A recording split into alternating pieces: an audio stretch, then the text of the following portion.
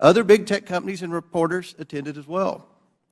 This exercise prepared them for their future collusion to suppress and delegitimize information contained in Hunter Biden's laptop about the Biden's family business schemes.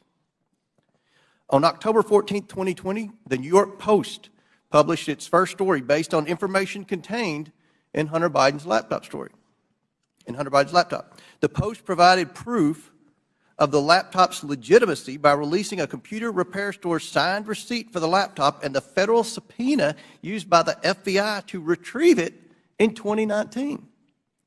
The article revealed that a top executive at Burisma, who was paying Hunter Biden $50,000 a month, had spent time with then Vice President Biden in Washington, D.C.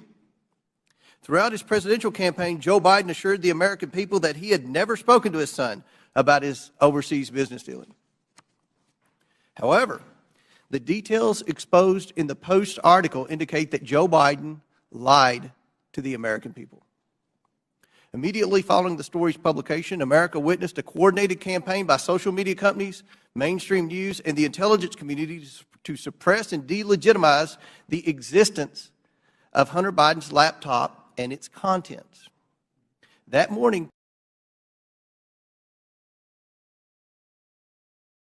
Twitter and other social media companies took extraordinary steps to suppress that story. Twitter immediately removed the story and banned the New York Post account. Twitter also banned accounts who shared the story, including White House Press Secretary Kayleigh McEnany, and blocked its transmission via direct message. This episode marked the first time Twitter directly limited the spread of information from a mainstream news organization. And the New York Post would not get its account back for 2 weeks. Twitter would finally admit its mistake, but the damage had already been done. On October 19th, 51 former intelligence officials published a letter that Hunter Biden's laptop was Russian disinformation, which Joe Biden used as a talking point at a presidential debate on October 22nd. But we all know now this was not Russian disinformation. It wasn't disinformation. I want to make sure the American people truly understand the timeline here because it's very important. The Hunter Biden laptop story was published on Wednesday. Twitter did not acknowledge a mistake for at least 24 hours. Then on Monday morning, 51 former intelligence officials published their letter. That letter was then wholeheartedly accepted by mainstream news as proof that the laptop was fake. Joe Biden used that letter to brush aside the few questions he received about the story. During that time, the mainstream media was more concerned about what flavor of ice cream Joe Biden had ordered on a particular day. All this happened 2 weeks before the 2020 election. 2 weeks. One survey found that 17% of Biden voters would not have voted for the Biden-Harris ticket if they had known about the Biden laptop. But many Americans did not know about it because of a coordinated cover-up by big tech, the swamp, and mainstream news. Now mainstream media outlets have verified the laptop, but the damage has been done. Today we are joined by 3 former high-ranking employees at Twitter. Vijaya Gaddy, Twitter's former top lawyer, James Baker, Twitter's former deputy general counsel, and Yoel Roth, Twitter's former head of trust and safety. We are also joined by Annika Collier-Navaroli, Twitter's former head of trust and safety. A former Twitter member of U.S. Safety Policy Team. Let me get that right. I would like to thank you all for your participation in today's hearing. We owe it to the American people to provide answers about this collusion to censor information about Joe Biden's involvement in his family's business schemes. With that, I yield to the ranking member for his opening statement. Thank you kindly, Mr. Chairman. Last night in his State of the Union address, over all the heckling, President Biden reviewed significant achievements his administration and congressional Democrats are delivering for the American people: the lowest unemployment rate in over 50 years, a manufacturing boom in clean energy, semiconductors, and infrastructure, expanding health care for veterans and lowering prescription drug costs for seniors and people with diabetes, beating the opioid epidemic and addressing our national mental health crisis, historic action on climate change. But this morning, we return not to focus on advancing this robust agenda of progress, but instead to take up an authentically trivial pursuit, all based on the obsessive victimology of right-wing politics in America. The majority has called a hearing to revisit a 2-year-old story about a private editorial decision by Twitter not to allow links to a single New York Post article made for a 2-day period that had no discernible influence on anyone or anything. The New York Post published the article on its own pages, and it was carried by lots of other media outlets. It was widely discussed, including on Twitter itself, even during the brief moment in time when links weren't provided, and it was a fixture in right-wing media for the next 3 weeks before the election. I think even the chairman and other members of this committee were out on TV and social media talking about it. But instead of letting this trivial pursuit go, my colleagues have tried to whip up a faux scandal about this 2-day lapse in their ability to spread Hunter Biden propaganda on a private media platform. Silly does not even begin to capture this obsession. What's more, Twitter's editorial decision has been analyzed and debated ad nauseum. Some people think it was the right decision. Some people think it was the wrong decision. But the key point here is that it was Twitter's decision. Twitter is a private media company. In America, private media companies can decide what to publish or how to curate content however they want. If Twitter wants to have nothing but tweets commenting on New York Post articles run all day, it can do that. If it makes such tweets mentioning the New York Post never see the light of day, they can do that too. That's what the First Amendment means. Twitter can ban Donald Trump for inciting violent insurrection against the Union, as he was impeached by the House of Representatives, and as 57 of 100 senators found he did. And it can also try to resurrect his political career.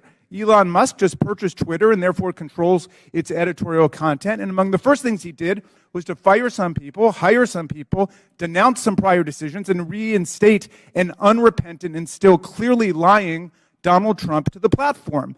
Those decisions, however heroic or imbecilic you think they might be, are protected by the First Amendment in the United States of America. Officially, Twitter happens to think they got it wrong about that day or two period.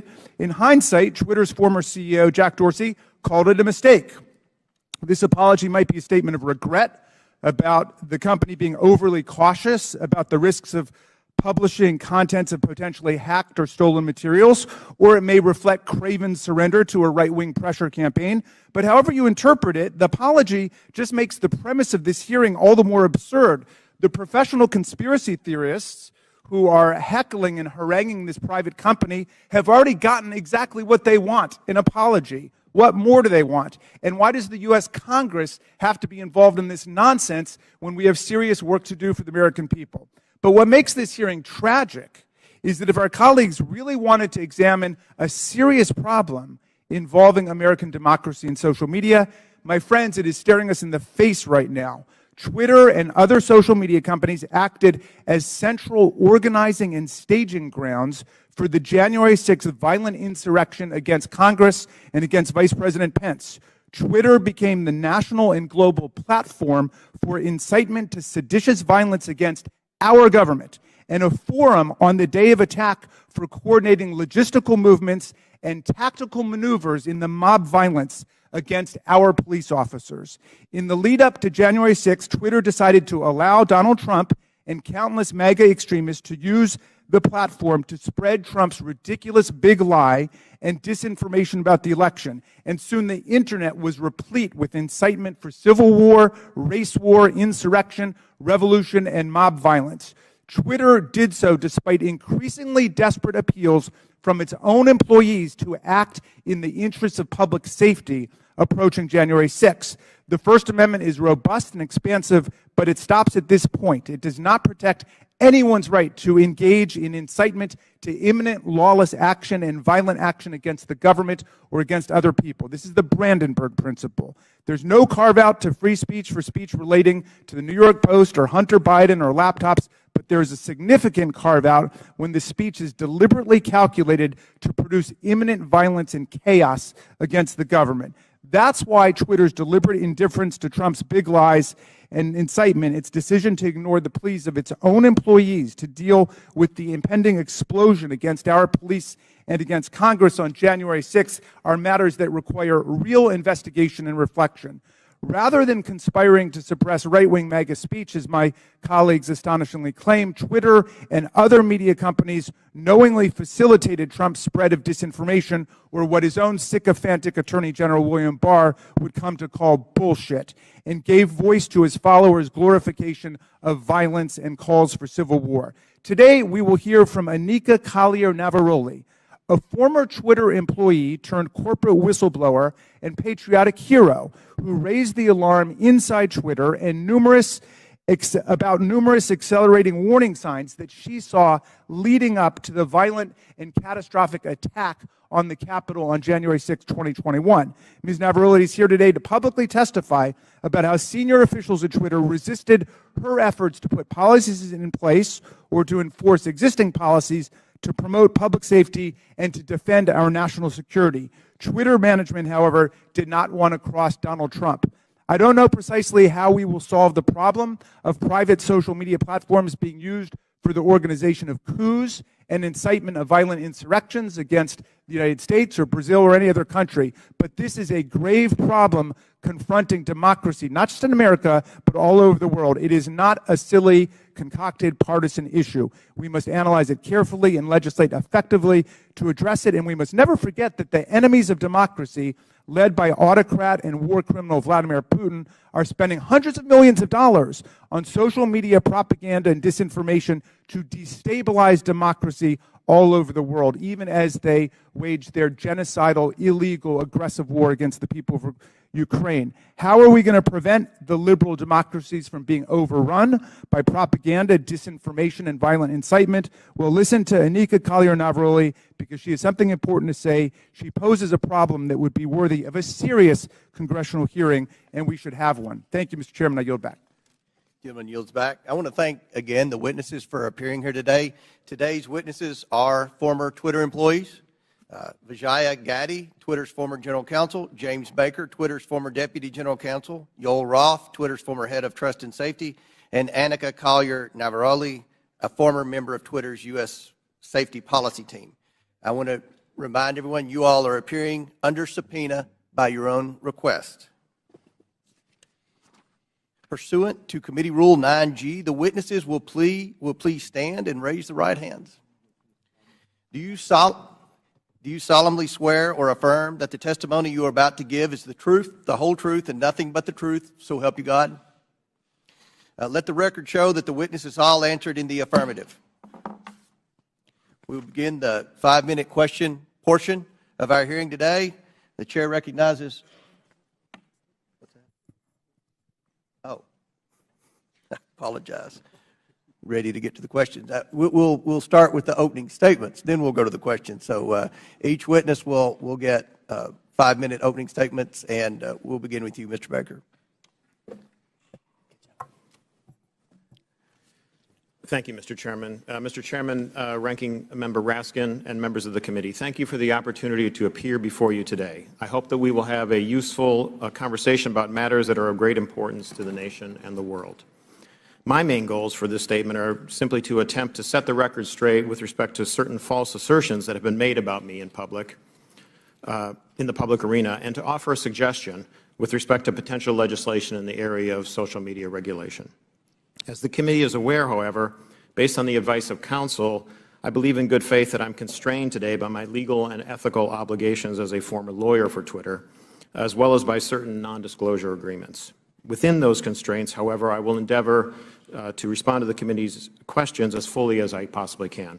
And I believe I can make the following statements. First, I was not aware of and certainly did not engage in any conspiracy or other effort to do anything unethical, improper, or unlawful while I was at Twitter, period. I did not act unlawfully or otherwise inappropriately in any manner with respect to Hunter Biden's laptop.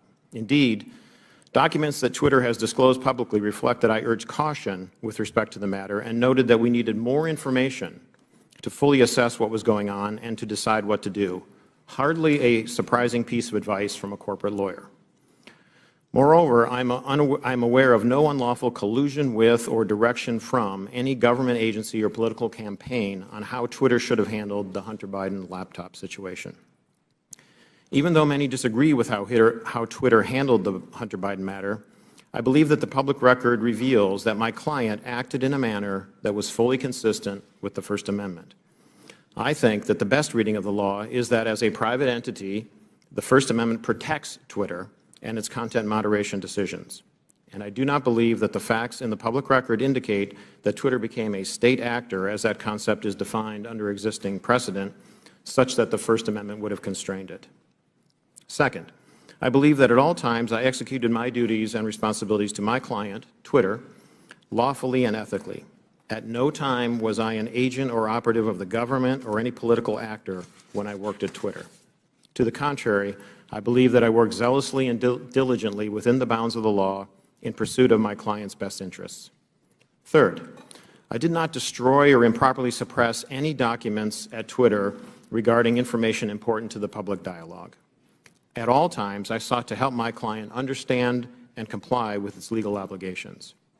It is worth noting that the public record indicates that after I left the company, attorneys or other unidentified third parties collected and/or reviewed the contents of at least some of the Twitter files prior to their release. Fourth, Twitter disclosed publicly emails between me and Yoel Roth regarding one of Donald Trump's tweets about COVID. I do not have access to my Twitter emails, so I do not know if or how I responded to Mr. Roth.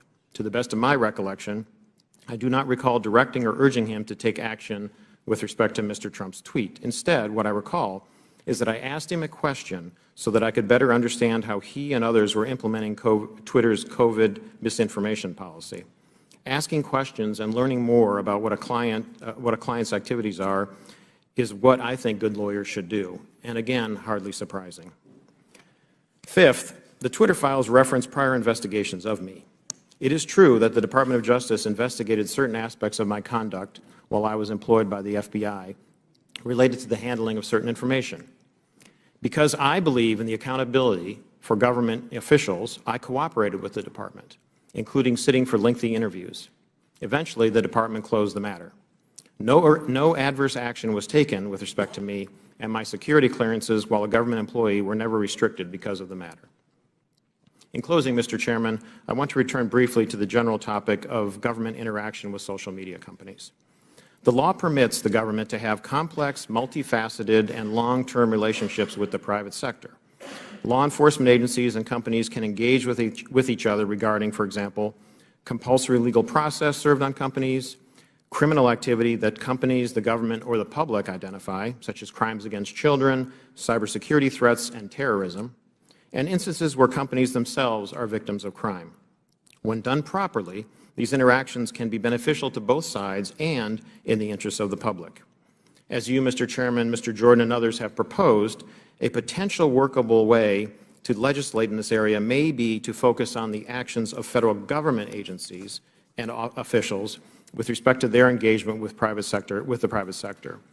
Congress may be able to limit the nature and scope of those interactions in certain ways, require enhanced transparency and reporting by the executive branch about its engagements, and require higher-level approvals within the executive branch prior to such engagements on certain topics, so that you can hold Senate-confirmed officials, for example, accountable for those decisions. In any event, if you want to legislate, my recommendation is to focus first on reasonable and effective limitations on government actors. Thank you, Mr. Chairman. Thank you, Mr. Baker. Ms. Gaddy. Chairman Comer, Ranking Member Raskin, and members of the committee, thank you for this opportunity to provide this opening statement. After a decade as a corporate lawyer, I joined Twitter in 2011 as the first member of the corporate legal team.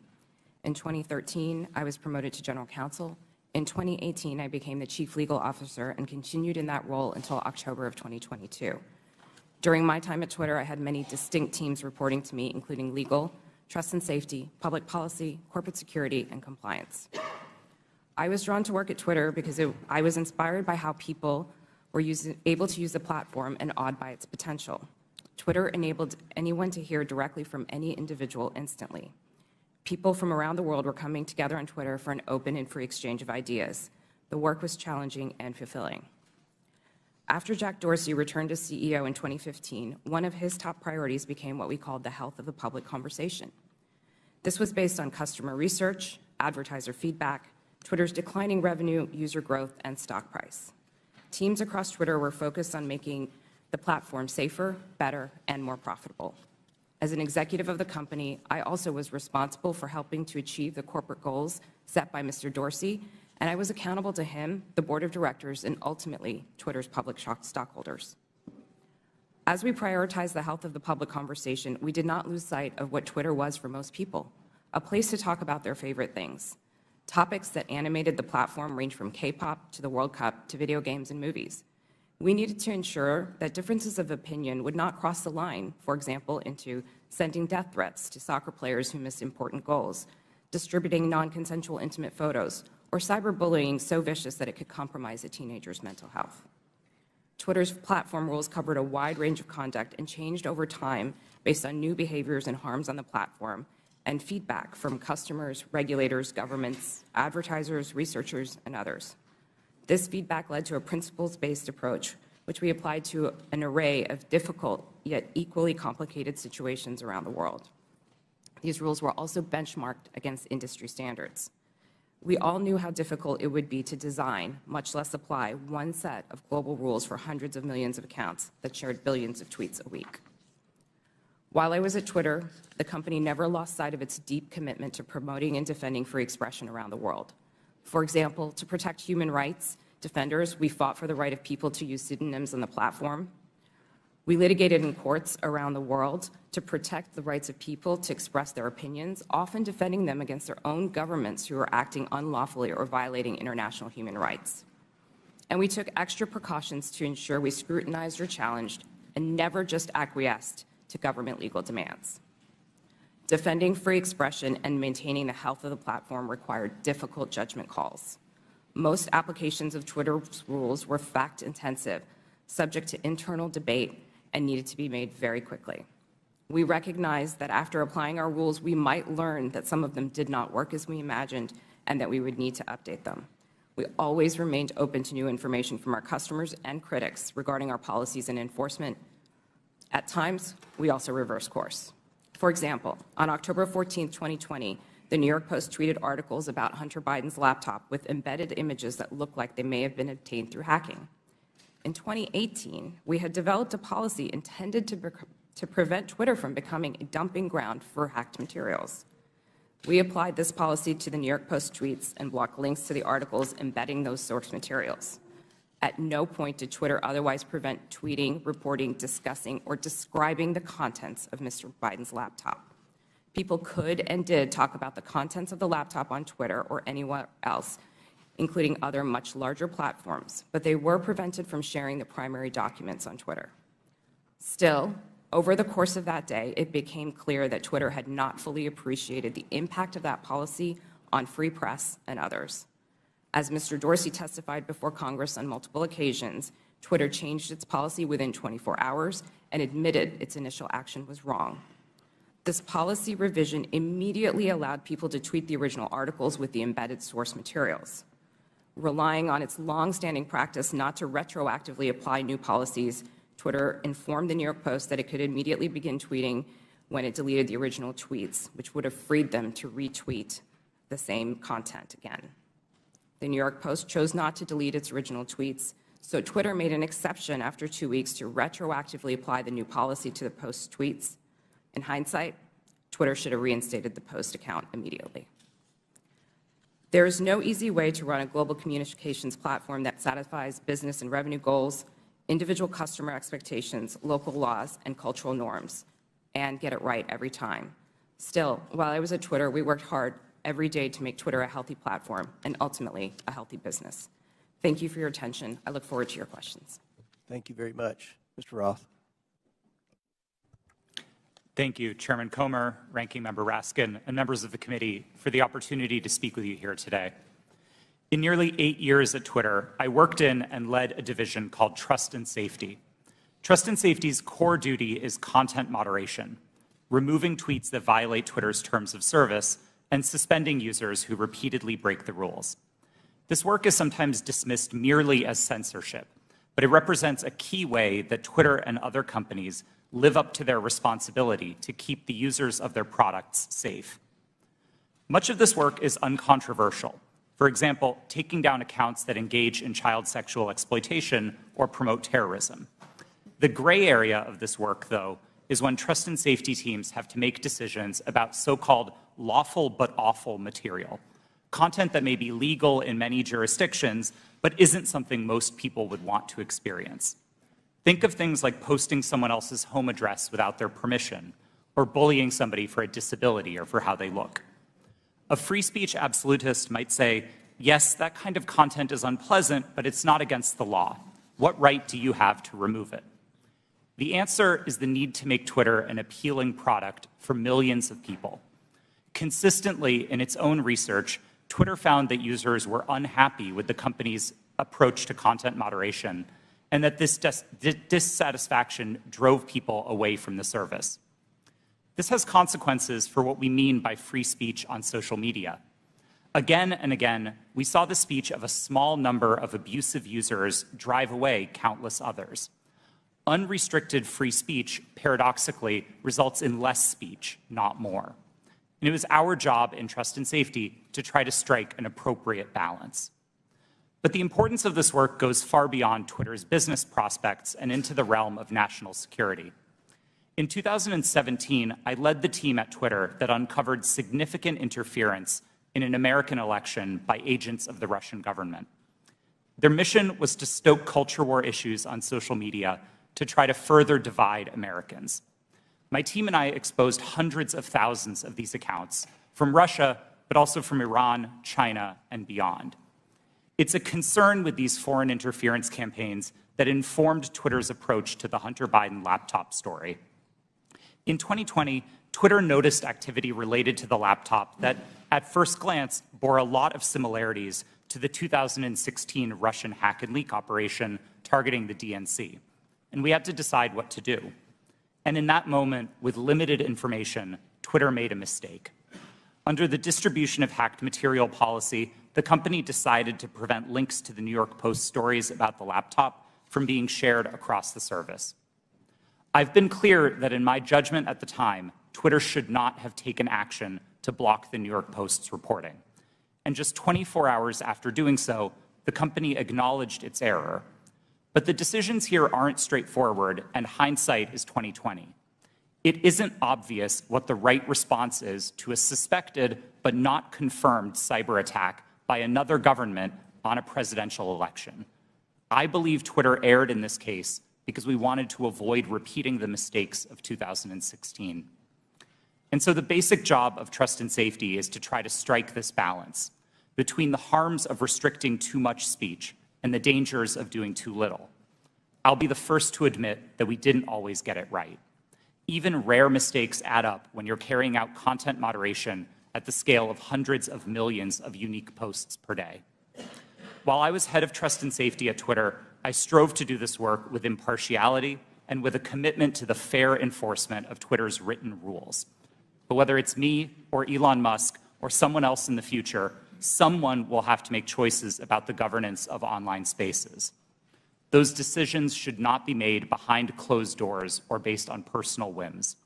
I hope that we can work together to find ways to bring greater trust and transparency to social media, and I look forward to answering the committee's questions about any of these topics to the best of my ability. Thank you. Ms. Navaroli. Good morning, Chairman Comer, Ranking Member Raskin, and members of the committee. Thank you so much for the opportunity to speak with you all today. I'm here because there is an urgent need for us to understand the impact that social media companies are having on our democracy. I will be very clear. I was not involved in the decision around Hunter Biden's laptop, but I was involved in decisions that were made leading up to, during, and after the January 6th attack on the Capitol. If we are going to talk about social media in the government, we need to talk about Twitter's failure to act before January 6th. I am here to tell you that doing nothing is not an option. If we continue to do nothing, violence is going to happen again. My background is as a trained lawyer and journalist, and my expertise over the past decade has been in the areas of media, technology, law, and policy, with a particular focus on social media and free expression. I joined Twitter in 2019, and by 2020, I was the most senior expert on Twitter's US safety policy team. My team's mission was to protect free speech and public safety by writing and enforcing content moderation policies around the world. These policies included things like abuse, harassment, hate speech, violence, and privacy. So if no other algorithm or no other human could decide if a tweet violated my team's policies, the safety team policy acted as the final moderators. If a high-profile individual like any member of this committee or President Trump tweeted something controversial, it was sent to my team's desk. Every day, we had to decide whether a particular piece of content equated to yelling fire in a crowded theater. My work at Twitter and subsequently at Twitch put me in the middle of key events in history. What I've learned from them is that social media played and continues to play a role in these events. And 2 years after January 6th, we still need to better understand the role that Twitter played in order to prevent it from happening again. So what do we need to understand? First, Twitter's leadership bent and broke their own rules in order to protect some of the most dangerous speech on the platform. I'm going to talk a little bit about what happened in the months leading up to January 6th. During this time, my team worked to try to minimize the threat of violence that we saw coming. After President Trump instructed the Proud Boys to stand back and stand by in a debate, we considered the danger that that statement would have if it was tweeted. So we crafted what we called a coded incitement to violence policy to address dog whistles like this. Instead of approving it, management bent over backwards to find ways to not approve it. On January 5th, when the policy was still not approved, I led a meeting where one of my colleagues asked management whether someone was going to have to get shot before we were allowed to take down tweets. Another colleague looked up live tweets and read them to management to try to convince them of the seriousness of the issue. Still, no action was taken. On the morning of January 6th, I sent Twitter lawyers a message warning them that our team was hamstrung by leadership. 2 days later, when it looked like it was going to happen all over again, I asked management whether they wanted more blood on their hands. Only then did they act. The second problem is that there is way too much power concentrated in the hands of too few. With January 6th and many other decisions, content moderators like me did the very best that we could. But far too often, there are far too few of us, and we are being asked to do the impossible. For example, in January 2020, after the U.S. assassinated an Iranian general and the U.S. president decided to justify it on Twitter, management literally instructed me and my team to make sure that World War III did not start on the platform. No person, people, or company should have that kind of unchecked power or that kind of responsibility. The modern-day public conversation should not be susceptible to the whims of any one individual or any one company. Fixing the systemic issues that lead to bad decisions is not going to be easy, but people like me who have been in the trenches can help lead the way. But I must say, coming forward and offering this information is risky and it is difficult. Doxing and harassment are real, and people are afraid to tell what they know. So we need to make sure that there are protections for those who speak the truth. We need to create space to hear from people on the front lines. We need to give them protection so they can share their experiences. Only then can we begin to understand the full scope of the problem and to find solutions. There is far too much at stake for us to do nothing. Thank you. Thank you all. Excellent opening statements. Now we'll begin with the question portion. We'll begin by recognizing Mr. Biggs for 5 minutes. Thank you, Mr. Chairman. Mr. Roth, within just mere minutes or hours after the New York Post published its story on the Hunter Biden laptop, at 8:51 a.m., you sent a message to a team, part of your team, I assume, and you said it isn't clearly violative of our hacked materials policy, referring to the story, nor is it clearly in violation of anything else. Do you remember sending that message?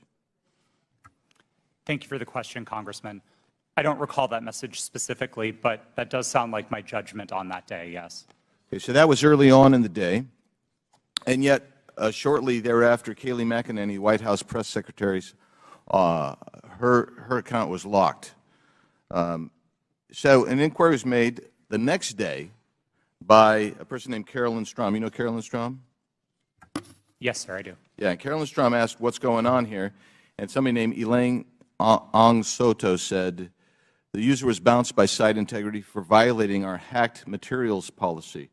Do you remember that incident? Yes, sir, I do. And somebody named Trenton Kennedy said, I'm struggling to understand the policy basis for marking this as unsafe. And I think the best explainability argument, now that may be a technical term for you, but for me it looks like we're trying to create a narrative here to cover our butt. The best explainability argument for this externally will be that we're waiting to understand if this story is the result of hacked materials. Do you remember Mr. Kennedy's communication? Yes, I do. Yeah. And so then we get into a whole series of things written by Mr. Baker going back and forth. And he says on that same day, now at 9:26, which is about a half an hour after your statement that you don't think that anything's been violated here, he says, I've seen some reliable cybersecurity folks question the authenticity of the emails in another way. And then you seem to later, but by the way, that's almost inconceivable. I mean, it just seems inconceivable that would have happened so quickly that he would have that. And then you sent out something right after that said, the key factor informing our approach is consensus from experts monitoring election security and disinformation that this looks a lot like a hack and leak that learned from the 2016 WikiLeaks approach. I'm wondering if you can name for me today any of the experts that seem to have a consensus at 10:12 a.m. on the morning of October 14th that you put out saying that we're going to rely on some group of experts. Who were they? Thank you for the question. Twitter did not give me access to any of my documents or emails to prepare for this hearing, and so unfortunately I can't give you a direct answer. Were there, Mr. Roth, were there experts? Were there people that you consulted that were cybersecurity experts between 9 a.m. and 10:15 a.m. on that day? My recollection is that we were following discussions about this incident as they unfolded on Twitter. So cybersecurity experts were tweeting about this incident and sharing their perspectives, and that informed some of Twitter's judgment here. But I want to emphasize, as I said in my statement, I didn't think that the evidence or those perspectives warranted removal, and I advocated against taking that action. I understand. Let's look at one other document. Our teams made the determination that the materials fall under our hacked materials policy. It's my understanding from reports and internal sources that normally a hacked material policy would require a government official or law enforcement determination that there had actually been a hacked account before that hacked policy were to be in place or imposed. Is that accurate? No, sir, it's not. So the policy did not require that there be any kind of official finding by the government, by a government source? No, there were a number of different types of evidence that we considered under the policy. Certainly government attribution would be a powerful one, but we also looked So you for weren't other looking, that wasn't determinative is what we're saying? In that instance, we did not have any specific information from any government source, no. I'm going to read something that applies to this and several other things from the Twitter stack that you guys had. This might be an unpopular opinion, but one-off ad hoc decisions like this that don't appear rooted in policy are, in my humble opinion, a slippery slope and reflect an alternatively equally dictatorial problem. Quite frankly, that's what the essence of all four of your testimony, I realize you're trying to fight against it, but you exercised an amazing amount of clout and power over the entire American electorate by even holding them hostage for 24 hours, reversing your policy, and then they're like, well, we want to go back with the originals. That's 24 hours, or 2 weeks, that you imposed your will on the American electorate. I'll yield back, Mr. Chairman. Gentleman, time's expired. He went 30 seconds over. I'll give the ranking member an extra 30 seconds. You're very fair-minded, Mr. Chairman. Mr. Roth, let me start with you. Did I hear you correctly to say that there were thousands or even hundreds of thousands of counterfeit Twitter accounts set up by Russian propaganda and disinformation for Vladimir Putin to pump his poison into the bloodstream of American social media? Is that right? That's right, sir. And that's not just past tense. Those accounts are active on social media today. This is an ongoing campaign. Well, we should be having a hearing about that. I appreciate your alerting to us what's taken place. Ms. Navaroli, so you've testified that in the months leading up to the November 2020 election and then in the weeks before January 6th, you were growing increasingly anxious about the violent rhetoric and incitement that you saw posted on Twitter. Can you describe specifically what made you so concerned during that period? And did you raise your concerns with people at Twitter? Thank you for that question. As I said in my opening statement, after former President Trump in his debate said the statement, stand back, stand by to the Proud Boys, my team, in discussion with other teams at Twitter, realized that we had a gap in our policies and that could not be said on the platform because it would have gone too far. What we did see continue to happen was those statements, in addition to other coded incitement to violence or dog whistles, began to spring up on the platform. And so what was once fringe ideology or fringe statements that were calling for the overthrow of the government became a loud roar. And so we heard individuals beginning to say that they were locked and loaded, that they were ready for Civil War Part 2, that they were ready for another revolution, that they were ready for the day of the rope in very clear English on Twitter. And on the January 6th committee, we have tens of thousands of statements like that being made on Twitter and other parts of social media. So we got a little taste of what you were experiencing on a daily basis. Now, there was this meeting on January 5th at Twitter. I don't think it was called specifically to look at what was going to happen the next day. That just happened to be a regular meeting. But at that meeting, you and other employees raised urgently the problem of what you saw coming on January 6th. How did Twitter management respond to the concerns that you raised? That's a great question. And yes, that meeting was a regularly scheduled meeting. Within the meeting, I believe I referred to it in my testimony to the January 6th committee as I was at my wit's end. I had argued, I had asked questions, I had asked for clarification. We had found dangerous tweets within the meeting, and yet the individual who was the most senior leader within the team in that meeting told us that we were not allowed to take that content down and that we were not allowed to use the coded incitement to violence policy.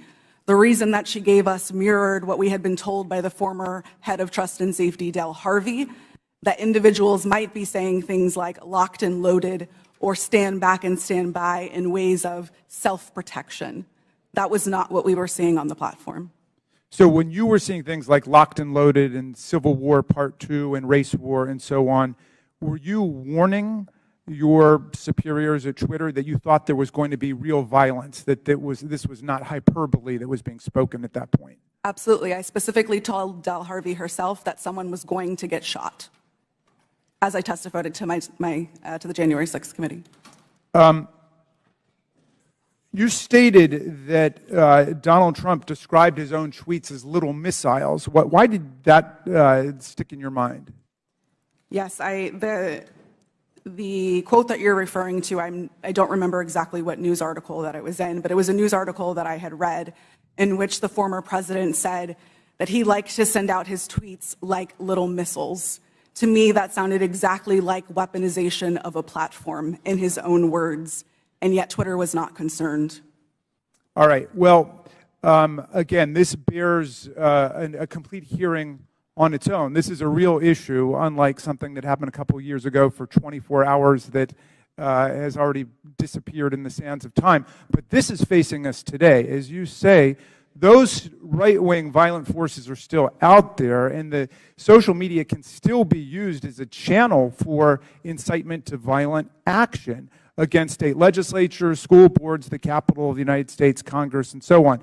How do we prevent this from happening in the future, and do you think that Twitter is dealing with this problem effectively now? As I said in my opening statement, we have to do something. There is too much at stake for us to continue to do nothing. And this question of how do we prevent it is a big one. Unfortunately, I do not believe that we are at a place that we can come to solutions because we do not know how these companies work. We must continue to hear from individuals like myself. We must have a seat at the table to be able to share our experiences, because our experiences and the ways that we have succeeded, the ways that we have failed, hold the key to our futures and the key to our democracies. All right, thank you, Mr. Chairman. I would just say I was skeptical about revisiting the whole New York Post thing, where there have already been congressional hearings and they've already apologized for their little lapse, but this is a serious issue, and so I'm glad we at least have the opportunity to begin to talk about it in public. And I yield back to you. Thank you. Gentleman yields back. I'll recognize myself now for questioning. The Biden family investigation begins with the story of how big tech, the media, former intelligence agents, and the Bidens themselves suppressed the story of Hunter Biden's laptop weeks before the 2020 election. Today, we're hearing from Twitter executives who buried the New York Post laptop story, claiming it violated the platform's hacked materials policy. In reality, the Twitter executives were hostile towards conservatives and biased towards anyone who opposed their points of view. For example, Mr. Roth, did you write this tweet? I regret the language that I used in some of my former tweets, but yes, I did post that. And I'll read the tweet so it's in the record. Yes, that person in the pink hat is clearly a bigger threat to your brand of feminism than actual Nazis in the White House. Mr. Roth, do you think all conservatives are Nazis? Certainly not, sir. What about the hundreds of people who worked in the Trump administration? Certainly not. Did Ms. Gaddy or any other lawyer at Twitter ever tell you to take down that tweet? No, Twitter did not have a practice of restricting employees sharing their personal viewpoints on the service. Okay. Turning back to the laptop, Ms. Gaddy, are you aware that Hunter Biden's lawyers, as recently as last week, wrote the Department of Justice about Hunter Biden's laptop? I've seen some articles about that. Yes, they did. And it appears that Hunter Biden's attorney is admitting that the laptop and emails on it are authentic. So, Ms. Gaddy, on October 14, 2020, did Hunter Biden report to Twitter that he was the victim of a hack? No, I don't believe he did. Ms. Gaddy, when the New York Post initially broke the story about the laptop, did you call Hunter Biden's lawyer to ask if it was authentic? No, I did not. Isn't it correct that the Biden campaign had contact with Twitter in the run-up to the 2020 election? Not to my knowledge. And you're telling this committee that you didn't ask any Biden representative if the laptop was real or for Hunter Biden's attorney's phone number to confirm its authenticity? We did not speak to anybody related to that. Mr. Baker, are you aware that the FBI had Hunter Biden's laptop since December of 2019? I'm sorry, am I aware of that now? Well, were you aware then? Then, no. I don't believe, sir, that to the best of my recollection, I don't think I knew But that. you're aware now? I've heard that now, yes. Mr. Baker, did you call any of your contacts at the FBI to ask whether or not they knew if the material had been hacked? I don't recall contacting them about that on that day. Mr. Roth, Ms. Gaddy, and Mr. Baker, it appears to me that you failed at your jobs. You were entrusted with the highest level of power at Twitter, but when you were faced with the New York Post story, instead of allowing people to judge the information for themselves, you rushed to find a reason why the American people shouldn't see it. In a matter of hours, you were deciding on the truth of a story that spans years and dozens of complex international transactions. You did this because you were terrified of Joe Biden not winning the election in 2020. That's what it appeared. I can assure you this committee will succeed in holding the Bidens accountable. So much of the evidence of wrongdoing from this family is located in that hard drive that you all led the American people to believe was Russian disinformation, when in fact it was not. Now, I agree with Mr. Baker's opening statement. The concern for me is the level of involvement the FBI had with not just Twitter, but all of our social media platform companies. And I think it kind of goes in the opposite direction of where my friend, the ranking member, was trying to take this in his opening statement. This is something this committee should be concerned about. The government doesn't have any role in suppressing speech. And that's something the media should be very concerned about. What if there's a conservative president that somehow cleans out our FBI and they put in conservatives to suppress liberal speech?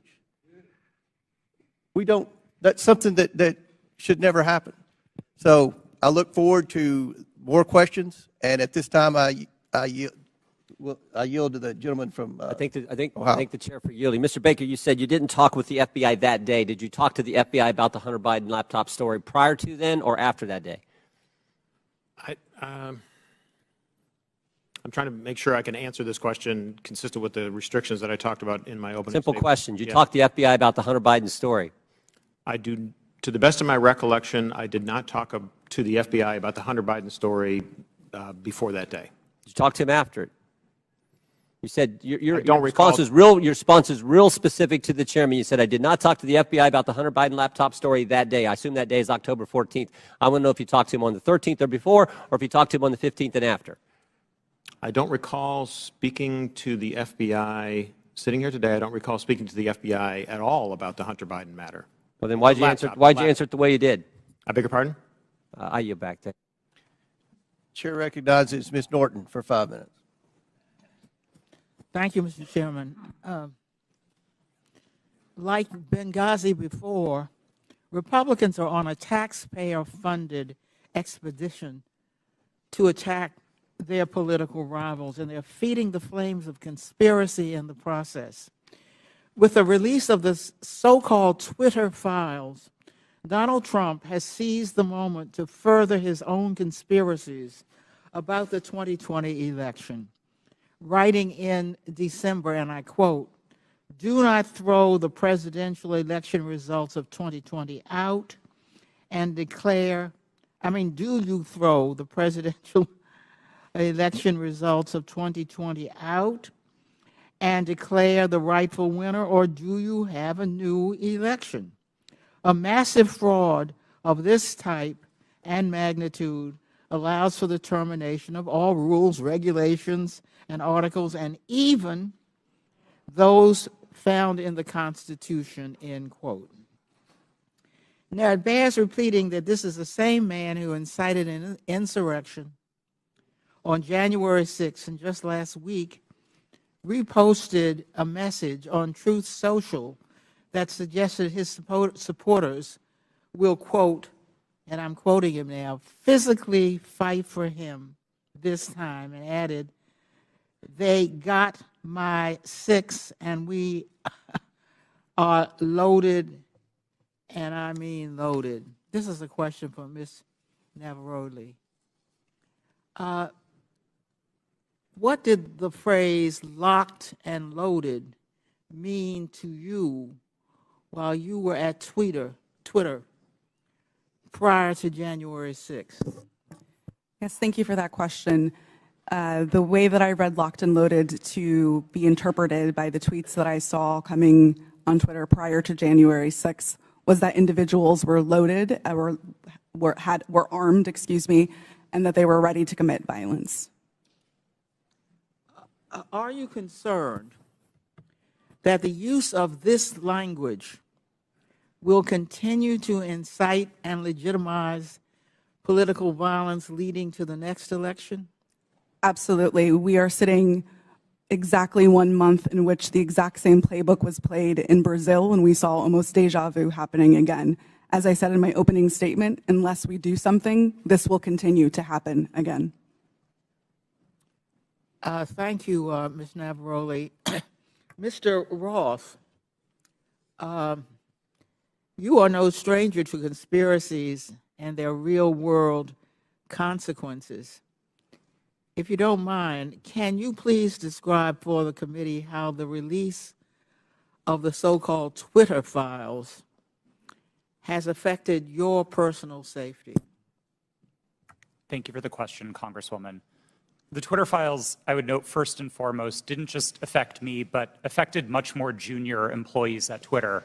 Employees as far away as Manila in the Philippines were doxxed, had their families threatened, and experienced harm equal to or greater than what I've experienced. But concurrent with the Twitter files, Elon Musk also made the decision to share a defamatory allegation that I support or condone pedophilia. And this lie led directly to a wave of homophobic and anti-Semitic threats and harassment against me, of which Twitter has removed vanishingly little. And following the Daily Mail's decision to publish where I live, ultimately I had to leave my home and sell it. Those are the consequences for this type of online harassment and speech. Well, I must say, those are very real consequences. By legitimizing unsubstantiated conspiracy theories about the deep state, big tech, and government censorship for political gain, committee Republicans are holding a match to a powder keg. We all saw the consequences of this kind of rhetoric on January 6th, and we continue to see it play out as political violence and hate crimes grip communities around the country. And I yield back, Mr. Chairman. That lady yields back. Chair recognizes Ms. Mace for 5 minutes. Thank you, Mr. Chairman. The Twitter files were not just about Hunter Biden's laptop. Twitter files make it apparent Twitter worked overtime to suppress accurate COVID information. Dr. Jay Bhattacharya is a professor of medicine at Stanford who once tweeted an article he wrote about natural immunity. Thanks to Elon Musk's release of the Twitter files, we learned some of his tweets were tagged with the label of Trends Blacklist.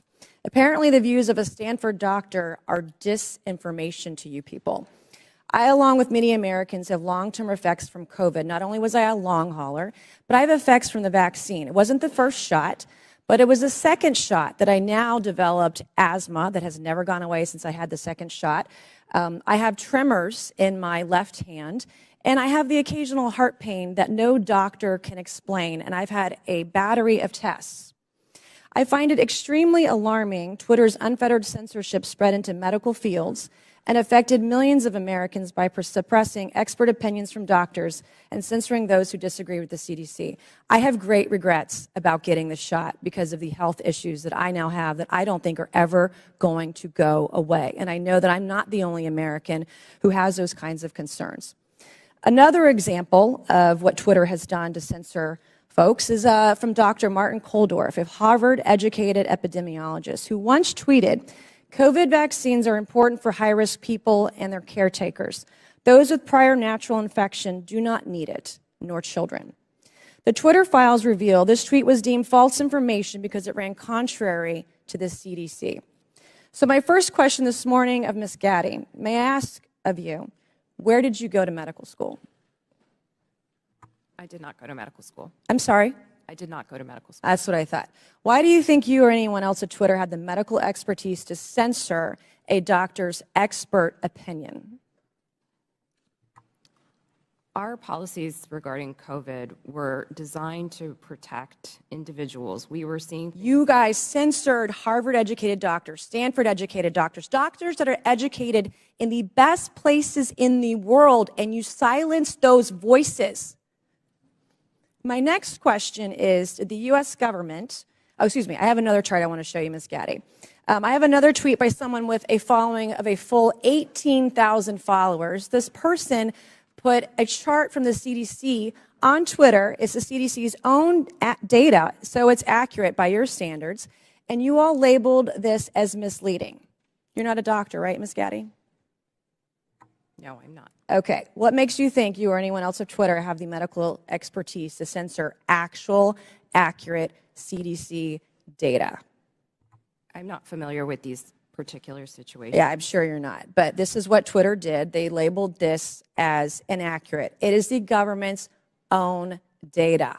It's ridiculous that we're even having to have this conversation today. It's not just about the laptop. This is about medical advice that expert doctors were trying to give Americans because social media companies like Twitter were silencing their voices.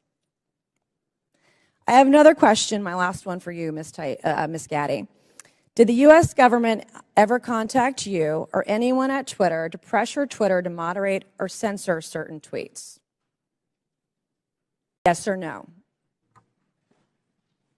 We have a program. Did the U.S. government ever contact you or anyone at Twitter to censor or moderate certain tweets? Yes or no? We receive legal demands to remove content from the platform from the U.S. government and governments all around the world. Those are published on a third-party website, and anyone can review Thank them. God for Matt Taibbi. Thank God for Elon Musk for allowing to show us in the world that Twitter was basically a subsidiary of the FBI, censoring real medical voices with real expertise that put real Americans' lives in danger because they didn't have that information.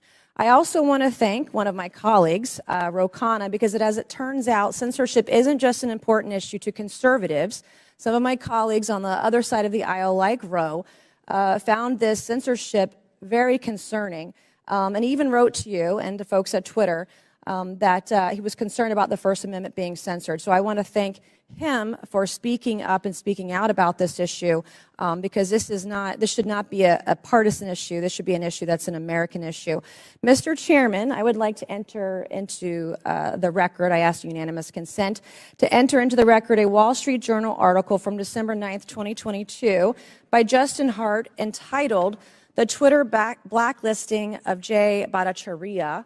Enter the record, please, Mr. Chairman. Without objection, so ordered. Thank you, and I yield back. Chair recognizes Mr. Lynch for 5 minutes. Thank you, Mr. Chairman. I just want to go over the chronology here, Mr. Roth. Back in 2016, Russia and Vladimir Putin engaged in what bipartisan Senate Intelligence Committee investigators called a, and I quote, aggressive, multifaceted effort to influence the outcome of that year's presidential election. The campaign included hacking of the systems of a major political party and leaking illegally obtained information, scanning U.S. election systems for vulnerabilities, and exploiting the weaknesses of social media platforms to spread disinformation to the American people. Again, in a 2017 declassified report, the U.S. intelligence community assessed that Russia's 2016 election operations signaled a, quote, new normal in Russian influence efforts, and that the Kremlin would, quote, apply lessons learned going forward against the U.S. and its allies. Mr. Roth, in a December interview with journalist Kara Swisher, you state that this declassified assessment was, quote, and I'm quoting you, a watershed moment in the history of content moderation and the Internet, close quote. You also stated in that interview that Twitter discussed potential threats to the integrity of the 2020 elections, and it was, quote, and I'm quoting you again, obvious to think about the most influential thing that impacted the 2016 election, which was the hack and leak campaign organized by the Russian government, and that, quote, we would have been stupid not to think about that risk. Mr. Roth, why would Twitter have been stupid to ignore that risk? Thank you for the question, Congressman. I think Twitter and the entire social media industry were, frankly, caught with their pants down in 2016 and missed an opportunity to do the critical work of protecting election security. This isn't my judgment. This is the judgment of academics and researchers who have spent years studying Russian active measures. And most of their conclusions suggest that the #1 most influential part of the Russian active measures campaign in 2016 was the hack and leak targeting John Podesta. It would have been foolish not to consider the possibility that they would run that play again. Right. And so let me ask, was that top of mind for Twitter? You're trying to measure the credibility of incoming intelligence.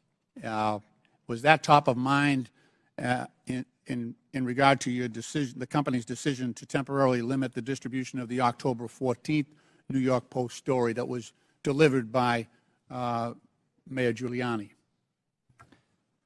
Yes, that was one of the animating concerns for us. For nearly 2 years, we had engaged in scenario planning exercises for potential risks tied to the elections, and one of them appeared to be happening that day. Now, again, I think the facts were complicated, and I do believe Twitter made a mistake then, but our judgment was colored by the experience of 2016 and by the very real Russian activities that we saw play out that year. Mr. Roth, in a December 2020 sworn declaration to the FEC, you said that starting in 2018, you had, quote, regular meetings with the Office of the Director of National Intelligence, the Department of Homeland Security, the FBI, and industry peers regarding election security. Is that correct? Yes, sir, it is. You stated that during these meetings, quote, federal law enforcement agencies communicated that they expected hack and leak operations by state actors that might occur in the period shortly before the 2020 presidential election, likely in October, and that there were, quote, rumors that a hack and leak operation would involve Hunter Biden, close quote. Is that your recollection today? It is, but I want to clarify that sentence slightly. I think it actually should have been two separate sentences. It is true that in meetings between industry and law enforcement discussed the possibility of a hack and leak campaign in the lead up to the election. And in one of those meetings, it was discussed, I believe by another company, that there was a possibility that that hack and leak could relate to Hunter Biden and Burisma. I don't believe that perspective was shared by law enforcement. They didn't endorse it. They didn't provide that information in that meeting. Okay.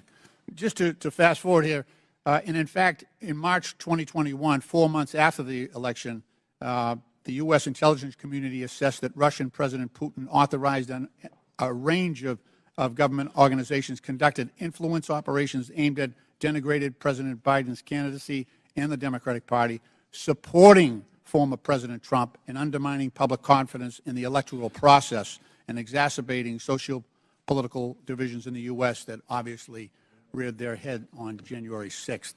Mr. Chairman, my time has expired and I yield back. Gentleman yields back. Chair recognizes Mr. Jordan for 5 minutes. Thank you, Mr. Chairman. Mr. Roth, did the government tell you that the Biden laptop story was fake? No, sir, they did not. Did they tell you it was hacked? No, sir, they did not. On October 14, 2020, Twitter blocks the New York Post story on the Hunter Biden, the New York Post story on Hunter Biden, and suspends their account. The night before, FBI Special Agent Elvis Chan sends you an email. The email says this: heads up, I will be sending a teleporter link for you to download 10 documents. It's not spam. Please confirm receipt when you get it. 2 minutes later, 6:24 p.m., you respond back, received and downloaded, thanks. What were those 10 documents? Twitter didn't give me access to my laptop, but Special Agent Chan has said publicly, and the FBI has confirmed, that those documents did not relate to Hunter Biden, and that's my recollection of them. What did they relate to? My interactions with Agent Chan and with the FBI almost entirely focused on what the FBI called malign foreign interference, things like Russian troll farms and Iranian involvement in the elections, not on any type of domestic Any of the activity. information on there classified? No, sir, I do not hold a security clearance, and so I would not have received any classified information. Who does hold a security clearance? I'll just go to the second email here. I'm just curious about this. What I propose is that 30 days out from the election, this is another email to you from Mr. Chan. 30 days, we get temporary clearances. You pick who they are. Who were the people at Twitter who had a security clearance? To be honest, sir, I'm not sure, and we never ultimately followed through on this plan to get temporary clearances. Did anyone at Twitter have a security clearance? It's my understanding that at least some current or former employees did hold clearances, but I wasn't certain about that. Ms. Gaddy, do you know if anyone took up Mr. Chan's offer to hand out security clearances 30 days before the 2020 election? Not that I'm aware. So we don't know how many people had security clearances. Twitter, do we know? Mr. Baker, Mr. Gaddy, Ms. Gaddy, anyone know how many people at Twitter had a security clearance in the 30 days prior to the election? I don't know the answer to that question, Ms. sir. Gaddy? I do not know. Mr. Roth, you don't know? No, sir. Well, how about the last one? Ms. Navaroli, do you know? No. I mean, it seemed like the offer was to sort of just hand them out like candy. I just wondered who had them. No one knows? Okay. So the FBI didn't tell you that it was fake, didn't tell you that it was hacked. And Mr. Roth, did the story violate your policies? In my judgment at the time, no, it did not. Yeah, that's what you said. Said what I would propose, you said it isn't clearly a violation of our hack materials policy, nor is it clearly a violation of anything else. So I think what a lot of people are wondering is if it didn't violate your policies and they didn't tell you it was fake, didn't tell you it was hacked, why'd you take it down? the company made a decision that found that it did violate the policy. It wasn't my personal judgment at the time that it did, but the decision was communicated to me by my direct supervisor, and ultimately I didn't disagree with it enough to object to you know what I think happened, Mr. Roth? I think you guys got played. I think you guys wanted to take it deep down. We saw what the chairman put up where you said, everyone in the White House is a fascist. I think you guys wanted it to be taken down. I think you meet with these guys every week. We know that's been established in the Twitter files. You had weekly meetings with Mr. Chan in the run-up to the election. They send you all kinds of emails. They send you documents on the super secret James Bond teleporter. You get information on that. I think you guys wanted to take it down. I think you guys got played by the FBI. And that's the scary part.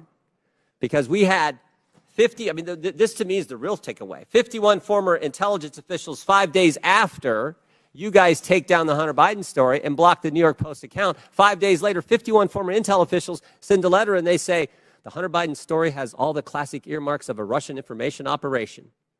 The information operation was run on you guys. And then by extension, run on the American people. And that's the concern. And to Mr. Raskin's point that you guys aren't bound by the First Amendment because you're a private company, okay, maybe so, but your terms of service don't have to comply with the First Amendment. Would that be right, Mr. Roth? They don't have to. You've said that as much in your testimony. My understanding of the First Amendment is that it protects people and businesses from government, not informs how the... In your terms of service. So here's what I want to know. Here's what I want to know. Is this a violation of the First Amendment when the government, Mr. Chan again, sending you an email saying, we think these accounts need to be looked at because they violate your terms of service? That's a different standard. So you got the government saying your terms of service, which don't have to comply with the First Amendment, but the government saying we don't think these accounts comply with your terms of service, please take them down. You see a problem there, Mr. Roth? Mr. Chairman, I'm seeing a flashing red light. I'm happy to answer the question. Do I think that that's a valuable use of the FBI's time? No, but I don't see in a request for review a problem under the First Amendment, no. I sure do. I thank the gentleman. I yield back. Chair recognizes Mr. Conley for 5 minutes. Thank you, Mr. Chairman. Very good. My, what happens when you hold a hearing and you can't prove your point? We heard from the chairman in his opening statement that it's wrong for government to call Twitter and say, take down a tweet. Did I hear that correct, Mr. Roth? That was my understanding, yes. Yeah.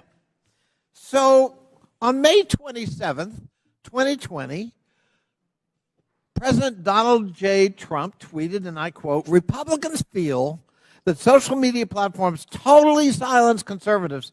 By the way, something that would come as news to you, apparently, Mr. Roth, because you're still the subject of conservative harassment.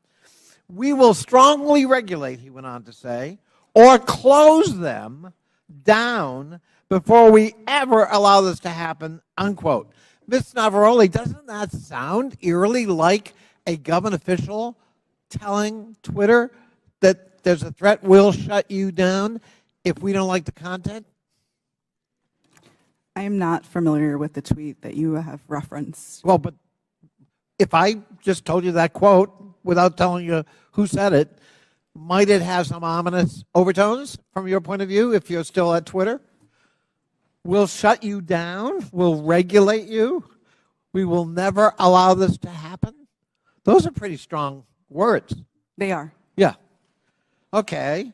On September 8th, 2019, at 11:11 p.m., Donald Trump heckled two celebrities on Twitter, John Legend and his wife, Chrissy Teigen, and referred to them as the musician John Legend and his filthy-mouthed wife, unquote. Ms. Teigen responded to that email at 12:17 a.m., and according to notes from a conversation with you, Ms. Navaroli's counsel, your counsel, the White House almost immediately thereafter contacted Twitter to demand the tweet be taken down. Is that accurate? Thank you for the question. In my role, I was not responsible for receiving any sort of request from the government. However, what I was privy to was my supervisors letting us know that we had received something along those lines or something of a request. And in that particular instance, I do remember hearing that we had received a request from the White House to make sure that we evaluated this tweet and that they wanted it to come down because it was a derogatory statement directed towards the president. They wanted it to come down. They made that request. To my recollection, yes. I thought that was an inappropriate action by a government official, let alone the White House. But it wasn't Joe Biden about his son's laptop. It was Donald Trump because he didn't like what Chrissy Teigen had to say about him. Is that correct? Yes, that is correct. My. You ever think it's appropriate for the President of the United States to direct or otherwise influence a social media company to take down its content? I think it's a very slippery slope. Mr. Roth, Ms. Gaddy, Mr. Baker, any evidence that Joe Biden's ever done that? Certainly none that I'm aware of, no.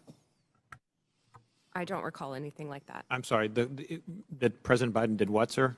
Has Joe Biden ever called Twitter, to your knowledge, or his White House at his behest, to take down content or urge you to take down content? I don't know the answer to that question, sir. Well, I'm going to have to conclude at least from 3 of the 4, you don't know. There's no evidence he's ever done that, but there's plenty of evidence Donald J. Trump tried to do that. And if we're going to have a hearing about the misuse of social media and the intrusion of government in the content on social media, we've got an environment-rich target, but it's not Joe Biden. It's Donald J. Trump, and of course, we don't want to talk about that.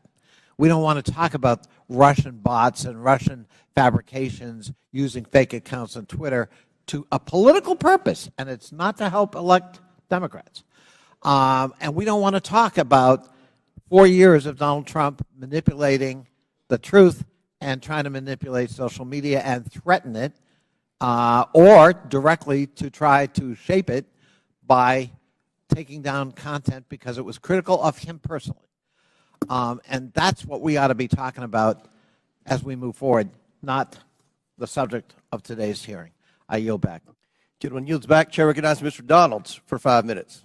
Thank you, Mr. Chairman. Real quick, Mr. Roth, you've stated already that what happened with the New York Post story was similar to the hack and leak scenarios from 2016. You also said that you actually were opposed to deleting the New York Post story. Who advocated for the removal of the New York Post story? The company's decision to treat it as a violation. Mr. Roth, who at the company actually went over your recommendation? Because you're pretty high up. Who overrode you? The decision was communicated to me by my direct supervisor. Who was that person? Her name was Del Harvey. She was Okay. the vice president of trust and safety at the time. All right, thank you so much. Ms. Gaddy, real quick, you said to the chairman earlier, and I want to paraphrase what I heard earlier, is that Twitter had no contact with anybody from the Biden team. Is that correct to your knowledge? Not to my knowledge. Put that up for me. Okay, over my right shoulder, we have an email. Reference, this is Saturday, October 24th, 5:39 p.m., referencing 5 different tweets. This is with a Twitter email chain. Under the line, it's more to review from the Biden team. Does anybody have a comment on how much interaction was happening with the Biden team at Twitter with respect to tweets that they wanted Twitter to review?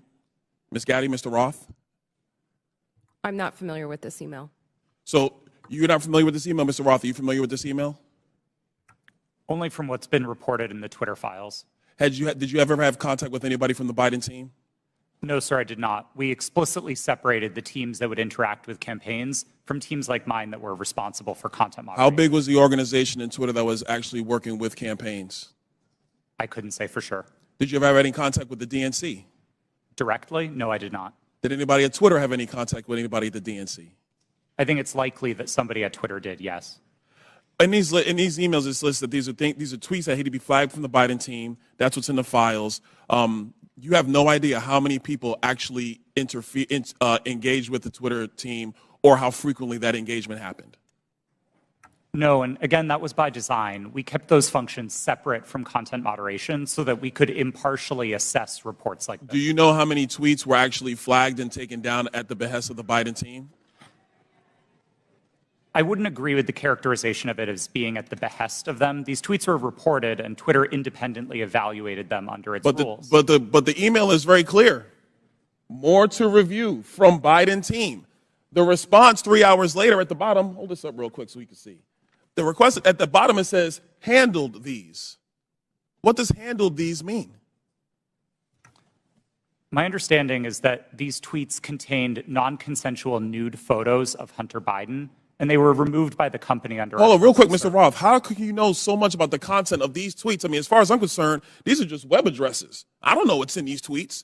You have these things committed to memory that you know the content, but you don't know who you talk to at the Biden team? Sir, I didn't meet with the Biden team, but there was extensive public reporting about these tweets specifically that uncovered what they were. You know the contents of the tweets.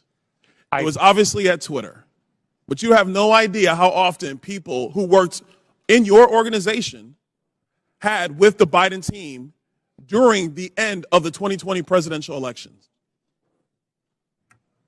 I would emphasize that the people who interfaced with the campaigns were not part of my team or organization. I would know what the interactions were if they were on my team. It was a different part of the organization, not mine. Let me ask you a separate question, and I'll ask it of you too, Mr. Baker. Have you guys been able to quantify the amount of in-kind contributions associated with taking down the New York Post story?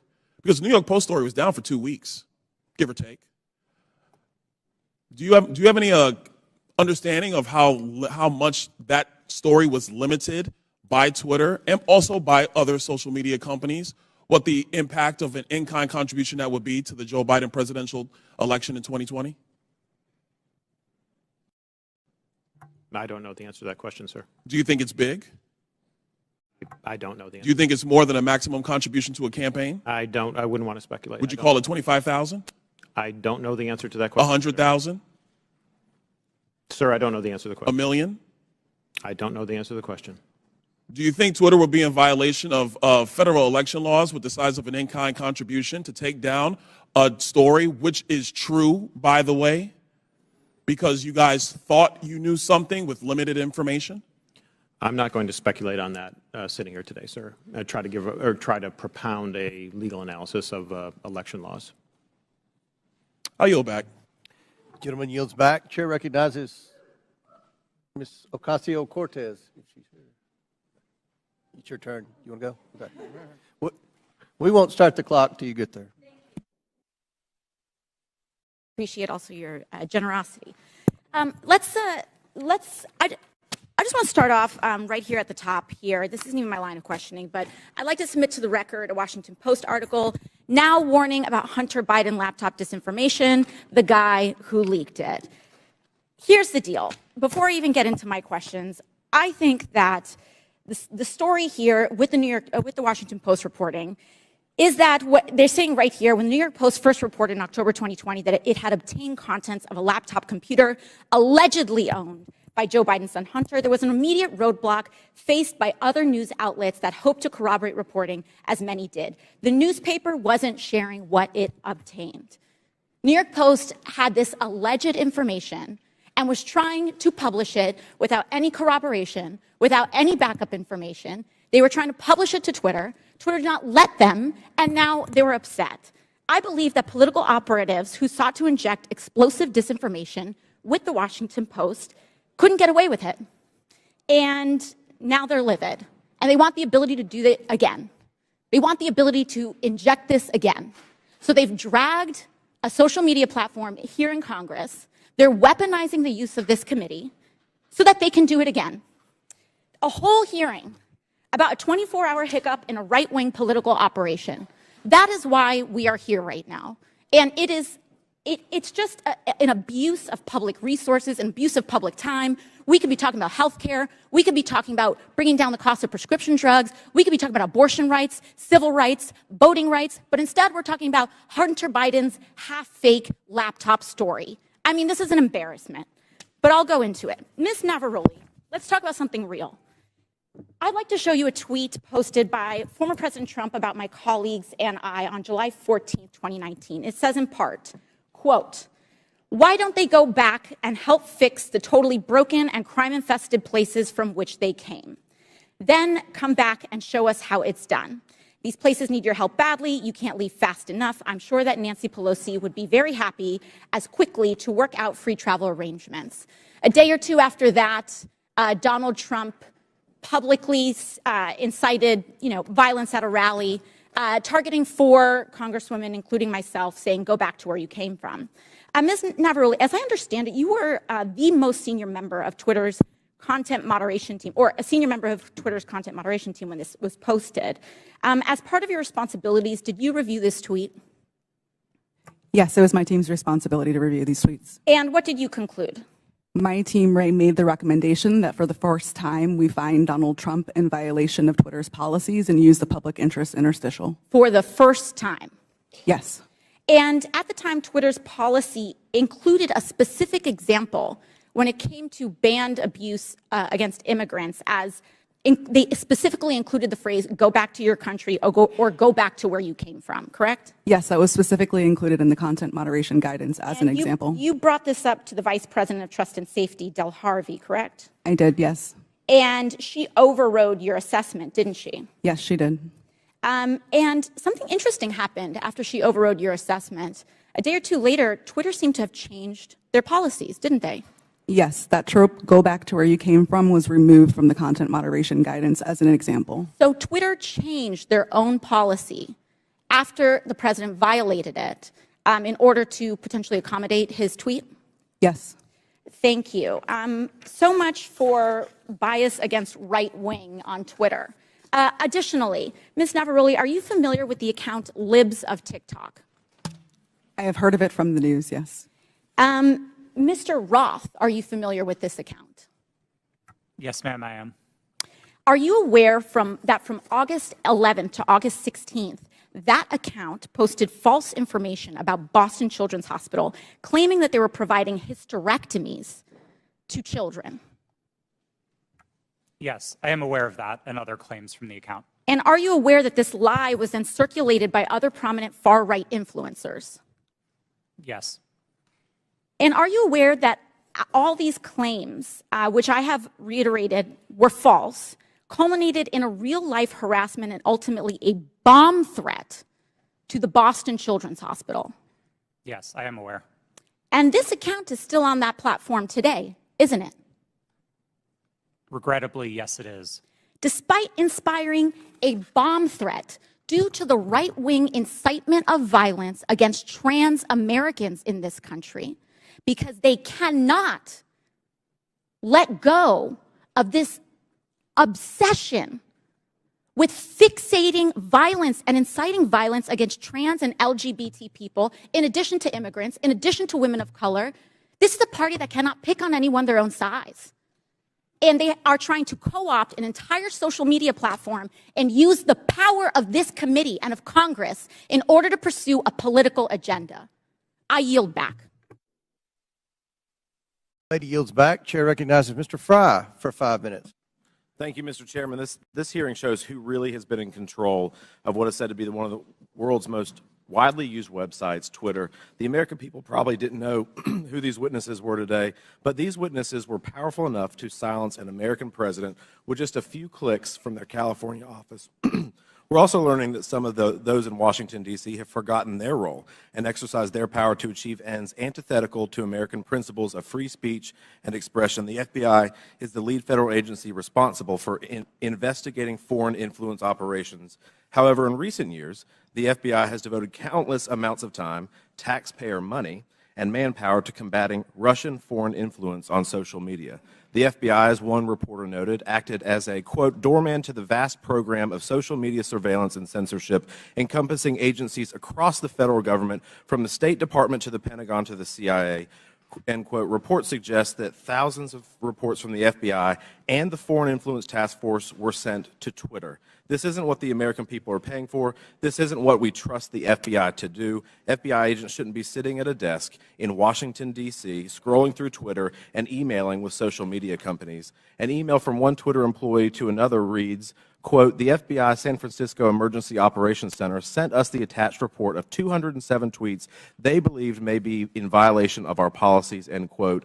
Another email revealed that there are, quote, some folks in the Baltimore field office and at headquarters that are just doing keyboard searches for violations. Mr. Roth, Twitter usually found little evidence that the accounts the FBI flagged had ties to foreign influence. Is that correct? In part, but we received many reports from the FBI, particularly related to malign foreign interference, that were highly credible and were constructive. So I would say it was a bit of a mixed bag. And you pushed back to the FBI when they would send you a list of American-based accounts. Is that correct? Politely, but yes. Mr. Roth, it appears that Twitter employees were under pressure by the FBI and other government agencies to validate these theories of foreign influence. Would you agree with that? No, I wouldn't agree with the word pressure. The FBI was quite careful and quite consistent to request review of the accounts, but not to cross the line into advocating for Twitter to take any particular action. So flagging American accounts, in your view, is not foreign or theories of foreign influence. There's not pressure there just by flagging it to you. Again, domestic accounts. I don't think it's a great use of the Bureau's time, but I wouldn't characterize how they communicated with us as pressure. Mr. Roth, you enjoyed these meetings with the FBI, it seems, based on the tweets behind me or the communications behind me. In internal communications at Twitter, you said, definitely not meeting with the FBI, I swear. Is that correct? I believe I was joking with a colleague at the time, but yes. But I can assume that you were meeting with the FBI when you were communicating with your colleague. Is that correct? Yes, one of my job responsibilities was meeting with law enforcement about election security. And just so I'm clear, the person you're communicating with here says, very boring business meeting that is definitely not about Trump. I assume that's also sarcasm. Yes, that's my assumption. And we can assume that Twitter was having these meetings with the FBI about President Trump, correct? No, sir. The meetings that I was a part of with the FBI were almost entirely and exclusively focused on malign foreign interference, so accounts being operated outside of the United States by other governments, not on the accounts of Americans. So what is the basis of this communication then where you talk about not meeting with Trump or not meeting about Trump? Again, I think those comments are sarcasm, but the context for this interaction was the need to mark my calendar private after another Twitter employee joined one of those meetings with the FBI unexpectedly. And so I had to implement additional security measures around my calendar. This was a fairly banal interaction with a colleague. Mr. Chairman, I yield the rest of my time to Mr. Jordan. Can I ask Mr. Jordan? I thank the gentleman for yielding. Mr. Roth, was there ever any visibility filtering that was hard-coded by Twitter employees into accounts of specific users?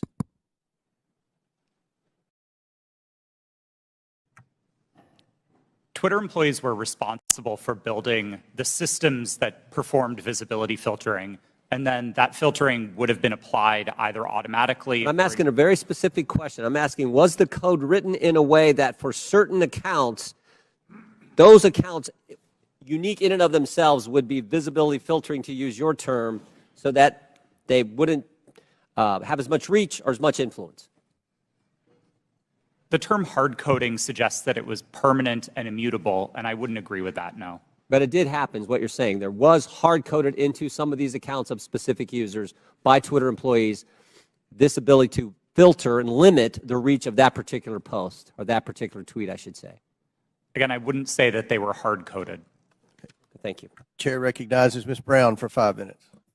Thank you, Chairman Comer and Ranking Member Raskin, for holding this hearing today. Social media has been a revolutionary gift of the 21st century. From helping people across the world build meaningful connections to learning a new skill set, these platforms have played a significant role in creating an interconnected global world. When handled responsibly, social media serves as a useful resource with many positive outcomes. However, social media is not without its flaws, and the challenges are much larger than any specific incident or decision by one private company. Recently, social media has contributed to the rise and amplification of domestic extremist content and organizing. This is extremely concerning and, unfortunately, is contributing to the division of our society. According to an Anti-Defamation League survey, 66% of the LGBTQ plus respondents, that's a full 2/3, experienced harassment online. 37% of Jewish respondents and 34% of African Americans respondents said the same. This is truly disturbing. The power that social media has to inspire real-world action, both good and bad, is well known to all of us. And sadly, the hate online does not stay online. Social media has the power to influence not just here at home, but those who are watching us abroad. For example, an online disinformation campaign by a hostile foreign power can have the power to sway a close election. So, Mr. Roth, in a recent interview, you stated, and I quote, beginning in 2017, every platform, Twitter included, started to invest really heavily in building out an election integrity function. So I ask, were those investments driven in part by bipartisan concerns raised by Congress and the U.S. government after the Russian influence operation in the 2016 presidential election? Thank you for the question. Yes, those concerns were fundamentally bipartisan. The Senate's investigation of Russian active measures was a bipartisan effort. The report was bipartisan. And I think we all share concerns with what Russia is doing to meddle in our elections. Thank you so much. Did those investments include better information sharing mechanisms with the federal government? Yes. I think one of the key failures that we identified after 2016 was that there was very little information coming from the government and from intelligence services to the private sector. The private sector had the power to remove bots and to take down foreign disinformation campaigns, but we didn't always know where to look without leads supplied by the intelligence community. That was one of the failures highlighted in the Senate Intelligence Committee's report and in the Mueller investigation, and that was one of the things we set out to fix in 2017. Thank you for that. And Mr. Roth, were those communication channels useful to Twitter as it worked to combat foreign influence operations? Absolutely. I would say they were one of the most essential pieces of how Twitter prepared for future elections. Thank you so much. So clearly, we must come together as a committee to stand up and protect our country from foreign election interference and disinformation. I sincerely look forward to spending more time with this committee, working to understand how to fight back against our adversaries and strengthen our democracy. And with that, Mr. Chairman, I yield back. Thank you very much. Chair recognizes Ms. Green for 5 minutes. Thank you, Mr. Chairman. Mr. Baker, Ms. Gaddy, Mr. Roth, and Ms. Navaroli, you can consider your speech canceled during my time because you canceled mine. You see, you permanently banned my personal Twitter account, and it was my campaign account also. So let's talk about election interference, shall we? January 2nd, 2002, you permanently banned my Twitter account. This was the account that I would put my campaign ads on, raise money on, fight back when attacked with lies, and be able to talk to my voters in my district. But you banned it. And then let me explain. My account was not reinstated until November 21st, 2022. That was after my election on November 8th. You know, at your company, or your former company where you worked, Twitter employees, over 98% of them donate to Democrats. So while you coordinated with DHS, the FBI, the CIA, our government, and outside groups to permanently ban, shadow ban conservative Americans and candidates like me and the former president of the United States, President Donald J. Trump, you were censoring and wrongfully violating our First Amendment free speech rights. Guess what? none of you hold security clearances, none of you are elected, and none of you represent 750,000 people like I do. Let's explain. 52 United States Law 10101. No person shall intimidate, threaten, coerce, or attempt to stop any other person for the purpose of interfering with their rights to vote or to vote as he may choose. You didn't shadow ban or permanently ban my Democrat opponent. No, you did that to me. And that was wrong, and it was against the law. You see, not only that, was it me that you violated my First Amendment rights? You violated countless conservative Americans. These were doctors that were trying to tell the truth about COVID, doctors that were having success treating people with ivermectin that you all would not allow to be talked about on your platform. These were parents complaining about their school boards, teaching gender lies in their schools, biological males entering their daughters' bathrooms and sports. These were also people questioning the 2020 election, and guess what? That's Americans' First Amendment right. These were people talking about voting machines. You know what? Democrats did that in 2019, before the 2020 election. On Twitter, people could question elections such as 2016, saying Hillary won, but in 2020, no one could question elections saying Trump won. You abuse the power of a large corporation, big tech, to censor Americans. And you want to know something? Guess what? I'm so glad that you're censored down. I'm so glad you've lost your jobs. Thank God Elon Musk bought Twitter. And you know what? Let's talk about something a little bit further.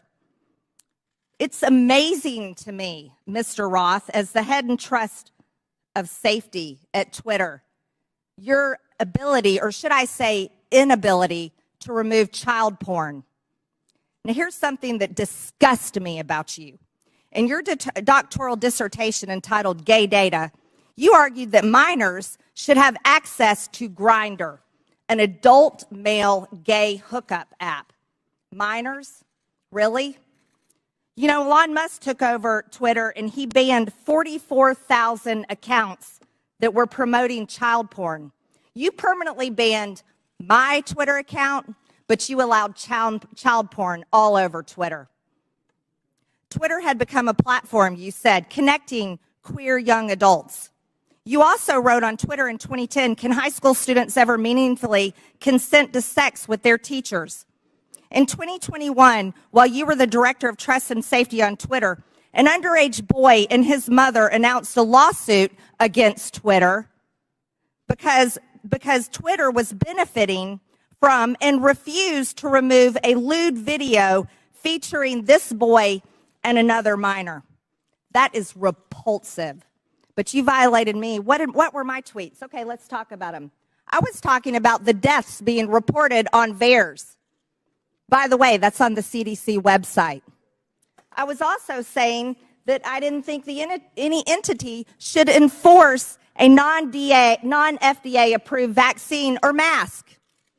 Guess what? A lot of people agreed with me, but you called that COVID misinformation. By the way, I'm a member of Congress and you're not. I also said the controversial COVID-19 vaccines should not be forced on our military. You want to know something? Republicans stopped that in the NDAA. Ladies, time has expired. And your time has expired. I yield back. Thank you, Mr. Chairman. Chair recognizes Mr. Gomez. Thank you, Mr. Chairman. Mr. Roth, please explain to us why Ms. Marjorie Taylor Greene, or the representative from Georgia, was removed from Twitter. Thank you for the question, Congressman. My recollection is that her personal account was banned from Twitter after repeated written notices due to repeated violations of the Twitter rules. Can you add a little specificity to the violation of the Twitter rules? Yes. Again, I didn't have access to my Twitter email, documents, anything that would have let me prepare to answer that in more detail, but my recollection is that the Congresswoman repeatedly violated Twitter's policies about sharing misinformation about COVID-19. She received multiple written warnings about that conduct. She received multiple timeouts related to that conduct. and then ultimately, consistent with the written and published policy, those repeated violations resulted in her account being permanently suspended. Mr. Chairman, so in essence, I'd like to take a point of personal privilege. It's still my time. We'll stop. Still my clock. It's still my time. Mr. Chairman. Point of order by Mr. Raskin. Yeah, I don't believe that members of this committee have the right to interrupt someone's testimony because their Point name of was personal privilege. And you were mentioning my name, Mr. Raskin. Yeah, no, I understand, but that's not the rule, Ms. Green. I don't think a member. That is the rule in Congress. Well, then I'd like we can take a point I'd like of the personal parliamentarian privilege. to rule on whether any member of this committee has the right to interrupt a witness's testimony because they mentioned the name of a member of Congress. You mentioned my name, Mr. Raskin. Yeah, I'm not testifying. Chair recognizes Ms. Green. Thank you, Mr. For your Chairman. point of privilege, very briefly. Thank you. For Mr. Roth, who made you in charge of what is true and what's not true? Does she get to reopen her question? No, we'll go back to Mr. Gomez, and Mr. Gomez, please remember the decorum of the committee. The clock. We'll restart the clock now. You didn't lose any time. Chair recognizes Mr. Gomez. Thank you so much. The gentle lady from Georgia was suspended from Twitter for knowingly and consistently spreading conspiracy theories about COVID-19 vaccine, right? Which is shameful, especially in a pandemic where a million people have lost their lives. With that, I yield my rest of my time to the gentleman from New York, Mr. Goldman.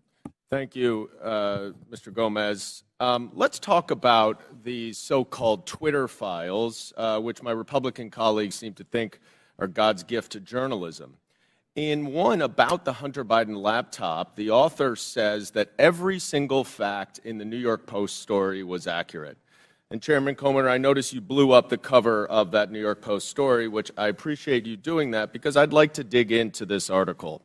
The very first paragraph says Hunter Biden introduced his father to a top executive at a Ukrainian energy firm less than a year before the elder Biden pressured government officials in Ukraine into firing a prosecutor who was investigating the company. That is false. 100% false. Is the gentleman sure about that? Yes. In fact, I am sure about that. And as the lead counsel in the first impeachment investigation, we proved that he was actually fired because he was not prosecuting corruption, not that he was fired because he was prosecuting corruption. Corruption of the president's son's company. I'm sorry, would the gentleman yield corruption of the president's son's company? I'd like to reclaim my time. Gentleman's recognized. The fact that Joe Biden fired, consistent with U.S. policy and every single European country, the prosecutor general in Ukraine because he did not prosecute corruption, including at companies like Burisma, has been proven over and over and over. And if you want to know who actually prosecuted Burisma, Chairman Comer, you should talk to the British authorities, because they were the ones who were prosecuting Burisma, and they couldn't get any cooperation from the Ukrainian prosecutor general. So that's why he was fired. So right off the top, the very first paragraph of this so-called bombshell story is completely false. Now, what is the allegation that we are hearing from our Republican colleagues about the connection to Joe Biden and Burisma? It is an email from a Burisma employee thanking Hunter Biden for organizing a meeting with the Vice President Biden. We know nothing about the substance of that meeting. We know nothing about how long they met. It was not on Vice President Biden's schedule. And in fact, I would ask my Republican colleagues, do you meet with foreign businessmen? Do you meet with foreign diplomats?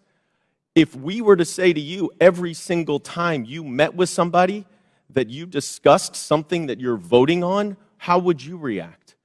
It's preposterous. And Chairman Comer, you have said in your opening statement that Joe Biden lied to the American people. That is a bold, bold accusation. And so far, we've seen no actual evidence of any lies or any support for Joe Biden being involved in anything having to do with Ukraine other than promoting U.S. foreign policy. And I hope that you are not abusing the power as chairman of this committee, and that you are not wasting taxpayer dollars on a fishing expedition into a civilian child of a president for political purposes. I yield back. The gentleman yield to a quick question. You don't have to. It's your choice. You yield. Yeah, please. So I would love to discuss this. are you admitting that Joe Biden did get the prosecutor in Ukraine fired? I think it's very clear that Vice President Biden, along with all of our allies in Europe, pressured Ukraine to fire a corrupt prosecutor general who was not charging corruption cases that would have included potentially Burisma. Corruption with his son's company? Yes. In fact, if what he wanted was the prosecutor general to prosecute corruption, and the allegations that you are making and that the Russians are making, because this is all part of Russian propaganda, is that Burisma was corrupt and Joe Biden was trying to stop an investigation into Burisma. That is categorically false, and there is no evidence of it. Mr. Chairman, We're going to recognize one more speaker. We've been requested by the presenters for a brief bathroom break. If you'll allow us, we have one more questioner, and then we'll take that break. Chair recognizes Mr. Timmons for 5 minutes, and then we'll have a 5 to 10 minute break. Mr. Timmons. Thank you, Mr. Chairman. We have a big picture problem right now, and we're talking about Twitter specifically and Hunter Biden's laptop, but it's not just that. It's the general trend of the media, social media, the FBI, DOJ, doing one side's bidding. That's the issue. There's mistakes that have been made, and we keep looking back at these mistakes and say, oh, that shouldn't have happened that way. We are going to have a new policy to avoid that from happening again. But every mistake benefits one side. Every mistake benefits one side. Let's go back to 2016. The Democrat National Committee and the Clinton campaign paid Fusion GPS to fabricate the Steele dossier, which was the basis of this entire Russia collusion investigation. Special counsel, we spent $40 million pursuing it. There was no evidence of the Trump campaign colluding with Russia. There was none. It was actually fabricated by the Democrats and the Clinton campaign to create a narrative to damage President Trump. So that was a mistake. We all know that now. That was the conclusion of that investigation. And as a side note, that's why Adam Schiff is no longer on Intel, because he lied about that investigation. He said, as the chair of Intel, I have all this information. He abused his position, and that's why he was removed from Intel. So next, we go to 2020. Another mistake. We have something that is real labeled as something that is fake. We tell the American people that we're going to have an honest, open conversation about issues, about challenges that our country faces, and everybody has their own facts. Congressman from New York is mentioning his facts. It's just very bizarre that Hunter Biden making tens of thousands of dollars a month with no credentials from a business in Ukraine. Whether they're being investigated, who knows? I mean, these are all speculation, and it's something the American people can't really digest because we don't know the answers to it. And when we're told the answers by our government, by big corporations, by big tech, and they're repeatedly wrong, it creates a trust issue. It creates a trust issue. So the American people do not trust what they're being told. They do not trust what they're being told. We're going to dig into the Hunter Biden laptop briefly. Jack Dorsey has said that he did not make that decision. Ms. Gaddy, did you make the decision to censor the Hunter Biden laptop story? Yes, I was involved in that decision. Who was the final arbiter? Because Mr. Roth has said he disagreed with that decision. Who was the final person that said, we're going to do this? I ultimately approved that decision. Okay, thank you. Mr. Roth, you have said previously that you do not believe that the New York Post story violated any policy. You've said that multiple times today. How many times, other than this one, did something get banned or flagged that you disagreed with? Is this the only one? No, sir, not at all. Okay, so These are Twitter challenging. Twitter repeatedly banned and censored material that you thought shouldn't be censored. Is that fair? These are challenging judgment calls, and I think reasonable minds can differ about whether a given piece of content. Okay, but on this does one you or did doesn't. disagree. I just want to say the American people need to have valid information to process decisions. I would argue that denying the American people the substance of Hunter Biden's laptop story was Hunter Biden's laptop was wrong. You got photos and text messages of Hunter Biden committing multiple felonies, which was never actually criminal. There were no criminal charges. Must be nice. Hunter Biden and James Biden were negotiating deals with Chinese Communist Party agents, one of whom Hunter Biden classified as the spy chief of China. We have evidence at least one of Hunter's deals with Chinese Communist Party linked entities. Joe Biden was given a 10% equity stake in the joint venture. You have evidence that the Bidens were trying to sell America's natural resources to the Chinese, and this is my personal favorite. Evidence that the Bidens and a Chinese energy company owned by the Chinese Communist Party had leased office space no further than 3 miles from where we're sitting right now. And the man running for president had his own office in that office space, his own personal office. Do you think the American people deserve to know that? I do.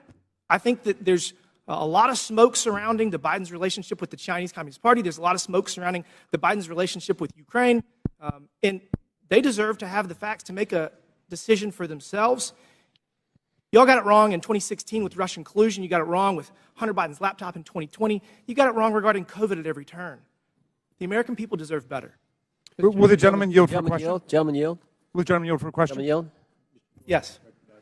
Then Mr. Raskins. Mr. Baker, did you talk to any of the 51 former Intel officials who sent the now famous letter on October 19th, 2020, saying that the story in the New York Post had all the classic earmarks of a Russian information operation? Have you talked to any of those 51 prior to that letter being sent on the 19th or after?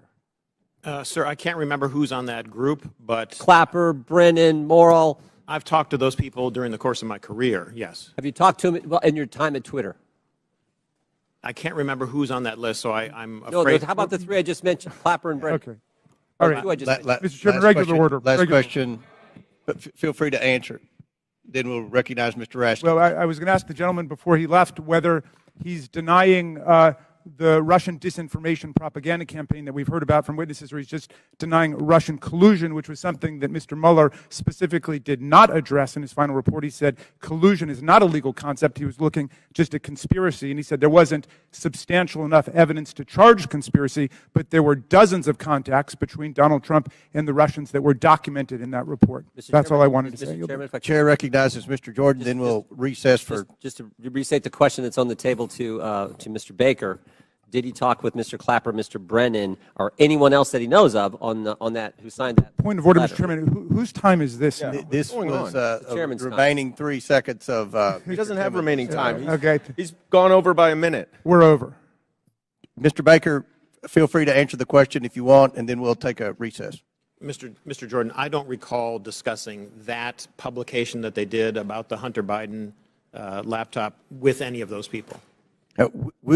We'll stand in recess for 5 minutes. When we return, Mr. Garcia will begin our questioning. We're in recess for 5 to 10 minutes. Now we'll resume questioning, and Chair recognizes Mr. Garcia for 5 minutes. Thank you, Mr. Chairman.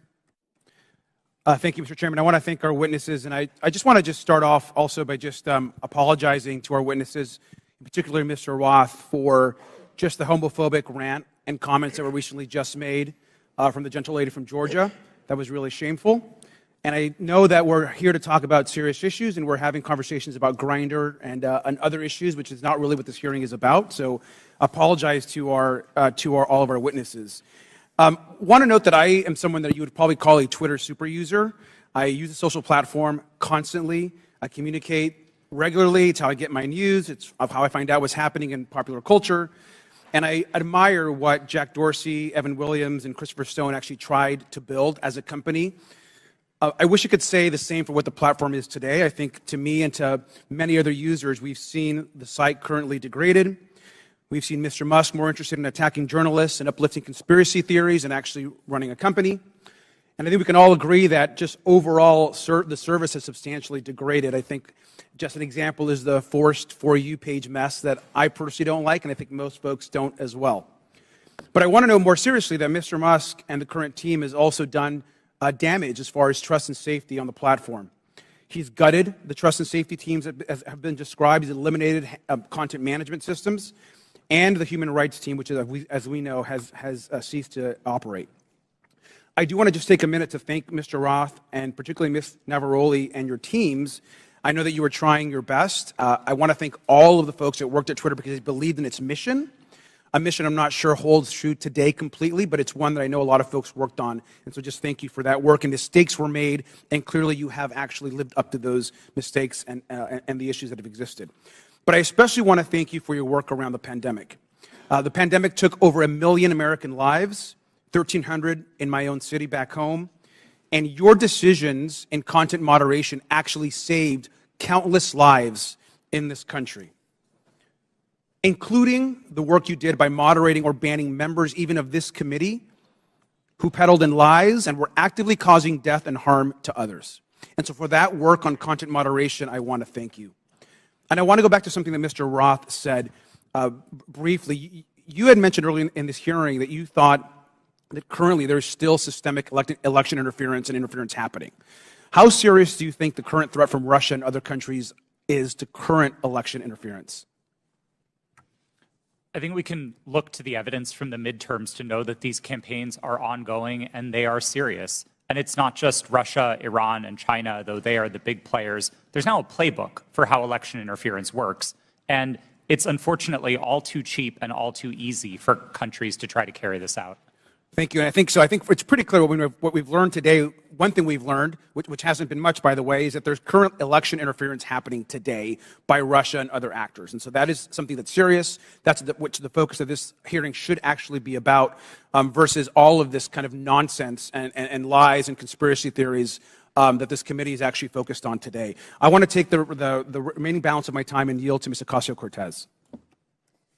I thank the gentleman from California. I'd like to raise and follow up on a point that the opposition and the other side of the aisle is making, which is trying to insinuate that there is something scandalous or unusual about federal agency outreach to social media platforms and other organizations such as Twitter.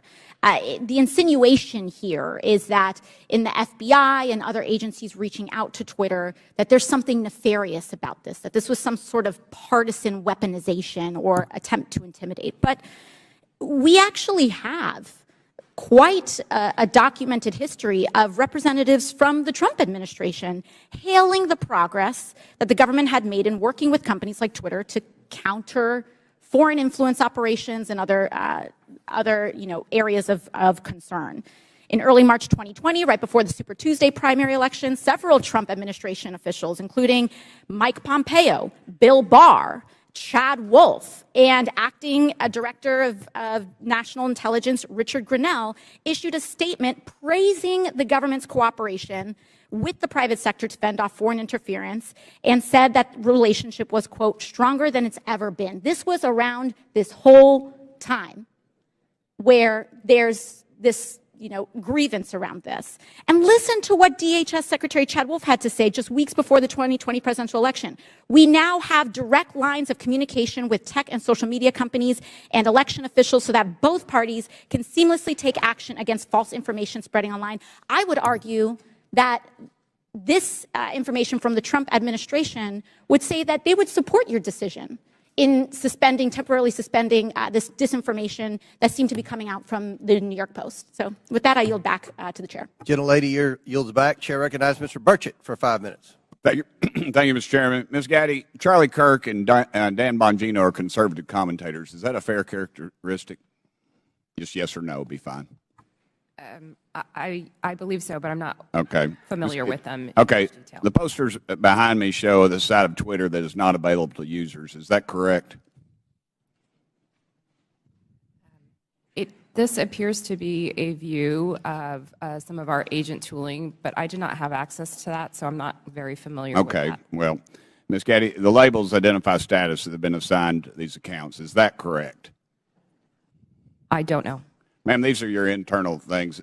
You're telling me you don't receive these, you don't know what they mean? Representative, I did not have access to these tools, and so I don't know. They look familiar to me. As an executive, you did not have access to inside information at Twitter. Okay. Ms. Gaddy, Mr. Bongino's account, there's a few words under the verified and active. Can you read the first two labels under verified and active? They're the yellow ones. Notification spikes, search blacklist. All right, thank you. Ms. Bongino, ma'am, Mr. Bongino has more than 3.5 million Twitter followers. Is that correct, would you say? I'm sorry, I don't know the answer to that question. Okay, well, that is correct. Let's look at Mr. Kirk's account. Ms. Gaddy, can I get you to read the yellow labels on Mr. Kirk's account? Can you see those? I'm sorry, I can't see them from right here. All right. Do you know that Mr. Kirk has almost 2 million followers? I was not aware of that. Okay. Let me ask you, what is a search blacklist? I do not know specifically what that is, but I could make a guess if that would be helpful. Why don't you make a guess for me, please? We do, when I was at Twitter, there was an ability to prevent something from appearing in one of the tabs of search results. Okay, thank you. What does do not amplify mean? To the best of my recollection, when I was at Twitter, it would mean that we would not recommend or amplify that content in the parts of Twitter where Twitter was making recommendations. Thank you, ma'am. In 2018, you said that Twitter does not shadow ban. Twitter did, however, engage in what is called visibility filtering. One Twitter employee described visibility filtering as a way for us to suppress what people see to different levels. Do you agree with that characterization? I'm sorry, can you please repeat the question? I said Twitter, okay, they engaged in what is called visibility filtering. One Twitter employee described visibility filtering as a way for us to suppress what people see to different levels. Do you agree with that characterization? I agree that visibility filtering does give an ability to change. Okay. Shadow banning, ma'am, is understood that the practice is limiting the visibility of a user's post without their knowledge. How is visibility filtering any different? Representative, I believe there are different definitions of shadow banning. Okay. But you said that Twitter in 2018 does not shadow ban. Was that a truthful statement, ma'am? Was that a lie? At that time, I'd specifically defined shadow banning to mean something different than visibility filtering. You also said that Twitter does not shadow ban based on political viewpoints or ideology. Do you stand by those comments? While I was at Twitter, to the best of my knowledge, we did not do that. Okay.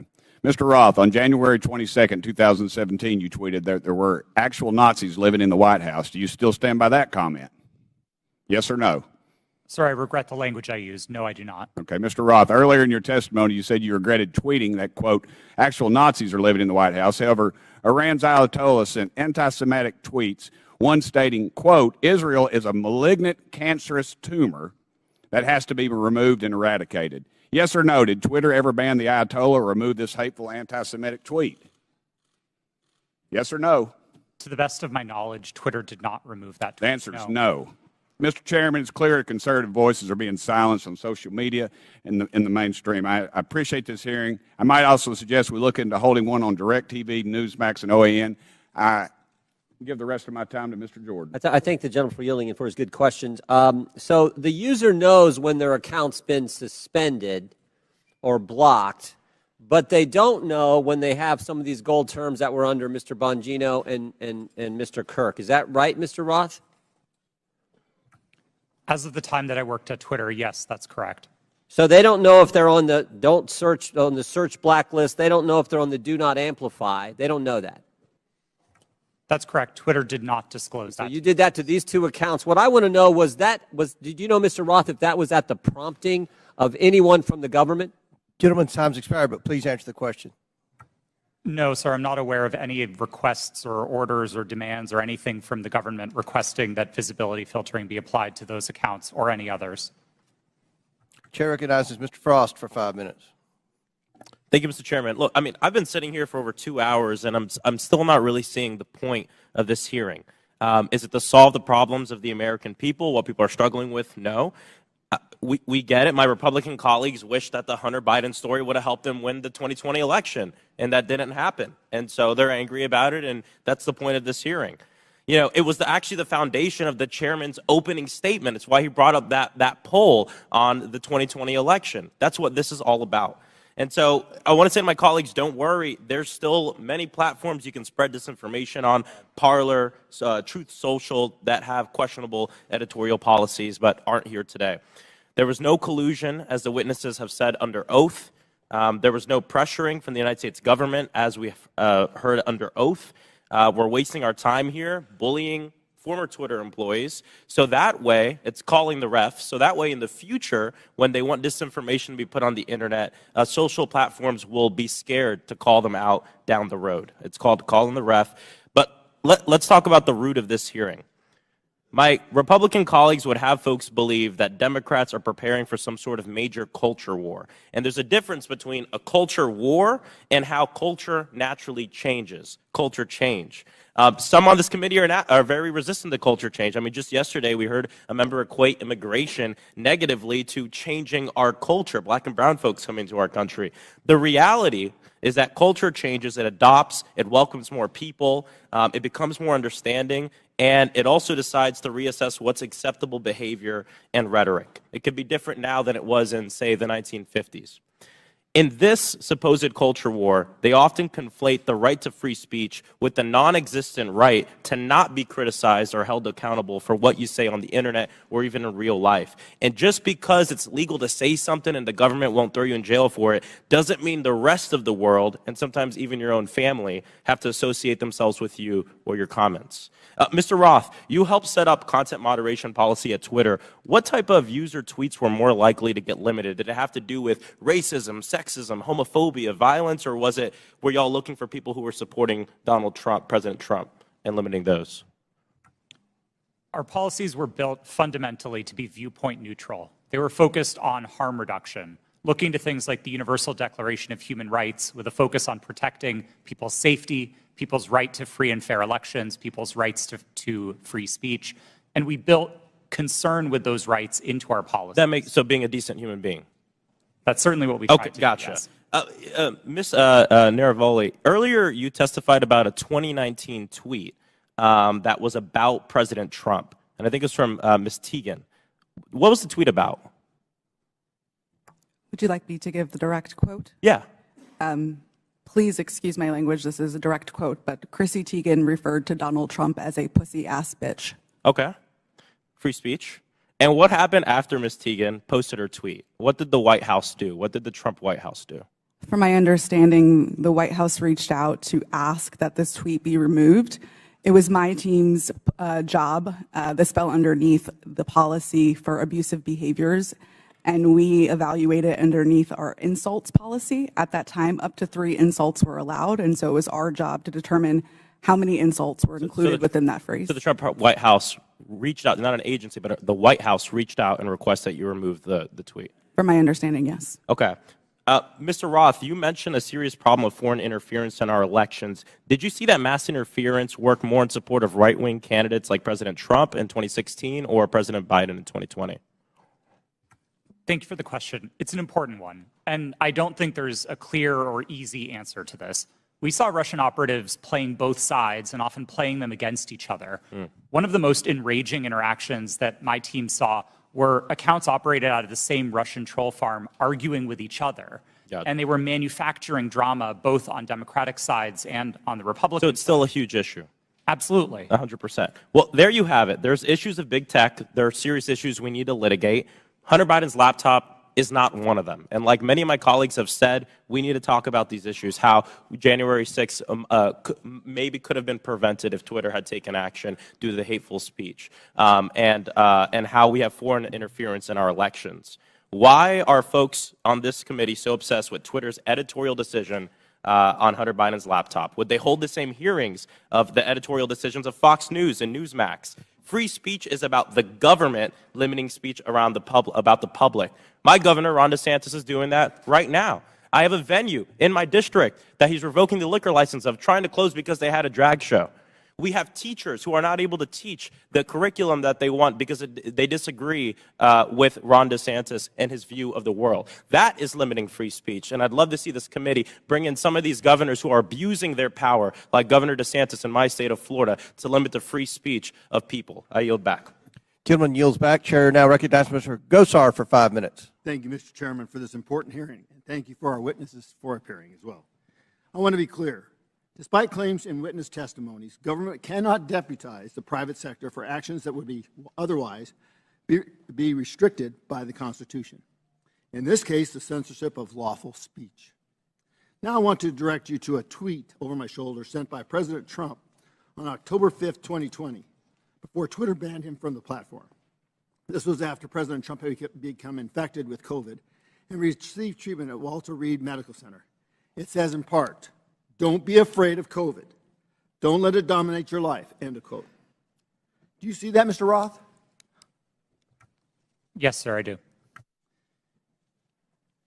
Less than an hour later, you received an email from James Baker at Twitter, reproduced behind me as well, saying, quote, "Why isn't this POTUS tweet a violation of our COVID-19 policy, especially the don't be afraid COVID statement," end of quote. Isn't that correct, Mr. Roth? Yes, I believe that's the email displayed. Now, Mr. Baker, was it your understanding that the Twitter COVID-19 policy was people should be afraid of COVID? Sir, my recollection. Yes or no? Could you repeat the question, sir? Was it your understanding that Twitter's COVID-19 policy was, quote, people should be afraid of COVID? Yeah. At that point in time, I did not fully understand what Twitter's COVID misinformation policy was, and so I was trying to understand. I'm recapturing my time. So maybe you thought that Twitter's policy was that it should dominate people's lives. Is that what you thought? I'm sorry, I'm having a hard time hearing you, sir. So is it the fact that Twitter, don't let it dominate people's lives? Is that the problem with the tweet? At that point in time, I did not understand fully. I was relatively new at Twitter, and I was trying to understand what the policy was, and therefore I just want to ask you, the other two were asked, where did you go to medical school? I beg your pardon? Where did you go to medical school? I did not go to medical school. Good. Now, I'd like to have a yes or no from each of the witnesses on these following questions. Did you or others at Twitter communicate with government officials by means of disappearing messaging systems like Signal, Snapchat, or Wicker? Mr. Baker, yes or no? Have I ever communicated with a government official using those? Yes or no? I don't recall. Ms. Gaddy? Not to the best of my recollection. Mr. Roth? Yes. Mr. Rowley? Not to my recollection, no.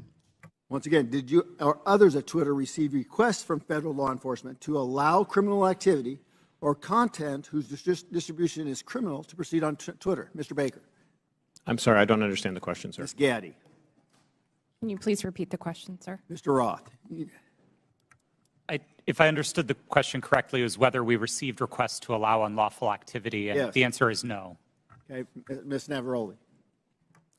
Not to my knowledge, no. Now, I'd like to submit for the record an article by the New York Post titled, quote, "Twitter refused to remove child porn because it didn't violate policies." Ms. Gaddy, who was involved in this determination? I'm not familiar with this situation. Mr. Roth, are you familiar with it? No, sir, I'm not. Once again, I'd like a yes or no from each of the witnesses. Did you apply labels to users with an administrative tool to downrank them? Mr. Baker? I'm sorry, sir. I'm having a very hard time hearing your questions. Ms. Gaddy? I'm having the same problem, sir. Can you please repeat the question? Mr. Roth? I'm not sure I understood the question, sir. Well, I'm asking you, did anybody use an administrative tool to downrank users? Yes, sir. That's a part of Twitter's content moderation capabilities. Mr. Baker? Well, I'll rely on Mr. Roth. Okay, Ms. Gaddy? Yes, we're very public about our recommendation systems and how they work. Mr. Chairman, today's witnesses played a central, powerful, and disturbing role in limiting not only free speech, but even people's good faith inquiries and research regarding their own health. The Internet is increasingly where my constituents go to engage in civic discourse.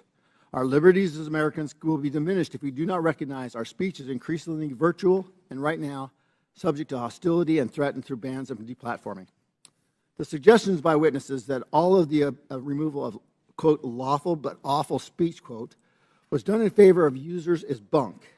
You could just as easily provide content filter options to allow lawful speech, letting users decide what lawful materials they do or don't want to engage with. But you didn't. You censored and manipulated millions of people. Do not allow people like this sitting in front of us today to be the arbiters of truth. I urge my colleagues to support my Section 230 reform, Stop the Censorship Act, which empowers users with the editorial contract. Our private businesses, you always have a contract with your customers. Allow them to pick. I yield back my time. Gentleman yields back. Chair recognizes Ms. Balin. Thank you, Mr. Chairman. And I want to say, as a former history teacher, I care a lot about the facts and the details, so let's dive in. On December 4th, then Ranking Member Comer appeared on Fox News and alleged that what Elon Musk's Twitter files showed was, quote, evidence that the Biden campaign colluded with big tech to suppress a story that we now know is 100% true, unquote. That is simply not true. It is not true based on what we knew then. It is not true based on what we know now. Mr. Roth, in a declaration to the FEC in December 2020, you stated, quote, I did not receive any communications from or have had any communications with representatives of Biden for President, the Democratic National Committee, or any of their agents regarding the New York Post articles before Twitter implemented the enforcement actions on October 14th, 2020, unquote. Mr. Roth, do you stand by that statement? Yes, absolutely. It's also worth noting that your colleague, I believe, Lauren Culbertson, told the FEC the same thing. Ms. Gaddy, did anyone from the Biden campaign or the Democratic National Committee direct Twitter to remove or take action against the New York Post story? No. Mr. Baker, same question to you, please. Not to my knowledge, no. So, the evidence is clear. Neither the Biden campaign nor the DNC had anything to do with Twitter's decision-making about the New York Post story.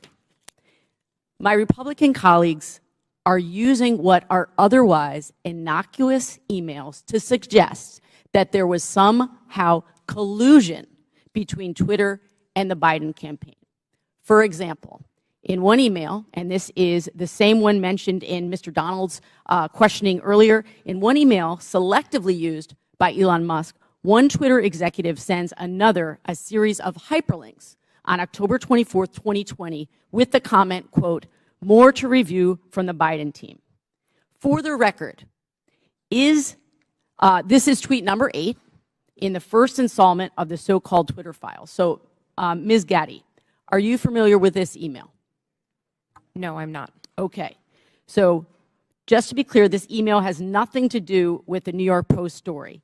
It is dated October 24th, 2020, after Twitter had both made and reversed its decisions about the New York Post story.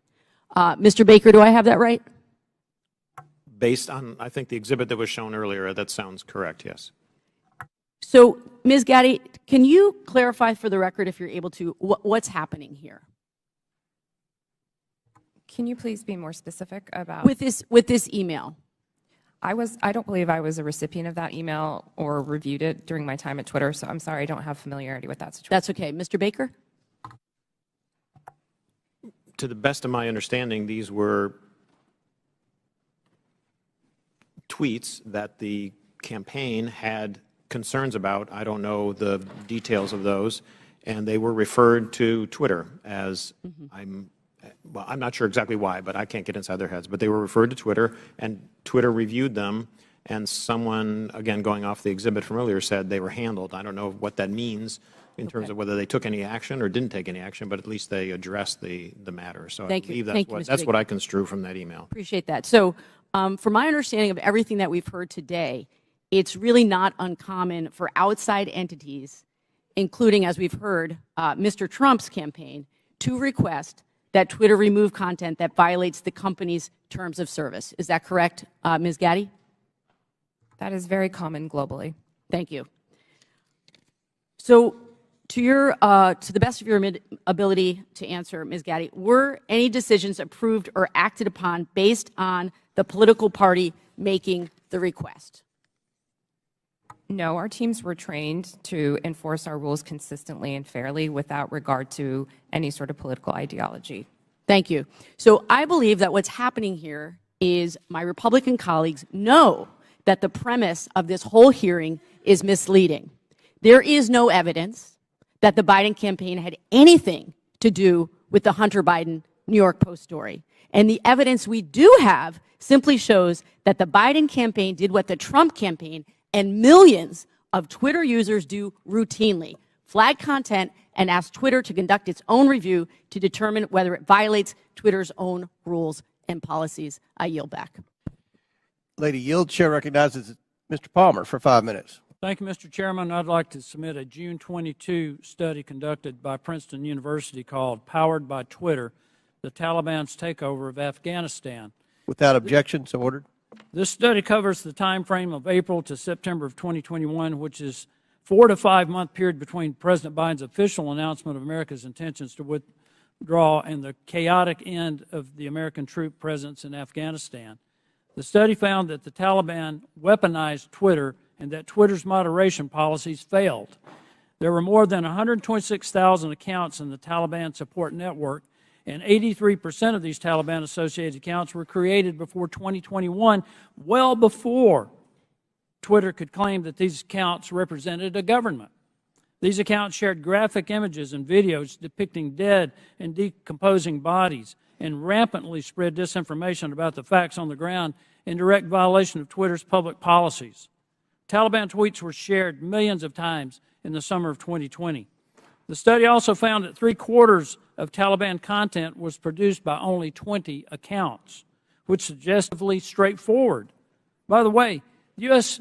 government classifies the Taliban as an insurgent group, in case some of my colleagues don't understand what real insurgencies are. Mr. Roth, why wasn't Twitter more effective at curtailing the clear-cut content violations by Taliban Twitter accounts? Thank you for the question, sir. At the time that you referenced, I wasn't responsible for Twitter's work on counterterrorism. Do you have any idea of why Twitter would allow clear-cut violations by an insurgent group? And by the way, they carried out multiple suicide attacks during the time frame they were sending out these tweets, killing dozens and injuring hundreds. It's my understanding that Twitter's policies at the time distinguished between some of the more violent portions of the Taliban and some of the more political portions of it. I'm not rendering judgment on it. That stuff's still up on Twitter, and I just wonder how many content moderators were assigned, if any, to check on these accounts. Additionally, it appears that Twitter was profiting from Taliban's presence on the platform in the lead up to the overthrow of the Afghan government. Twitter placed ads from U.S. companies, including Amazon, Disney, McDonald's, and on the Twitter accounts of the Taliban news organization and their spokespersons and their senior leaders. Ms. Gaddy, did Twitter make money off placed ads on Taliban Twitter accounts on August 26, 2021, when 13 U.S. men and women died in a suicide bombing? I have no knowledge of this matter. You don't have any knowledge about whether or not these ads were up? I do not. According to Twitter, the decision to ban President Trump was after a close review of his tweets and the context around them, specifically how they are being received and interpreted on and off Twitter. On June 3rd, 2018, the Iranian Ayatollah Khomeini. Now, did Twitter do that?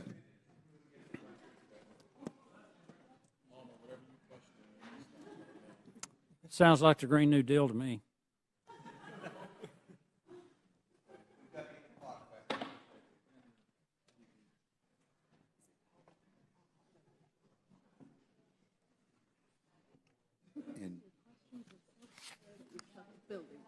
It's your fault, Coach.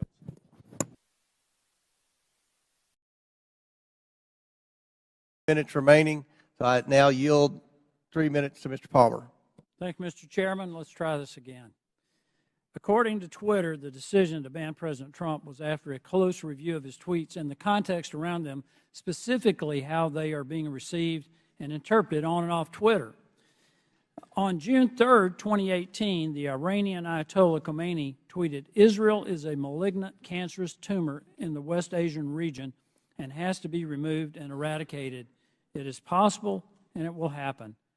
This tweet remains on Twitter to this day. Mr. Roth, how do you believe this tweet from the leader of Iran calling for the eradication of Israel was received and interpreted on and off Twitter?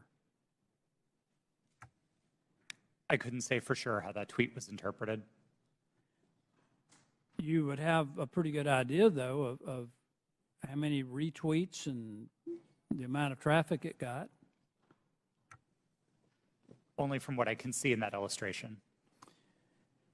Why does the Iranian leader who has explicitly pledged to eradicate the Jewish state of Israel get to remain on Twitter? Mr. Roth. Like all of Twitter's users, the Ayatollah is subject to the same set of rules. And while I can't speak for Twitter's decisions today, I can say that Twitter took a number of enforcement actions against the Ayatollah's account, the same way that we would against That's still up. You understand how hypocritical this is, right? You banned a sitting U.S. president and a sitting member of Congress, Marjorie Taylor Greene, while a man who has pledged death to America and can openly call for the death of millions of Jewish people and yet not be removed from Twitter. Do you understand how that looks? How hypocritical that is? I'm asking Mr. Baker, Ms. Gaddy, Mr. Roth, Ms. Navarro.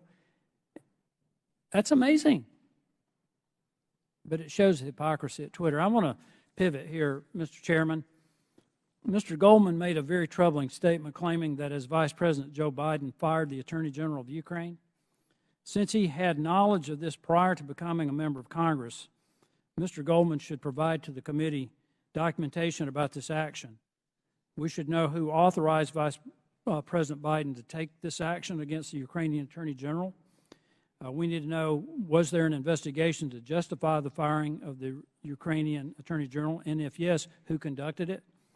He needs to provide all details involving this action, including Vice President Biden's threat to withhold $1 billion of U.S. funding if the Ukrainian AG was not fired, and who authorized Vice President Biden to make that threat. I would request that the committee look into this, and I yield back. Gentleman yields back. Chair now recognizes Ms. Lee for 5 minutes. Thank you, Mr. Chair. This has been an incredibly electric hearing. It'd be funny if it weren't real life. I understand my colleagues on the other side of the aisle want to be victims so very badly. But Ms. Navaroli, if I understand you correctly, public criticism and allegations of anti-conservative bias are actually making Twitter and other social media companies less willing to enforce their own policies against political conservatives, correct? Yes, that was my understanding based on research that was done at Twitter. Meaning the same Republicans insisting on making themselves a victim is working? Could you repeat the question? The same Republicans, folks on this panel who are insisting on making themselves victims in this conversation about Twitter censorship and other accusations they've made, is this working because of the conservative bias and the implications of it? Or the allegations of conservative bias? In other words, are the allegations of conservative bias making it harder for those in Twitter or those who are working there to enforce these policies against folks who incite hate speech or make... Thank you for rephrasing that question, and thank you for asking it. Yes, these allegations are very much having an impact on the leadership within every social media company as they hope to not receive allegations of being biased or in any way being politically leaning. Thank you. I'm not the only lawyer in the room, so you all know that while the Constitution does provide us the right to free speech, there are, of course, limitations. As Ms. Navaroli pointed out, we cannot yell fire in a crowded theater. Compromising freedom of speech may seem dangerous until we weigh that compromise against the men and women massacred in Buffalo, for instance, or the many other places where radicalized violent extremists found their motivation to kill on social media. This isn't about oppression. It's about public safety. This isn't about censorship. It's about protecting our democracy from misinformation. Ms. Navaroli, it was your job to decide whether someone was yelling fire in the theater. Could you describe the coded incitement to violence policy Twitter did not implement?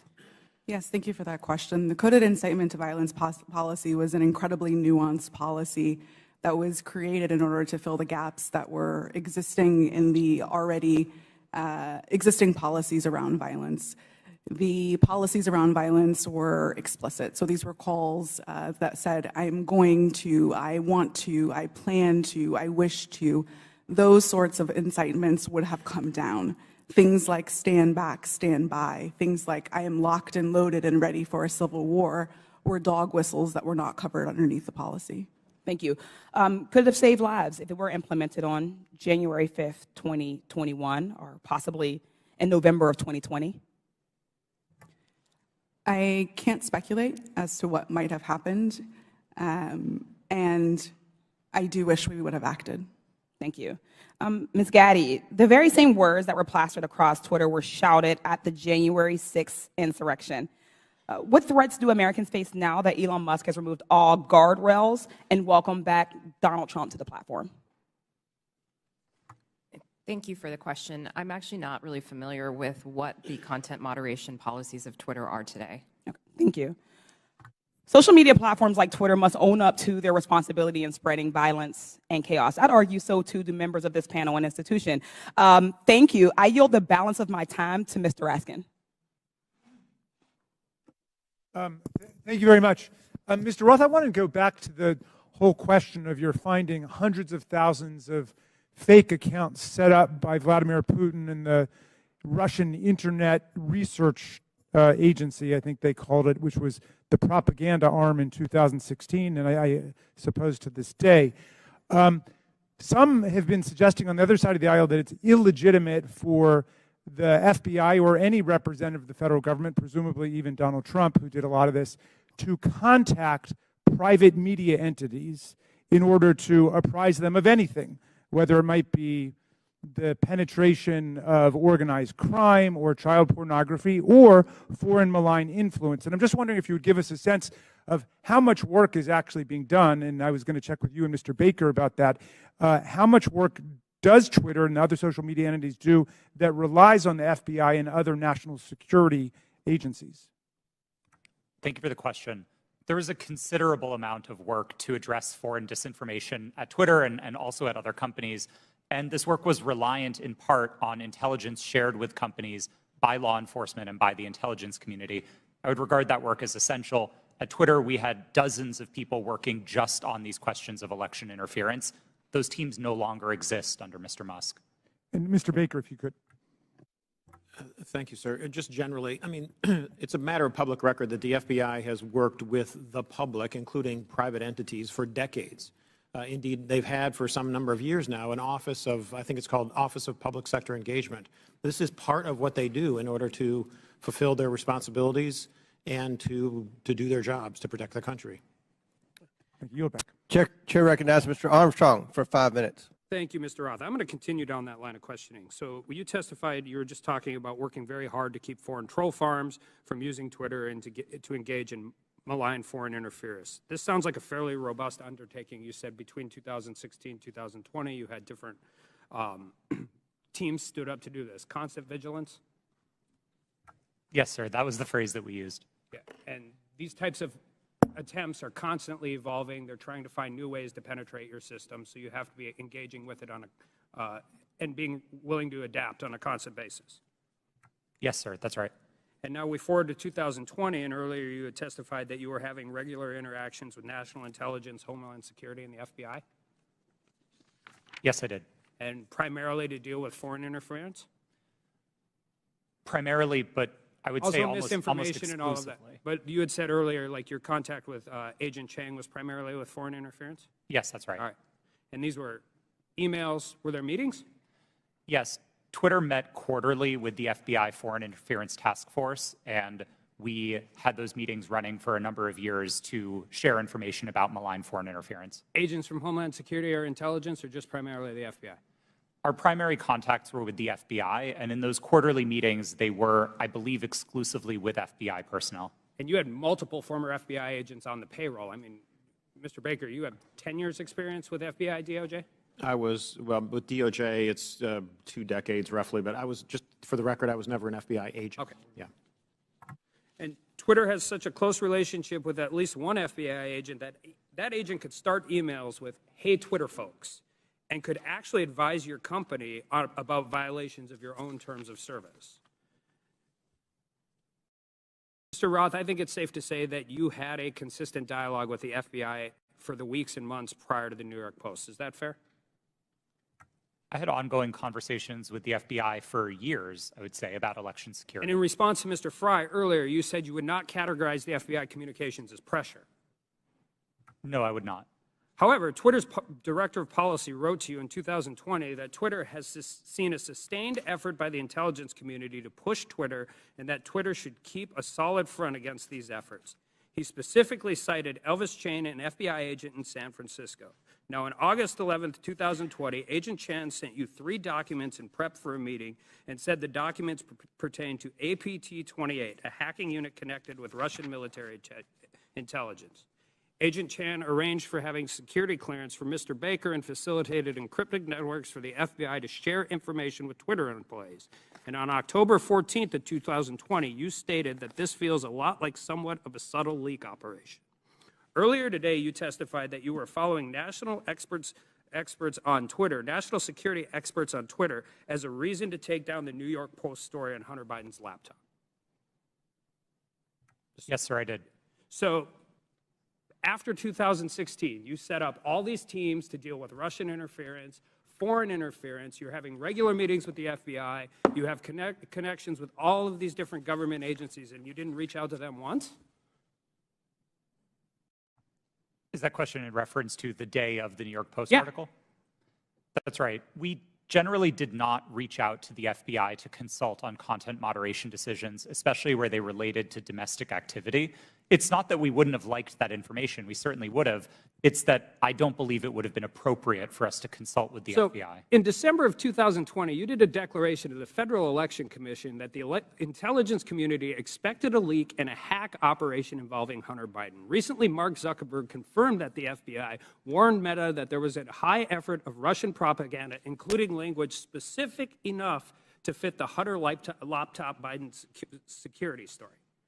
You're talking to these people for weeks and months, years prior to this leaking. They have specifically told you in October that there's going to be a leak potentially involving Hunter Biden's laptop. They legitimately and literally prophesized what happened.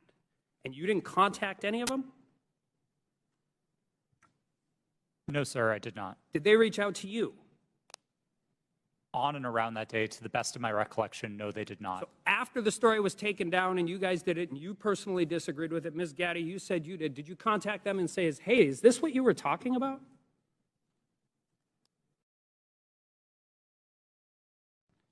If that question was directed to me, no, I did Ms. not. Gaddy, did you talk to anybody from the FBI? Not to the best of my recollection. So I guess my question is, what is the point of this program? You have constant communication. They're set up for foreign interference. They've legitimately warned you about this very specific thing, and then all of a sudden everybody just walks away? Like, this is what you planned for. This is what you prepared for. This is the information. They told you exactly what was going to happen, and then you want, I don't care if it's members of Congress, you legitimately want the American people to believe we just completely cut off contact with all of the people who we were supposed to defend against? I don't think it passes the smell test, and neither do the American people. I yield back. Chair recognizes Mr. Kassar for 5 minutes. I'm honored to be a new member of Congress, where our purpose is to listen to the people and represent their voices and lift up our communities. After talking to thousands of people across Texas, asking them, what do you want me to work on for you as a new member of Congress? Not a single person told me they were concerned about a New York Post story on Twitter about Hunter Biden. Is that really what we're dedicating this committee's time to? Is that really what we're going to dedicate the next 2 years to? Our constituents of all political backgrounds are worried they're getting pushed out of their neighborhoods by spiking housing costs. They see their public schools suffering because we aren't supporting our teachers. In my state, our rural hospitals are closing. We have more uninsured people than anywhere in the country. We have the highest number of food insecure kids, and reproductive rights have been stripped away. We're talking about none of that. It seems to me that we're having these hearings so that people can beat their chest about Hunter Biden, maybe do some fundraising, get some headlines, and ironically post those on Twitter. If that's what House Republicans want to spend their time on, then that's their prerogative. But to me, it's a damn shame. We're here for a bigger purpose than that. Under the leadership of the legendary chairman, Jack Brooks from Texas, this committee implemented the Great Society through the creation of Head Start and the creation of Medicare. They investigated Watergate. They built the U.S. space program. Anything is possible if we all come together to work on what our constituents demand, if we make sure that we say to our constituents that your voice matters here. We could be ensuring that the historic investments in infrastructure and domestic manufacturing create good union jobs where we need them the most. We could take on free speech and civil liberties issues at home and across the world. We could be investigating and taking a look at these real threats of domestic terrorism and civil unrest. We could be making sure that our constituents' lives are better. But instead, we're focusing today on Twitter. The American people deserve better. I yield back my time to Mr. Raskin. Thank you very much, Mr. Kassar. Let's go back to this point about the Russian disinformation campaign. And just to refresh everybody's recollection, Mr. Roth, you learned, was it before 2016 or after 2016, that Vladimir Putin had commanded an entire campaign to try to invade the American election with social media messages on Twitter, Facebook, and so on? Was that before the election you learned or after? While there was some public discussion of it before the election, most of the confirmed information was only declassified after Election Day. Okay, so there was this powerful, massive campaign unleashed by a malign foreign actor interested in undermining American democracy with a specific electoral objective, right? Did you find that? Was he just trying to create chaos, or did he want to put the thumb on the scale with his intervention for either Hillary Clinton or Donald Trump? A bit of both, honestly. I think there was a significant amount of the troll activity on social media in particular that wasn't tilted one way or the other. It played both sides and it played them off of each other. And I think that's bad for America and it's bad for democracy. I think the hack and leak campaign was a bit more skewed because that focused very specifically on the DNC and on John Podesta. Okay, and so the hack and leak campaign against the DNC and Hillary Clinton was one meant to damage Hillary Clinton's campaign. Is that right? That's what most research concludes was the objective, yeah. All right. So some people are suggesting that if the U.S. government finds out about a malign foreign influence disinformation or propaganda campaign in our elections at any level, the government shouldn't say anything to the public or the news media about it. What do you think about that proposition? I believe that would be a profound failure. I think there's a collective responsibility across the private sector and the public sector to address our shared threats, and Russian interference in American democracy is one of those shared threats. Okay. Ms. Gaddy, do you agree with that? Yes, I do. Okay. And just back to you, Ms. Navaroli, for a moment. Did you follow the attempt to overthrow the official election result in Brazil? I was not working at Twitter at the time, but I paid attention to the news, yes. Okay, and were you struck by any of the resemblances between what happened in Brazil and what happened here on January 6th? Yes, it was the exact same playbook that was played on January 6th, in which a ruling party claimed that an election was stolen, and that misinformation continued to spread and lead to political violence. Thank you. I yield back, Mr. Chairman. Chair recognizes Mr. Fallon for 5 minutes. Thank you, Mr. Chairman. If there was ever, if there's ever a time where our government becomes the sole arbiter of truth, then we've lost the United States. Twitter's become the virtual town square. It now has the power to transform public opinion like no other medium in history, with their algorithms shaping and molding the public mind to their own ends. Mr. Roth, to the best of your knowledge, what percentage of your colleagues when you worked at Twitter donated to Democratic causes or candidates in 2020? I don't know, sir. We have it here. It was 98.4% of Twitter employees gave to Democratic candidates or causes in the 2020 election cycle. And believe it or not, those numbers actually went up in the 2022 cycle to 99.7% of Twitter employees donating to Democratic candidates and causes. So clearly, Twitter as a whole had a political bias. Mr. Roth, do you personally think that you have a political bias, and did you have one when you worked at Twitter? A personal political bias? No, sir. You didn't. That's remarkable because it's pretty obvious you did have strong biases when you compared, ironically using Twitter, people that worked in the Trump White House to Nazis. They were good folks that you simply disagreed with politically in our representative republic, and you compared them to the most evil people on the planet that murdered 60 million people, or at least were responsible for those deaths. You think that was a little bit hyperbolic? Yes, I do. As I said, I regret the language. I agree with you. It was. And so your political opinion spilled over into censorship work at Twitter. I think your biases had consequences, which you intentionally expressed through your propaganda and censorship role at Twitter. Additionally, you may have collaborated with U.S. intelligence community regarding stories that y'all didn't want the public to see. So namely, what we refer to as the Hunter Biden laptop story that ran in the New York Post. So I'll ask you, Mr. Roth, did you receive 10 confidential documents from Special Agent of the FBI, Elvis Chan, the night before the Hunter Biden laptop story ran? Yes. You did. See, because it's interesting, with the immediacy with which you all acted to censor the New York Post Hunter Biden laptop story seems to be very indicative of foreknowledge. And the story was seismic, and it was rushed to be suppressed, knowing full well it was not Russian disinformation, as some here said. It was truth that was denied the American voter. And the Media Research Center polled Democratic voters in 2020 swing states and found that 17% would have changed their vote if they had known the contents and evidence of the New York Post story. President Trump lost key states, Georgia, Pennsylvania, Arizona, and Wisconsin, by collectively just over 100,000 votes. And if this is accurate, this poll, 3.2 million votes could have swung. And he only needed a teeny fraction of those 3.2 million. That decision almost certainly changed the result of the 2020 presidential election. Did you have any idea the contents of the New York Post story, Mr. Roth? Only what I read in the New York Post that day. And then it was killed by Twitter, and the mainstream media followed. So I found this interesting. In 2019, candidate for President Joe Biden said, and I quote, "I have never spoken to my son about his overseas business dealings."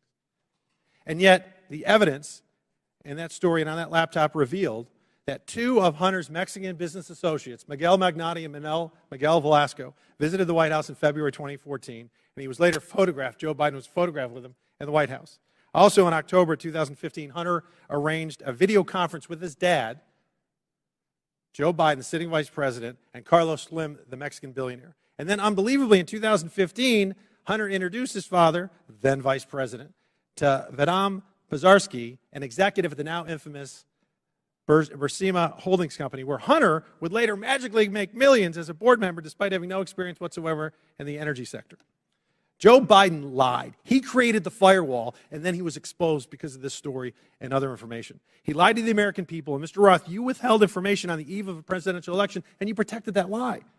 And I hope for the sake of the country that men like you that do those things, men and women, never get to put in such power, in positions of power again. And Mr. Chairman, I'd also like to see if, I'd like to ask unanimous consent to enter into the record a tweet from Ranking Member Raskin. The tweet reads, "It's horrifying to see images of Border Patrol agents whipping Haitian refugees at the Texas border. Not exactly the feeling I get from the Statue of Liberty." Without objection, it's ordered. Thank you. I yield back. Yep. Oh, well, I just think that's misinformation, or at least it was a mistake, and Twitter left it up for a week, or not a week, a year, a full year. Gentleman yields. I yield. Mr. Baker, in top of page 2 in your written testimony, you said, "I did not destroy or improperly suppress Whose time is this? any documents at Twitter regarding information important to the public dialogue. The way you worded that, it sounds like there is some Chairman, kind how of much extra time is he going to get during this hearing?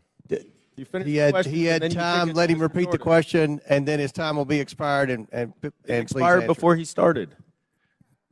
Clearly, it's up to the chairman, so why don't you let him answer? Mr. Baker, on top of page 2 of your written testimony, you said, I did not destroy or improperly suppress any documents at Twitter regarding information important to the public dialogue.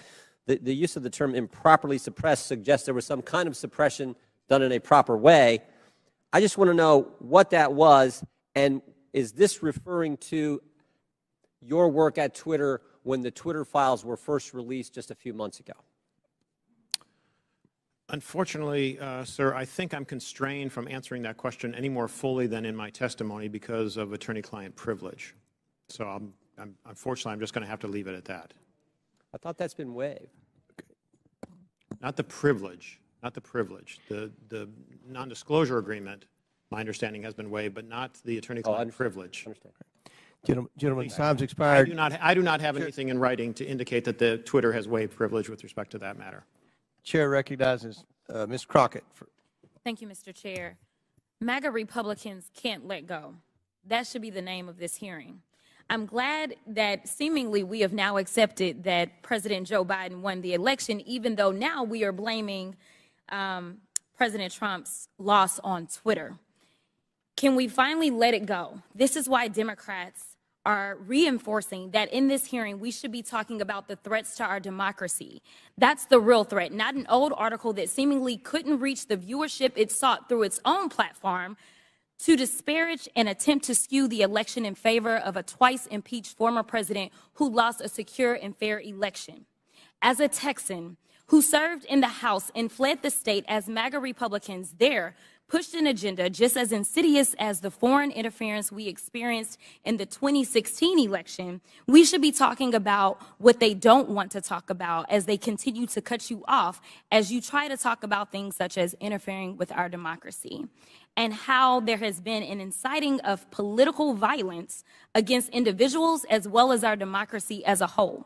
We are supposed to live in the land of the free, and when some people are afraid of losing power, they engage in conspiracy theories and distractions, such as the Joe Biden, a candidate at the time, not government actor at the time, colluded with social media to win. So let me say thank you for showing up for this political theater. Unfortunately, the American people deserve better of its leaders. They deserve a robust conversation around the very real and very present threats to our democracy, the greatest democracy in this world. So with that being said, let me be clear. I believe that there has been testimony previously by Miss Navaroli. I hope I'm not just killing your name right now. At some point, you stated if January 6th and anything like it, that language, if we would have seen that happen in any other country with any other leader, Twitter would have acted completely differently. It is my understanding from this statement, and correct me if I'm wrong, that you almost felt as if Trump was treated differently. In fact, that you may have been of the impression that he was treated with more deference than other world leaders. Is that true? Yes. As I testified earlier today, Twitter bent and broke its own rules in order to protect dangerous speech, like the tweets that were directed towards Representative Ocasio-Cortez. And when we talk about bending, it's my understanding from another deposition that there were actual alarms that would go off if someone would access Trump's Twitter account other than, I believe, the CEO. It was my understanding that alarms would ring within Twitter if the account was accessed outside of a select group of individuals who had access to that account. Are you aware of this being an ongoing practice for other individuals' Twitter accounts?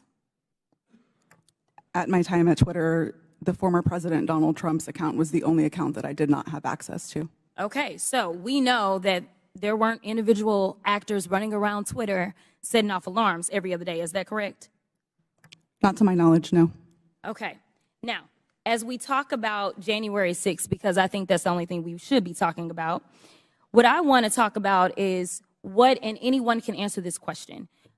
Did you see a correlation between a rise in homegrown domestic white supremacy online as it correlates to leading up to January 6th?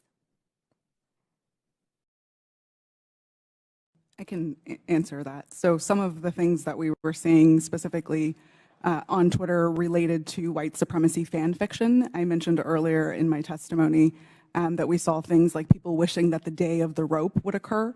That comes from things like the Turner Diaries, which are, again, white supremacy fan fiction. You would also agree with me that it was clear that white extremists were seemingly triggered and activated to take action against our very democracy here at home by some of the activity that was going on Twitter, correct? Yes, I believe so. Now, just to make sure that we can summarize what we allegedly are here to talk about, you all would agree with me when I say that there was no physical damage or destruction to structures, limb, or life as it relates to this article, yet we do know that there was actual harm, physical harm, as well as destruction that occurred as a result of January 6th, correct? Yes, people died on January 6th. Thank you. With that, I'll yield the remainder of my time to Chairman Raskin, or Ranking Leader Raskin. Thank you. Mr. Chairman, I would just use the second to ask unanimous consent to submit for the record an extraordinary article just published called "Twitter Kept Entire Database of Republican Requests to Censor Posts," published on February 8th. It was just published by Rolling Stone. So for everybody's reading enjoyment, if people think it was biased against conservatives, this would lead us to believe it was definitely biased against liberals and progressives. Didn't have you pegged for a Rolling Stone reader, but without objection, so ordered. Chair recognizes Mr. Groffman.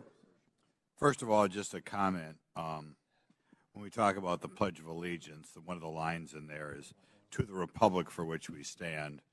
Ben Franklin, when he was asked about our Constitution, he said, "We give you a republic if you can keep it." Just two lines that maybe some people around here haven't heard. Now, this is kind of a little story for the three of you on the left here. In January of 2021, the Christian magazine called the Daily Citizen tweeted about President-elect Joe Biden's announcement that Dr. Rachel Levine was his nominee for Assistant Secretary of Health. They commented that Dr. Levine is a transgender woman. This was banned from Twitter. Are you familiar with this story?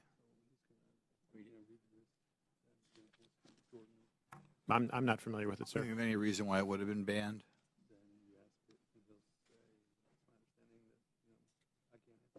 Okay.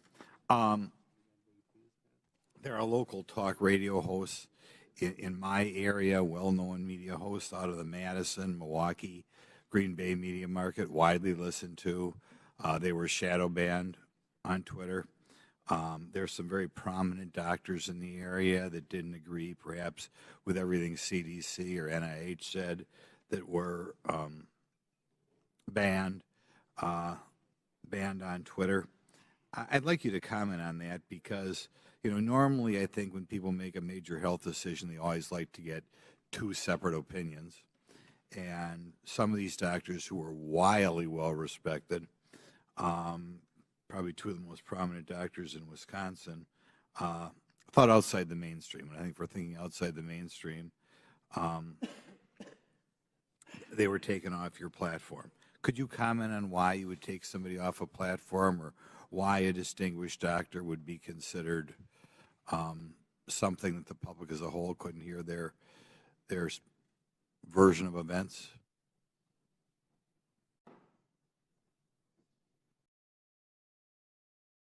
No, you're not aware that ever any doctors who commented outside the mainstream version of what was going on with COVID, going on with the vaccine, going on with treatments, that there were people who disagreed with the NIH recommendations and you took them off of Twitter? You're not familiar with that? None of you are familiar with that. Okay.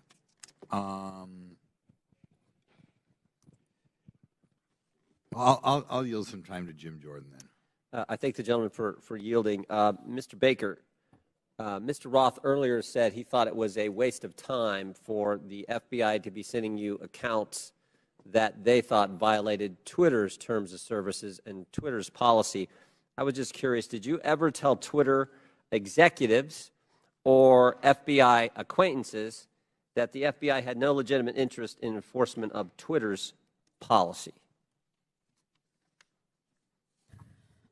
Sir, I'm going to give you the same answer I gave before. I think the advice that I was giving internally to folks would be covered by the attorney-client privilege, and as let me yes, stop, Mr. Baker.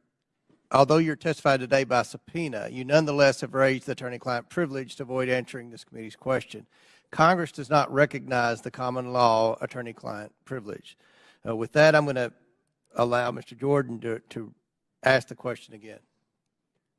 Well, there's been two questions I've asked that he's refused to answer. So let me, if I could, Mr. Chairman, I'll ask both again. I'll go back to the one asked a couple minutes ago. Top of page 2 of your testimony, you said, quote, "I did not destroy or improperly suppress any documents at Twitter regarding information important to the public dialogue." I would like to know what you're referring to that you, in your mind, properly suppressed, and when that took place, specifically if it took place during the time that the Twitter files were first being released just a few months ago.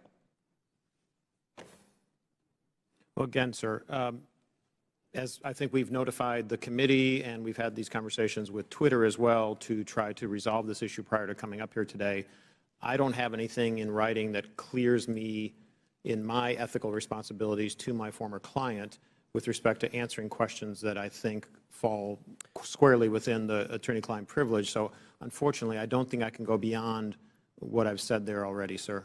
Unfortunately, Mr. Baker, your assertion that the attorney-client privilege, it's overruled as to this particular question and answer. So will you please answer the question by Mr. Jordan? Point of order, Mr. Chairman. State your point. Well, as I understand it, because we just went through this in the January 6th committee where multiple witnesses asserted attorney-client privilege, including people who weren't covered by it at all. Ultimately, that's for a court to decide. So I don't think there's anything we can do within the committee at this point, unless I'm missing something. We'll give you one more chance to answer the question. If you don't answer it, then we'll have to deal with it after the committee hearing. Mr. Baker, could you answer the question, please? I apologize, but I believe I have ethical responsibilities to my former client, and I don't think I can go beyond what I've said already, unfortunately. Yeah, I just said that. I just said that. All right. I'm going to. Mr. Baker, you did suppress documents then that, in your language, was important to the public dialogue? I'm going to give you an extra minute, Mr. Goldman. Oh, You're thank next. you very much. I'm sorry, sir. Could you repeat the question? Again, going on what your written testimony. So you did suppress documents at Twitter regarding information that was important to the public dialogue. That's a yes or no.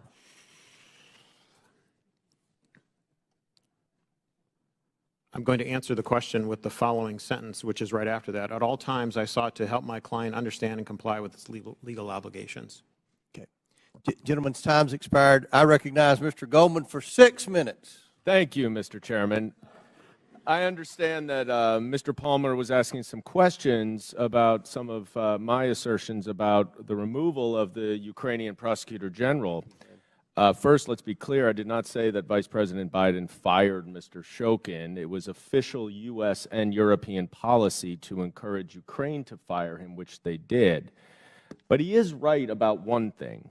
What I say is not evidence, and neither is what any of our Republican colleagues say on the other side of the aisle. They may not like what these witnesses say, but the testimony of the witnesses is the evidence, not baseless statements without firsthand knowledge. But I urge Mr. Palmer, if he wants to understand what actually happened, to read the 300-page report that we published on the first impeachment investigation. There's a lot in there about Mr. Shokin. Luckily, though, he doesn't even have to do that. You can just read the New York Post story itself, because in that story, Shokin admitted that he never opened an investigation into Burisma. He claims to have had, quote, specific plans to do so. Yeah, sure. For 2 years, Rudy Giuliani had been peddling Viktor Shokin's bogus story, including with agents of Russian intelligence. And Chairman Comer, if you question that, I urge you to look up Andrei Derkach. So who was the sole source of the hard drive to the New York Post? Rudy Giuliani. And for these reasons, many journalists were highly skeptical. One reporter at the New York Post itself refused to put his name on the story. Fox News' Brett Baer said, quote, "The whole thing is sketchy," unquote. And both Giuliani and the Post refused to give the laptop to other journalists to verify and analyze it. In fact, Giuliani told the New York Times that he hoped that it would be published before it could be verified. So what is the so-called authentication for this laptop? Well, Chairman Comer said in his opening statement that it's a subpoena to the computer repair shop owner, which happened over about a year before the New York Post story. But that is not the same hard drive that Rudy Giuliani received months later from that repair shop owner and passed along to the New York Post after he was in possession of it for several months. Now, Mr. Baker, based on your understanding of Russian malign influence campaigns, does Russian intelligence have the capacity to manipulate a hard drive? Yes. So it is possible that some of the materials on a hard drive could be authentic, and some could be altered, manipulated, or even added to the hard drive. Is that right? I believe so, yes. Mr. Roth, you have testified today that Twitter was keenly aware of the hacking efforts by Russia in connection with the 2016 election. Is that right?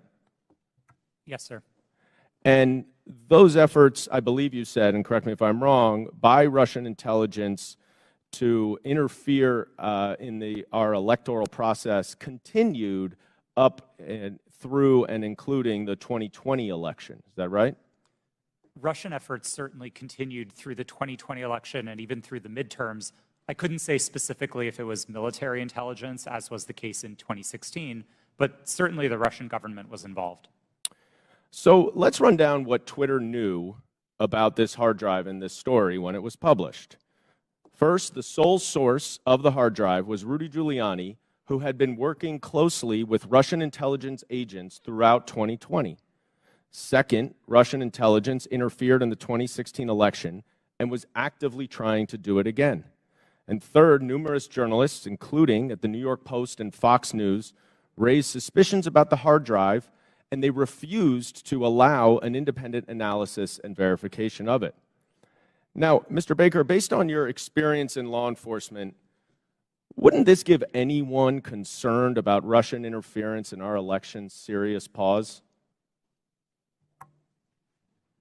Well, I think as reflected in the public record, at the time I thought there were great concerns on that side of the equation, because in part with respect to all the things that had happened since 2016 with respect to the hack and leak or hack and dump issues, there were facts that indicated that the computer might have been abandoned and so on, but which made it a very difficult case, which is why we're sitting here today talking about it. Right, and there was a 24-hour delay in continuing to spread the publication of it. Isn't that right? Yes. Okay. You know, that is exactly what 51 former intelligence officials, many from Republican administrations, even the Trump administration, said in that letter that is being distorted by Mr. Jordan and others at this hearing. Let me quote one paragraph of what they say. "We want to emphasize that we do not know if the emails provided to the New York Post by President Trump's personal attorney, Rudy Giuliani, are genuine or not, and that we do not have evidence of Russian involvement. Just that our experience makes us deeply suspicious that the Russian government played a significant role in this case." And unless Twitter, like Special Counsel Mueller concluded about the Trump campaign in 2016, wanted to welcome Russian interference in an election, all of you sitting here today were entirely correct to be highly concerned about the legitimacy of this story. I yield back. Chair recognizes Mr. Higgins for 5. Thank you, Mr. Chairman. I'm going to be yielding some time to my colleague, Mr. Jordan, here momentarily. But for the record, Mr. Baker, Ms. Gotti, Mr. Roth, Mr. Navaroli, are you here under the advice of counsel, and do you have counsel present? Yes, sir. That was a yes? Yes, sir. Yes, sir. Yes, I do. Yes, I was subpoenaed That's to good appear. to know. I'm glad you all have counsel present. Mr. Chairman, for submission for the record, I'd like consent to submit the Twitter files dated December the 8th, posted by the New York Post regarding the suppression of conservative commentators. Like that submitted. Without objection, so ordered. Mr. Chairman, thank you. I'd like to also submit for the record a timeline of events with cited sources outlining strong evidence of the Biden family organized criminal actions would certainly indicate that we've crossed the threshold of reasonable suspicion. I'd like this timeline submitted for the record. Excuse me, Mr. Chairman. Where is that from, that timeline? Timeline in my hand, boss. I'll get it to you shortly. Bottom line is that the FBI had the Biden crime family laptop for a year. They knew it was leaking. They knew it would hurt the Biden campaign. So the FBI used its relationship with Twitter to suppress criminal evidence being revealed about Joe Biden 1 month before the 2020 elections. You, ladies and gentlemen, interfered with the United States of America 2020 presidential election, knowingly and willingly. That's the bad news. It's going to get worse because this is the investigation part. Later comes the arrest part. Your attorneys are familiar with that. Mr. Chairman, I'd like to spend 5 hours with these ladies and gentlemen during depositions surely yet to come. But for right now, I'll yield the balance of my time to my colleague, Mr. Jordan. I thank the gentleman for yielding. I think he made the right point. And I would just respond to to our colleague from New York. You know who knew the laptop was real was the FBI. They had it for, or maybe they had it for a year and just said, you know what, we're going to put it on the shelf, we're not going to look at it. But if anyone knew it was real, it's them. That's why I asked the question, again, back to my colleague from New York, what he was talking about. That's why I asked the question earlier. I said, did anyone at the FBI or Mr. Baker know, did Mr. Baker talk to any of those 51 former intel officials who sent the letters saying this has all the classic earmarks of a Russian misinformation operation? Maybe they could have checked with the FBI because the FBI had the actual laptop in their possession. So I appreciate the gentleman from Louisiana. I think it's a great point that he made. Mr. Roth, I'm going to come back to you on something we were at a few hours ago. And we're talking about this visibility filtering, which in my mind I understand to be something short of suspending and blocking the account, which the user then knows has happened because there's a notification in a public way, like you did to Ms. Green when you suspended her account. But there's other things, this search blacklist, this do not amplify, that are some kind of filtering that account that the user doesn't know about. And I asked the question earlier, was there any bit of this visibility filtering that was hard-coded by Twitter employees into the account of specific users?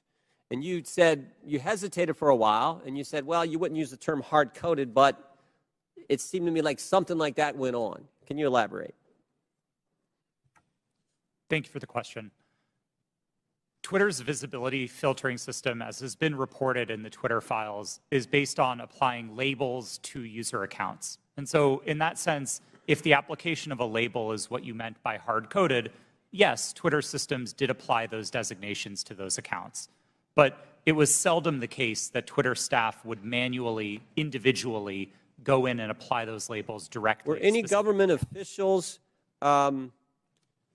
were those labels and therefore that filtering done to any government officials, any elected officials where the user wouldn't know about? I don't know, sir.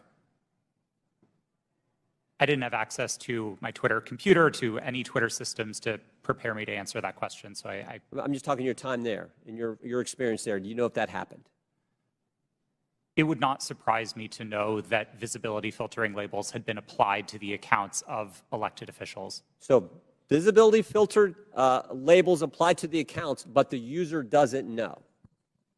Yes, it was not Twitter's practice to notify users. But you think that happened to elected officials and government officials? Again, I couldn't say for sure. I appreciate it. I yield back. Chair recognizes Mr. Mafume for 5 minutes. Well, Mr. Chairman, it's been a long morning and afternoon.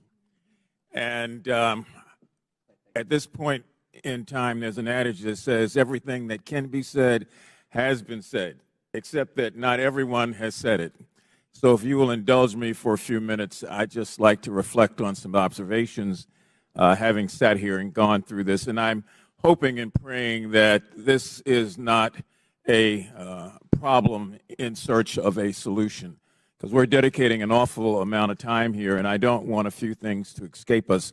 But having said that, I want to first associate myself with the remarks of Mr. Raskin, the ranking chair. His opening remarks succinctly, I think, encapsulated and put in place what many of us on this side of the aisle are feeling. And I also, as a point of personal privilege, would like to just express how many of us share the concern of the gentlewoman from South Carolina who indicated her ongoing medical condition, which she said she might have to live with the rest of her life. That just got me for a moment, and I wanted to make sure that that's on the record. Now, I would disassociate myself with her remarks when she said, as did the gentlewoman from Georgia, God bless Elon Musk. For me, it's God bless my country, God bless my family, God bless my friends. Mr. Musk can take care of himself. I would also caution, if I might, all of us, but particularly the gentleman from South Carolina who said earlier that there is proof that Hunter Biden committed multiple felonies. The gentleman said that without offering anything for the record. And I know we're all covered by congressional immunity in terms of when we're on the floor and when we're in these committees, but sometimes we probably don't want to feed into hot rhetoric. I mean, we campaign in that kind of poetry, but we are elected to govern in prose. And when you do that, there's a different sense of responsibility that goes with all of us. Mr. Roth, I listened to you, and I feel bad that you were attacked. And, you know, you had to sell your home. You had to move your family. And I just want to remind you and remind myself that there are members of this committee who are also always under attack because of their race or because of their surname or because of their political affiliation. That kind of reckless incitement, I think, is best dealt with when you have content moderation. Otherwise, we gin up the rhetoric. The people who can't control themselves oftentimes don't, and then we see violence occurring against whether it's members of Congress through threats or persons like yourself in the private sector. Ms. Navaroli, you in your testimony stated that on the morning of January the 6th that you sent lawyers a message warning them that your team was hamstrung by leadership. And 2 days later, when it looked like that might happen again, you asked management whether or not they wanted more blood on their hands. What was their response, and what did they do? Yes, thank you for that question. On the morning of January 6th, I did send that message to a Twitter lawyer, specifically because I believe that Twitter was going to be facing liability for what was going to occur that day. I do not remember their exact response, but I do remember there coming in a response of confirming that the information had been received. Would you repeat the second question that you asked? I wanted to know what was their response. What did they do? Nothing. Okay, you went on to say that in January of 2020, after the United States assassinated an Iranian general, that the president at that time, Mr. Trump, decided to justify it on Twitter, and management literally instructed you to make sure that we were not about to start World War III on that platform. Is that correct? Yes, that did occur. And what happened after that? it was up to me and my team to create what we called enforcement guidance, so a document that explained how we would apply our policies specifically related to content moderation in that specific instance. I believe the document was relating to foreign policy discourse. So my point here about content moderation on the front end prevents some of the crazy things we see on the back end. Mr. Chairman, I have from the Anti-Defamation League their latest report on murder and extremism in the United States, oftentimes fueled by the lack of content moderation, that I would ask unanimous consent be entered into the record. And I also have the National Threat Assessment done by the Secret Service of our country. This was just released, and it talks about how 25% of all of these acts are being conducted by people who are not moderated, but who in fact end up breaking the law and threatening the lives of people. And I would ask unanimous consent that also be. Without objection, so ordered. Thank you, sir. Chair recognizes Mr. Sessions for 5 minutes. Mr. Chairman, thank you very much. So I will say it, God bless Elon Musk, because I think I feel that way. It was Elon Musk that revealed data that uncovered a disturbing cabal.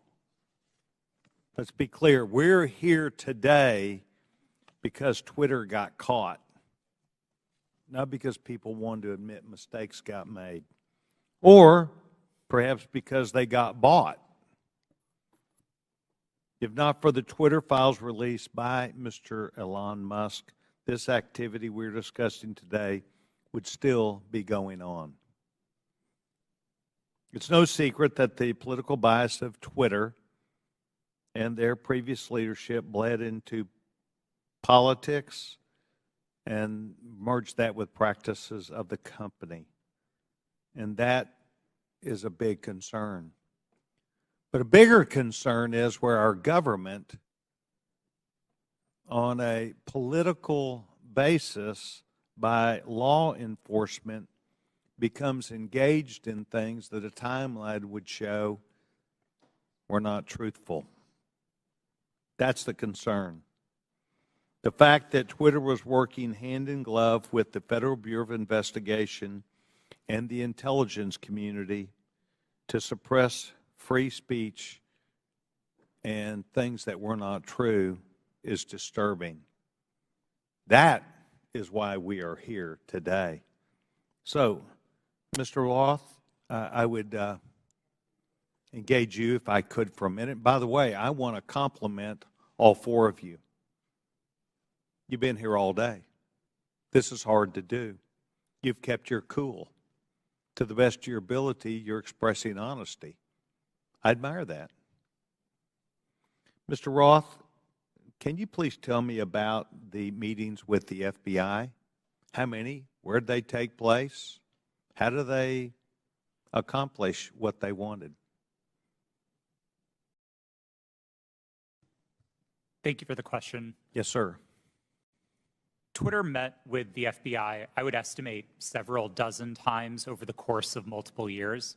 These meetings happened in person, in the Twitter office, in the offices of other technology companies, and at times they happened virtually. We issued press releases about these meetings. They were not happening in secret. They were not anything that the public sector or the private sector strove to hide from anybody. But in these meetings, we used it as an opportunity to discuss the shared threats of foreign malign interference, to discuss the preparations that the public and private sector were implementing, and to use that as an opportunity to make sure that we were having open channels of communication about those malign interference threats. Mr. Roth, did you at any time believe that the Bureau might not be honest about the things they knew and the information that they shared and passed to you? I would say I have a personal healthy skepticism about any type of law enforcement, but no, it was never my experience that representatives of the FBI were anything but forthright in those discussions. Do you believe that they, today, in looking back, misled you? I don't believe so, no. So you believe that the things which they told you, in looking back, are truthful even today? To the best of my recollection, yes. So the chance for FBI numerous times, dozens of times, to meet with you. Did you put out information of the substance when you said you provided the public with information? Did you discuss what those meetings were about? I believe the public statements were fairly high level and talked about preparations for upcoming elections in the United States. Any internal records or meeting minutes would be on my Twitter computer, which I don't have access to.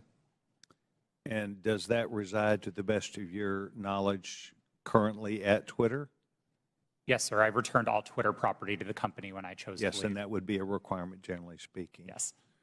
So you believe that the Bureau met with you, they did not mislead you, that you were as forthright as you could be to the public, and that you were playing the role that you felt like was responsible. Is that your testimony today?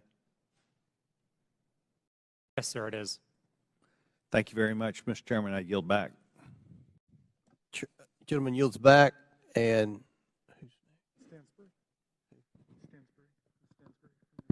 Stansbury. Yeah. Oh, yeah, yes. I'm sorry. Thank you, Mr. Chairman. You know, I'm beginning to feel like a little bad for the majority. Like I just feel guilty because you guys have come today to try to prove that the Biden administration in coordination with Twitter is impugning free speech. And the problem is that Donald Trump, he is just this thing that hangs around your neck. Because at every turn, he undermines whatever credibility you want to have on this subject. I mean, Donald Trump and his administration, it's been proven, reached out to Twitter to take down tweets that got under his skin. The tough guy, Donald Trump, right? He got called the B word. Let's reach out to Twitter. Let's get the tweet taken down. You guys have no credibility. You have none. Your own guy taking free speech off of Twitter. You know, I also don't understand this bipolar thing that you're doing with Joe Biden. So every day you guys tweet out, Joe Biden is boring, he's sleepy. Every day you say it on TV. Now you want to tell the American people Joe Biden is an international super mastermind along with his son Hunter. I mean, it's just bananas. You know, the Trump family is getting billions of dollars of loans from foreign governments by using their White House relationships. Any questions? Any questions on that? No, I didn't think so. You want to know if the Trump family made any money selling PPE during the pandemic out of the West Wing? Any questions about that? No, I didn't think so. But let's move on to Hunter Biden's laptop. Your leaker, I always love this, by the way. You guys are against leakers unless they're leaking things you like. Your leaker, Matt Isaac, and I love, you know, have you seen this guy? I mean, he's like a Radio Shack .matrix guy who copied files off a private citizen's hard drive, okay? That's your entire theory is based off of. But I want to use his words. This is his own words. Your guy, your leaker, the guy who gave you the information. There have been several attempts by several individuals to modify and insert fake data. I do know there has been multiple attempts over the past year and a half to insert questionable material into the laptop, to pass off information or disinformation as coming from the laptop. He continued, "This is a major concern of mine because I fought tooth and nail to protect the integrity of the drive, and to jeopardize that is going to mean everything I sacrificed will be for nothing." Your guy, your leaker, questioning the integrity of the information you guys are peddling. By the way, why isn't he here? Bring him here. Let's ask him questions. And why haven't we seen the hard drive? You guys aren't shy. Why won't you show it to the American people? Let's talk about Twitter. Let's talk about God bless Elon Musk. See these? God bless the guy who is allowing Nazis and anti-Semitism to perpetrate Twitter. There's been a 66% increase of anti-Semitism on Twitter since Elon Musk set it free. Mr. Chairman, I agree with you. It's not fair to say all conservatives are Nazis. That's preposterous. That's not true. But your Lord and Savior Donald Trump is having tea and dinner with them at Mar-a-Lago. Nick Fuentes right here, who is a picture that is tweeted at me all the time saying Jews are a virus in response to my tweets. Donald Trump's having dinner with him. Nazis at Mar-a-Lago. And so, no, not all Republicans are Nazis, but I got to tell you, Nazis seem really comfortable with Donald Trump. So I have questions about that, Mr. Chairman. Why is that? Why do I get these tweets? Let's talk about Kanye West, right? The chairman of the Judiciary Committee for 3 months praising Kanye West. We love Kanye, right? A Nazi. Clearly now. It took months for that tweet to come down. How come? I mean, these are things I'd love to know. Is it because maybe they're your voters? I mean, they certainly aren't voting for me. I yield back. Chair recognizes Mr. Langworthy for 5 minutes. The Twitter files revealed the unrestricted power and censorship regularly exercised by the 3 witnesses in front of us today, Mr. Roth, Ms. Gaddy, and Mr. Baker. Now, Ms. Navaroli, in your opening, you stated that too few people and companies have too much power. Well, I think you're right. The witnesses here today, they had too much power at Twitter. And they tried to play the role of God as they interfered with a natural right of the people to a free and fair election. Twitter knowingly suspended the New York Post's account, one of the most reliable conservative voices in the country, in fear that an honest story would swing the most divisive election in American history into the hands of their enemy, former President Donald Trump. Now, Mr. Roth, you were part of the secretive SIP-PES censorship team at Twitter, correct? No, sir, I'm not sure what that refers to. Mr. Roth, the Twitter files revealed that you rarely adhered to company policy in making your censorship decisions. One reporter from the Twitter files called your group a, quote, high-speed Supreme Court of moderation, issuing content rulings on the fly, often in minutes, based on guesses, gut calls, and even Google searches in cases even involving the president. Do you recall making decisions in this manner? No, I do not. Can you explain the process for these quick decisions? Thank you for the question. I think the core of content moderation, whether it's fast or slow, begins with a written set of rules and policies, and that was the primary responsibility of my group at Twitter. It wasn't about making a one-off decision in the moment. It was about having a written and codified set of, well, laws for the platform that we followed in each instance. In the vast majority of cases, content moderation decisions were not made by me or by another executive or even by a member of my direct team. They were made by hundreds of content moderators enforcing those rules again and again and again. The situations in which decisions would be escalated to senior executives were few and far between and largely related to the really hard gray area calls. So, Mr. Roth, as part of the, quote, Supreme Court of moderation at Twitter, did you have the final call over political censorship decisions? No, sir, I did not. Then who had the final call on these decisions? There was a team of people, some of whom represented on this panel today, others not, who were involved in trying to make these decisions. But a portrayal that any one person held sort of supreme or ultimate authority over these decisions would misrepresent what the process was. So your team labeled high-profile accounts as VITs, standing for very important tweeters. What was the threshold for being labeled as a VIT? That's an excellent question for which there is not a consistent answer. I don't think Twitter was particularly well put together on that definition. So was the New York Post labeled a VIT? I believe the New York Post's account is verified, and verification conferred some of that status of being a VIT. But again, the definitions here are a little squishy.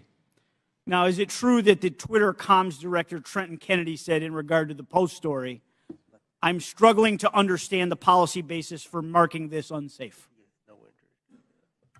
Yes, it's my understanding that Mr. Kennedy said that. Was the New York Post story regarding Hunter Biden's laptop marked unsafe regardless of uncertainty? It is true that Twitter marked links to that story as unsafe in a number of our systems, which resulted in restricting people's ability to tweet it. That was the decision that Twitter reversed 24 hours later. Well, it's clear from this panel that too few people had too much power. The New York Post Twitter account was suspended in an attempt by Democrats and big tech to go ahead and play God and interfere in a natural, free, and fair election and the free flow of information in this country. The censorship is unbounded. The New York Post has been a reliable source for decades, including their coverage of the nursing home scandals in New York during the pandemic. Now that you and many others are gone from the company, there is hope that this platform will once again be a place where voices can be heard and respected, and it can return to be a town hall for all points of view, no matter if you agree with them or not, sir, and that our elections will never again be controlled by big tech. I yield back. Gentleman yield? Will the gentleman yield to Jordan? Mr. Jordan. Okay, thank you. Mr. Roth, in Missouri v. Biden, your declaration to the FEC, you said, I also learned in these meetings with the government that a hack and leak operation would involve Hunter Biden. Mr. Chan has testified in his deposition in that same case. In my estimation, we never discussed Hunter Biden specifically with Twitter. Who told you about Hunter Biden in these meetings? Gentleman's time has expired. My recollection is that a representative of another tech company may have mentioned it, but those meetings were several years ago. I truly don't recall. Okay. Chair recognizes Ms. Stansberry for 5 minutes. Thank you, Mr. Chairman. And I want to just start this afternoon by thanking our panelists who have been sitting here all afternoon and many of the members of the public who are with us. I see a lot of tired faces out there, and I want to thank you all for spending your day with us. But I also want to start out by asking, what are we doing here in this committee today? Why are we here? Why is this committee devoting a day-long hearing to a political conspiracy theory that was planted in the media by Rudy Giuliani to support Donald Trump's reelection campaign? Of all the topics we could be focused on in this committee to support the American people, how people are going to put food on their table at the end of the day, how we're going to address the economy, how we're going to address critical issues that are on people's minds every day. We are devoting an entire day to this conspiracy theory involving Twitter. Now, the mission of this committee is to root out waste, fraud, and abuse and to conduct oversight on behalf of the American people. And if you need any evidence of waste, fraud, and abuse, how about the use of this committee's precious time, space, and resources to commit to this hearing? You know, I don't even understand why we're here right now, but I do want to clarify some key facts about what we've heard today. So I'm going to get into it for just a few moments. Ms. Gaddy, thank you for being here today. Mr. Baker, you have already stated publicly that Twitter's handling of this issue was a mistake. Is that correct? Yes or no is fine. Yes, that's correct. I don't think I have stated that publicly yet, but that is what the CEO of the company said. Yes, and at the time, only weeks before, one of the most consequential elections of our lifetime in 2020, Twitter made a decision based on policies put into place to protect the public from political disinformation and from foreign interference. Is that correct, Mr. Roth? Yes. In fact, the failure of Twitter and other social media companies to moderate political disinformation not only fueled its use in election tampering in 2018, but allowed for election denialism to run rampant in 2020, and that is exactly what led to the insurrection here on January 6th in the Capitol. So, Ms. Navaroli, I want to ask you, thank you for sitting here all day answering these questions. Do you believe that Twitter has put into place policies that would adequately protect free speech, but also protect the American people from another violent insurrection and the kind of hate speech that we are seeing run rampant right now on the platform? Thank you for that question. I cannot speak to Twitter's current policies because I have not worked there in quite some time, but I can say that my job at Twitter was to balance free expression and safety. And one of the things that I constantly pushed for was for us to include more analysis within that simple balancing act. And instead of asking just free expression versus safety, to say free expression for whom and safety for whom. So whose free expression are we protecting at the expense of whose safety? And whose safety are we willing to allow to go to the wind so that people can speak freely? Exactly, right? Because Twitter refused to sanction Donald Trump's account long before it was actually banned. When violent rhetoric and other rhetoric was already being used on the platform. And in fact, since the latest acquisition of Twitter by Elon Musk, the company's Trust and Safety Council, as represented here today, has been dissolved. And the accounts of individuals like Donald Trump who incited violence in the Capitol have been restored. And we are seeing anti-Semitism, hate speech, dangerous rhetoric, violence being put on Twitter every single day. Election tampering, disinformation, violence, the attack on our Capitol. Mr. Chairman, that is what we should be holding oversight hearings on in this committee. I have traveled to every corner of my district, and New Mexicans are depending on us to defend our democracy and to ensure that we are holding not only those who are committing waste, fraud, and abuse accountable, but ourselves. So let's not waste the precious taxpayers' time and dollars holding hearings about Four Seasons landscaping style conspiracy theories and actually get to work for the American people. Would the gentlelady yield to a question? Mr. Chairman, I yield back. All right, Chair recognizes Ms. Boebert for 5 minutes.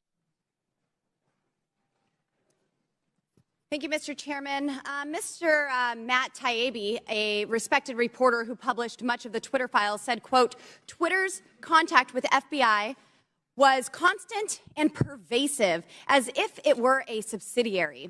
Now, I want to better understand why he would suggest that. Mr. Roth, while at Twitter, how many meetings did you have with the FBI? I couldn't say for sure, but I would More say than 10? That's a More reasonable than 20? estimate. I couldn't say for sure. More than 50? That seems a bit high. Many meetings with the FBI. Well, we know how many FBI agents worked at Twitter while you were there? I don't believe any active FBI agents. Former FBI agents. How many worked there while you were there? I'm aware of perhaps 2. Well, we know of at least 9 because they started the BU group chat, BU for Bureau. Now, Mr. Roth, did the FBI ever ask you to share information like users' communication data without going through proper legal channels? No, they did not, and I would have refused if they had.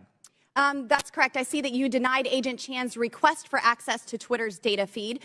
What's sick isn't that you would deny it, it's that the FBI would even ask you for the private data of American citizens without going through legal channels of the law. Now, I want to remind you, Mr. Roth, that you are under oath. Did the FBI ever ask you to do anything that was illegal or questionably legal? I'm not a lawyer, but certainly not to the best of my recollection or knowledge. Now, from the hearing that I've been a part of today, it's almost impossible to tell where the FBI ends and where Twitter begins. We have Mr. Baker here, a former FBI agent, and there seems to be a revolving door between the FBI and Twitter itself. Even Mr. Baker said that there was no collusion with the federal government and Twitter. But Mr. Baker, that's you. You are the collusion between the federal government and the FBI. And now this is such a problem because we're seeing censorship all over. Mr. Roth, Ms. Gaddy, did either of you approve the shadow banning of my account at Lauren Boebert? Yes or no? No, I did not. Not to the best of my recollection. Well, let me refresh your memory, because on March 12th, 2021, and Mr. Roth, I know you looked at it because Fascist Twitter 1.0 had a public interest exceptions policy, which means for members of Congress to be shadow banned, it had to go before you, Mr. Roth. So I'll ask again, did you shadow ban my account? Yes or no? Again, not to the best of my recollection. So the answer is, Mr. Roth, yes, you did. I found out last night from Twitter staff that you suppressed my account for this tweet. It's a freaking joke about Hillary Clinton being angry that she couldn't rig her election. It's a joke. But in response, being the sinister overlords that you all are, you placed a 90-day account filter so I could not be found. And now we see here that Twitter staff said the visibility filter on my account excluded me from top searches, prevented notifications for non-followers, and much more. This is considered an aggressive visibility filter. You silenced members of Congress from communicating with their constituents. You silenced me from communicating with the American people over a freaking joke. Now, who the hell do you think that you are? Election interference?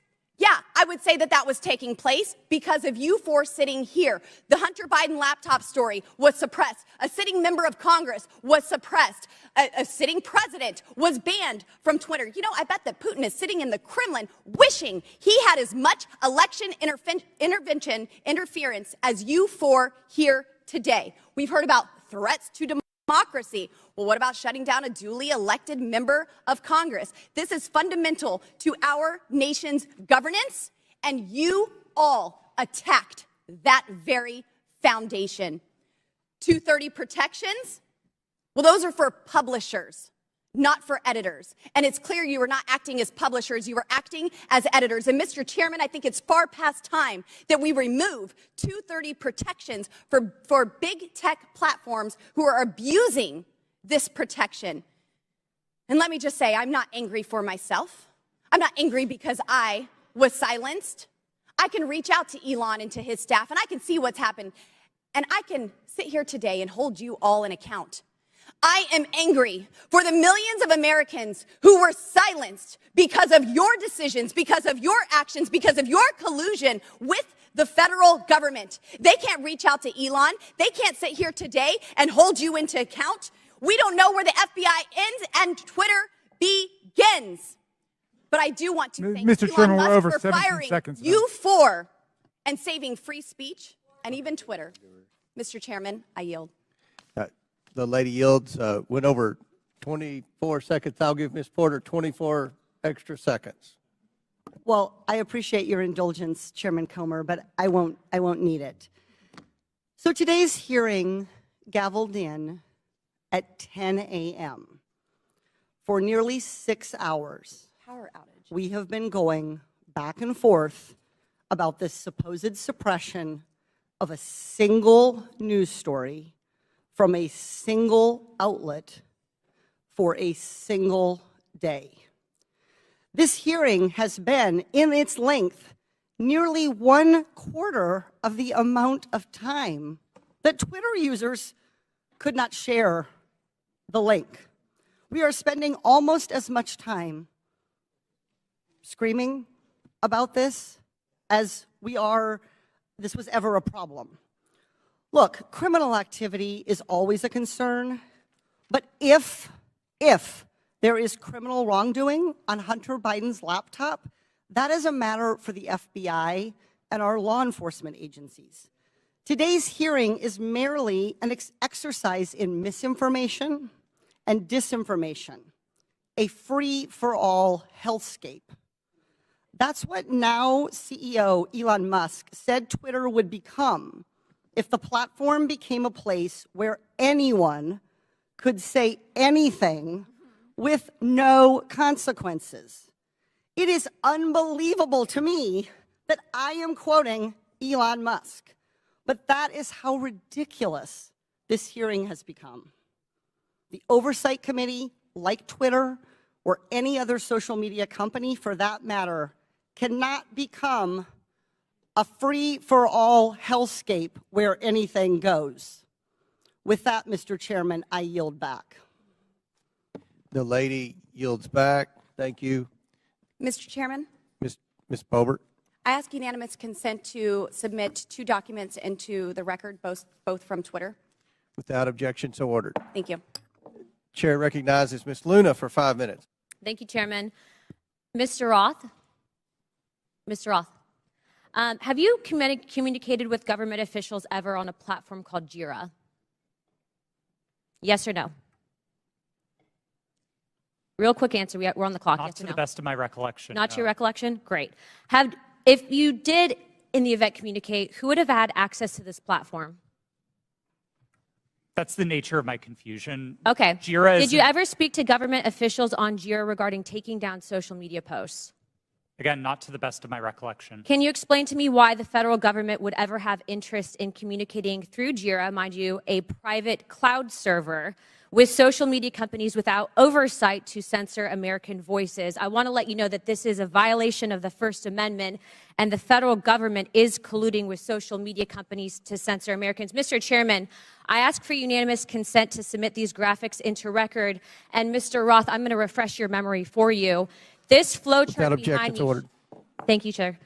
This flow chart shows the following federal agencies, social media companies, Twitter, leftist nonprofits, and organizations communicating regarding their version of misinformation using Jira, a private cloud server. On this chart, I want to annotate that the Department of Homeland Security, which has the following branches: Cybersecurity and Infrastructure Security Agency, also known as CISA, Countering Foreign Intelligence Task Force, now known as the Misinfo, Disinfo, and Malinformation, MDM. This was again used against the American people. The Election Partnership Institute, or Election Integrity Partnership, EIP, which includes the following: Stanford Internet Observatory, University of Washington Center for Informed Public, Graphica, and Atlantic Council's Digital Forensic Research Lab, and potentially, according to what we found on the final report by EIP, the DNC. The Center for Internet Security, CIS, a nonprofit funded by DHS, the National Association of Secretaries of State, also known as NASS, and the National Association of State Election Directors, NASED, and in this case, because there are other social media companies involved, Twitter. What do all of these groups, though, have in common? And I'm going to, again, refresh your memory. They were all communicating on a private cloud server known as Jira. Now, the screenshot behind me, which is an example of one of thousands, shows on November 3rd, 2020, that you, Mr. Roth, a Twitter employee, were exchanging communications on Jira, a private cloud server, with CISA, NASS, NASED, and Alex Stamos, who now works at Stanford and is a former security officer at Facebook, to remove a posting. Do you now remember communicating on a private cloud server to remove a posting? Yes or no? I wouldn't agree with the characterization. I don't care if you agree. This is your stuff. Yes or no, did you communicate with a private entity, the government agency, on a private cloud server? Yes or no? The question was if I Yes or no? Yeah, I'm on time. Yes or no? Ma'am, I don't believe I can give you a yes or no. Well, I'm going to tell you right now that you did, and we have proof of it. This, ladies and gentlemen, is joint action between the federal government and a private company to censor and violate the First Amendment. This is also known, and I'm so glad that there's many attorneys on this panel, joint state actors. It's highly illegal. You are all engaged in this action, and I want you to know that you will be all held accountable. Ms. Gaddy, are you still on CISA's Cybersecurity Advisory Council? Yes or no? Yes, I am. Okay. For those who have said that this is a pointless hearing, and I just want to let you guys all know, we found that Twitter was indeed communicating with the federal government to censor Americans. I'd like to remind you that this was all in place before January 6th. So to say that these mechanisms weren't in place and to make it about January 6th, I want to let you know that you guys were actually in control of all of the content, and clearly we have proof of that. Now, if you don't think that this is important to your constituents and the American people from those saying that this was a pointless hearing, I suggest you find other jobs. Chairman, I yield my time. Mr. Chairman, point of order. Chair. Yeah, I just want to call to the attention of the chair and members yes, that we're getting awfully close to witness intimidation, and I would ask the chair to intervene. I'm sorry I didn't hear what you said, Mr. Mafui.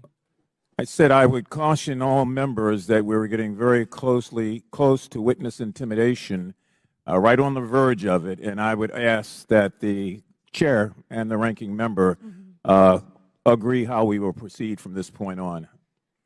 It was the threats that were just made. Ms. Ocasio-Cortez. Thank you, Mr. Chair. And in follow-up to that, I am curious about the committee's rule or the committee's disposition. Accusing witnesses of a crime, discussing arrest, discussing, making these allusions and threats. I want to clarify for the record, what is the committee's policy around threatening a witness?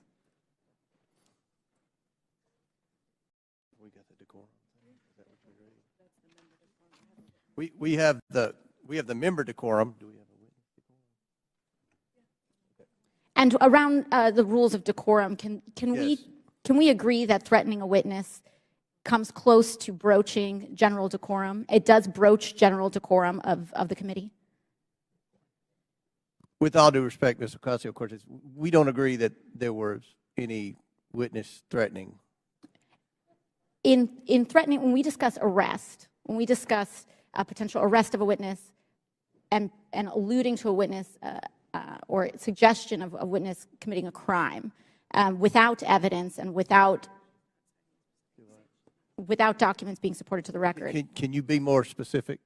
When we talk about arresting a witness, or when we talk about a witness, insinuating that a witness is lying without documentation, I fear that this constitutes threatening a witness, and that will broach the rules of decorum of this committee.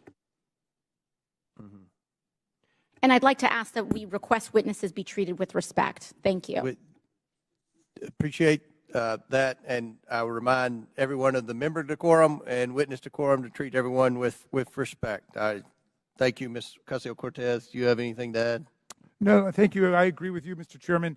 I have a separate point of order I just wanted to raise, which is it seems as if several members now seem to have access to some information from Twitter that people on our side don't have, and I would just hope that anybody who's communicated directly with Twitter or received any information relating to the witnesses who has that, who plans to use it, distribute it to the committee in advance. That's okay. I think that most of the evidence is coming from. I think a lot of the quotes and emails are on the laptop. Well, I think that at least one member indicated the Twitter files that Elon Musk has. Well, one member had indicated that she had received information directly from Twitter. Okay. Chair recognizes Mr. Edwards. Thank you, Mr. Chair, and to our witnesses, thank you for being with us today. I know it has been a long one. Just so that we're clear and to stage my next line of questioning, in December 2019, we've established that the FBI subpoenaed Hunter Biden's laptop from a computer store owner. And then we've established that nearly a year later, in October 2020, the Hunter Biden laptop story is published by the New York Post. Within hours, Twitter and other social media companies began limiting the distribution of the Hunter Biden story. My question is for Mr. Roth. In September 2020, a few weeks before the New York Post published the first story on the Hunter Biden trading on his name, you participated in an exercise hosted by the Aspen Institute with other media outlets, social media companies, and national security reporters. Isn't that correct? Yes, I did. And Mr. Roth, that event was hosted specifically by the Aspen Digital Hack and Dump Working Group. Is that correct? I know it was hosted by the Aspen Institute. I couldn't say who specifically within that. Mr. Roth, this event was before the release of the Hunter Biden laptop story, correct? That's my recollection, yes. And during that event, a scenario that was discussed was a hypothetical October 2020 release of records related to Hunter Biden. Is that correct? Again, that's my recollection of the event, yes. And Mr. Roth, did you participate in the design of this hypothetical scenario? Not to the best of my recollection, no. Are you telling me that you never had any conversation with anyone regarding the contents of this scenario? No, sir, I didn't say that. I met with the Aspen Institute on a number of occasions. I wouldn't say that I was involved in the development of the scenario in a specific way, no. So you're telling me that I will find no witnesses that would testify they had conversation with you regarding the development of this scenario? I genuinely could not say what other witnesses might or might not say. Why was Hunter Biden chosen as the subject of this scenario just weeks before the October 14th, 2020 publication of the first Hunter Biden story?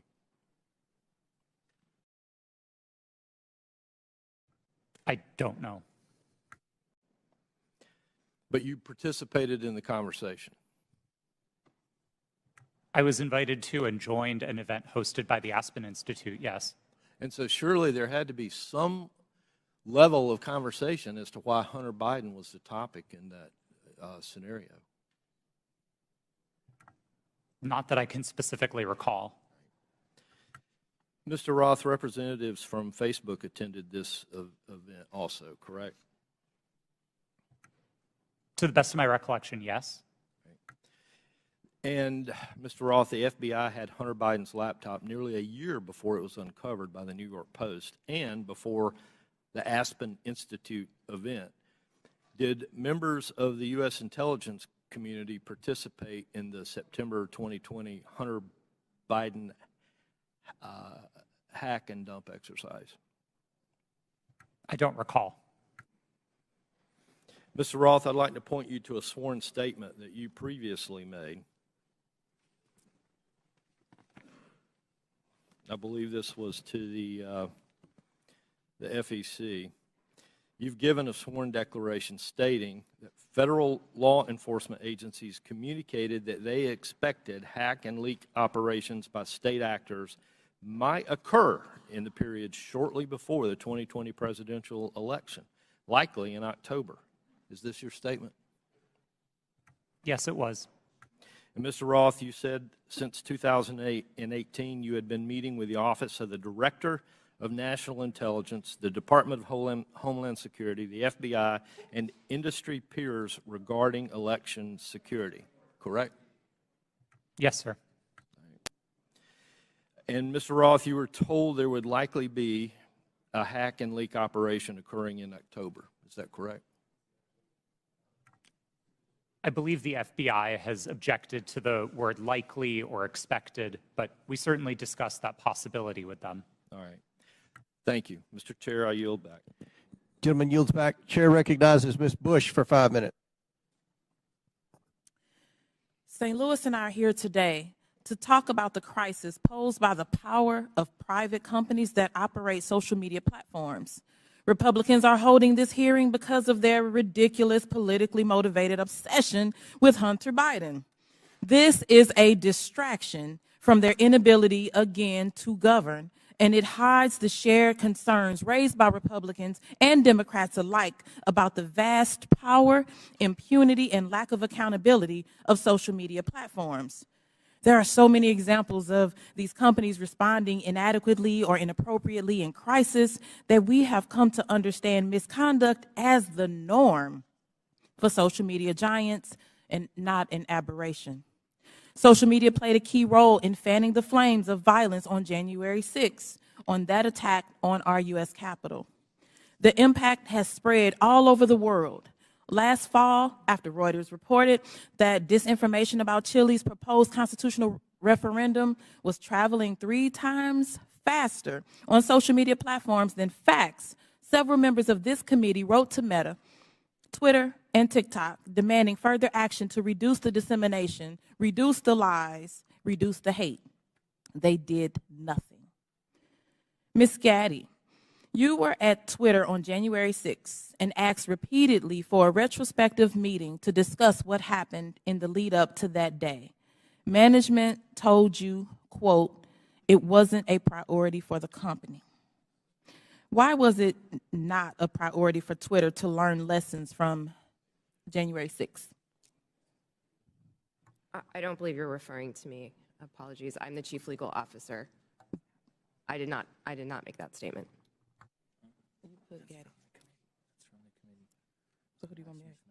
Okay, Ms. Navaroli. Would you mind repeating the question? Sure. On January 6th, you were at Twitter and asked repeatedly for a retrospective meeting to discuss what happened in the lead up to that day. Management told you, quote, it wasn't a priority for that company. Why was it not a priority for Twitter to learn the lessons from January 6th? I can't speak to leadership's motivations or why it would not have been a priority for them. What I can say is myself and individual members of my team repeatedly asked that we do a retrospective to understand not just what happened on January 6th, but leading into January 8th and the permanent suspension of the president. And what can you say is Twitter's top priority? I can't speak to Twitter's top priority at this moment. I can say that, again, my team's responsibility was to balance free expression and safety and to ensure the safety and lack of harm for people on the ground. Thank you. Twitter's top priority seems to be to maximize its profit.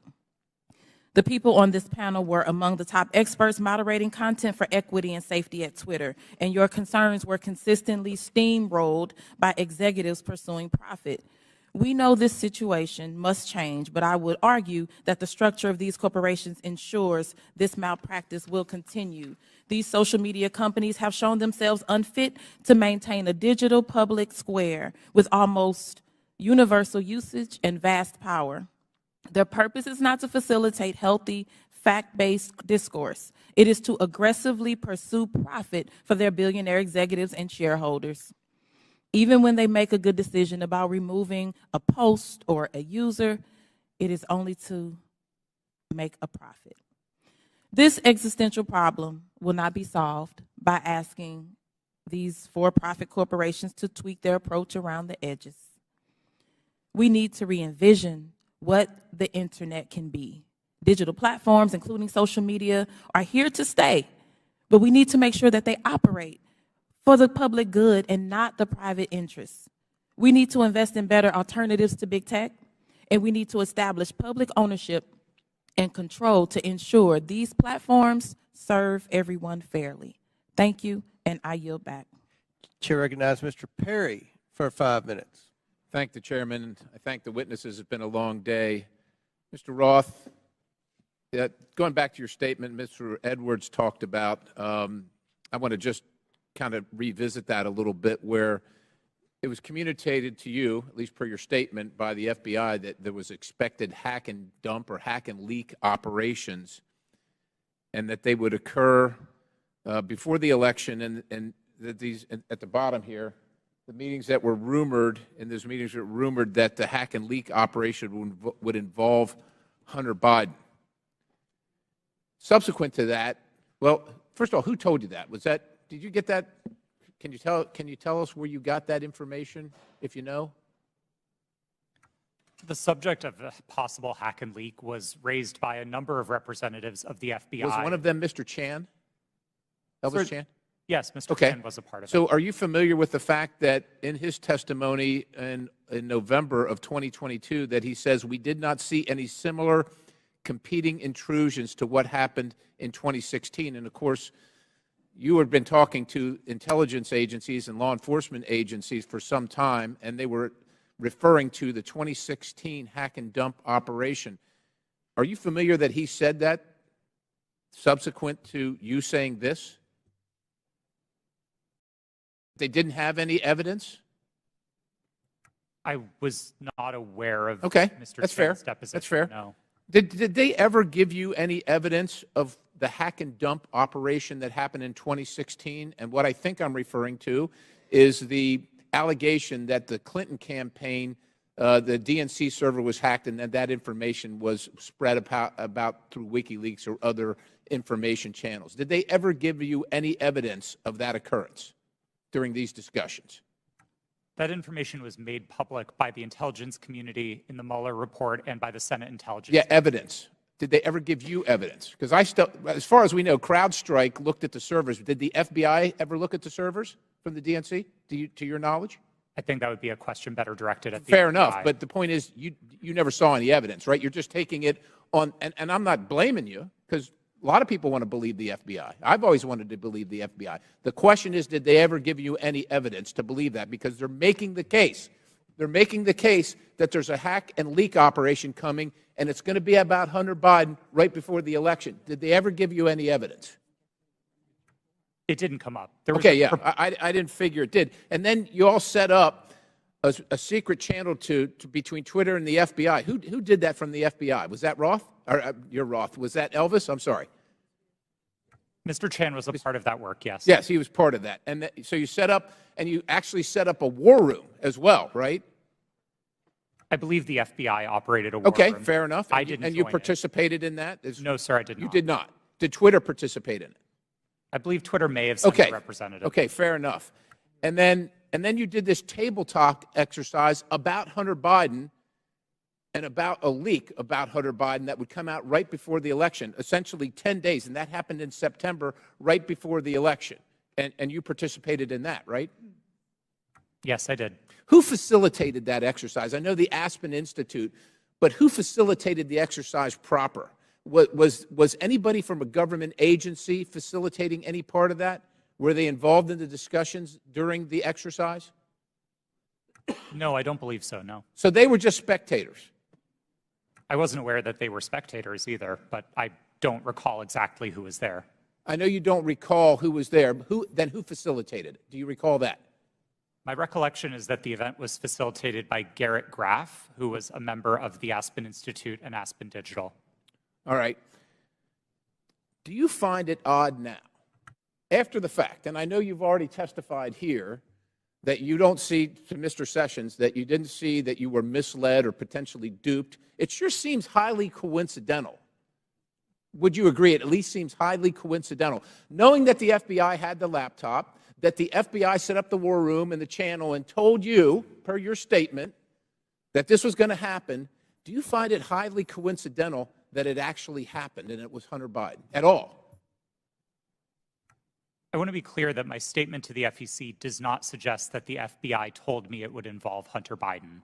That's a popular reading of that declaration, but it was not my intent.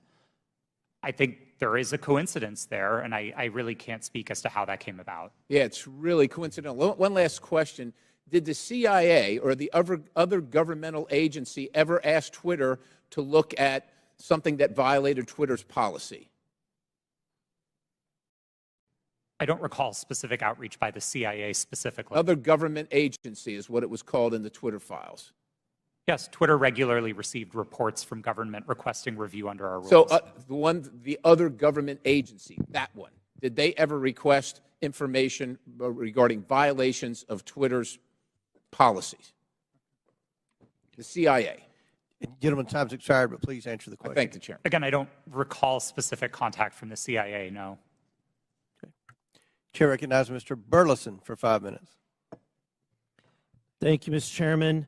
I've sat here listening. I'm glad to be last in rank. I get to listen to all the testimony. And what's become clear to me, there are a few things, and that is that the censorship efforts of the big tech, the intelligence community, and the media were all working in concert to affect the 2020 election. I find it unbelievably ironic, and I hope others do too, see the irony that people who were so concerned and hell-bent and worried about the interference of outside groups on the 2016 election became willing participants to interfere in the following presidential election. These three groups worked together, and it's clear, worked hand in hand to hide the truth from the American people. The fact that the FBI had the Hunter Biden laptop, heck, it was in their possession for a year before the election, is appalling. But that didn't stop them from spreading a lie and a bogus claim about it being Russian interference again. And you know, it's clear to me why they reached out to you, because they knew you would buy the lie. They knew that an organization with 99% of its employees donating to Democratic candidates and efforts would absolutely not look at any information with a jaundiced eye. You would take it as the gospel truth. And so they knew that, because it was clear from your tweets before that you have an opinion about the president, you have an opinion about the Republican Party. And so when all of that leading up to the October 14, 2020, when the New York Post published its story, everything was already in place. So, Mr. Roth, my question to you is, when 51 intelligence officials told us that the Hunter Biden laptop was Russian disinformation, the Democrats, the mainstream media, the president, all repeated this lie. Now that you know what you know years later, do you still believe that the Hunter Biden laptop is not real? Or do you believe it's real? Sir, I never held that belief. Do you believe that the story is Russian disinformation? No, sir. I didn't then, and I don't now. Okay. I have a question for Mr. Baker. You started your role as Twitter's deputy general counsel in June of 2020, correct? Yes, sir. Who hired you for that role? Who specifically hired me? My boss was a person named Sean Edgett, who was the general counsel. Sean Edgen? Edgett. Edgett. E-G-E-T-T. And that's who you interviewed with? I interviewed with numerous people, but Sean was my boss. Anyone that comes to mind outside of Sean? Ms. Gotti I interviewed with. You're saying other people that I interviewed with at Twitter? But ultimately, the hiring agent was Sean Edgen. I'm not sure exactly who made the decision, to be frank with you, but Sean was my boss. Okay. My next question is, when you were fired from Twitter in December of 2022, after the release of the first installment of the Twitter files, did you destroy any internal communications related to that first batch of the Twitter files? As I said in my testimony, I didn't destroy any documents, period. What reason were you fired? You'll have to ask Mr. Musk about that. That was not given. You were not given any information. He made a public statement about it in a tweet, but I think you would have to ask him for the precise reason. Okay, thank you. Back to Mr. Roth. Is it true that Twitter whitelisted accounts for the Department of Defense to spread propaganda about its efforts in the Middle East? Did they give you a list of accounts that were fake accounts and asked you to whitelist those accounts? That request was made of Twitter. To be clear, when I found out about that activity, I was appalled by it. I undid the action, and my team exposed activity originating from the Department of Defense's campaign publicly. We've shared that data with the world, and research about it has been published. Was that only in efforts against foreign entities, or were there any efforts against citizens of the United States? I think the nature of public social media activity means that anybody might have seen it, but my understanding was the activity was predominantly focused outside of the United States. Okay, thank you. And Mr. Chairman, I want to just say thank you for this hearing. I would hope that we would be asking for documents or in communications, whether it's on personal devices or private devices, between these individuals and government officials. So noted. Very good. Thank you. Chair recognizes Ms. McClain for 5 minutes. Thank you, Mr. Chairman, and thank you all for being here today. It is a long day. I'm going to try and make this quick and easy. Mr. Roth, part of your job at Twitter dealt with assessing dis and misinformation, correct? Yes. Here today. It is a long day.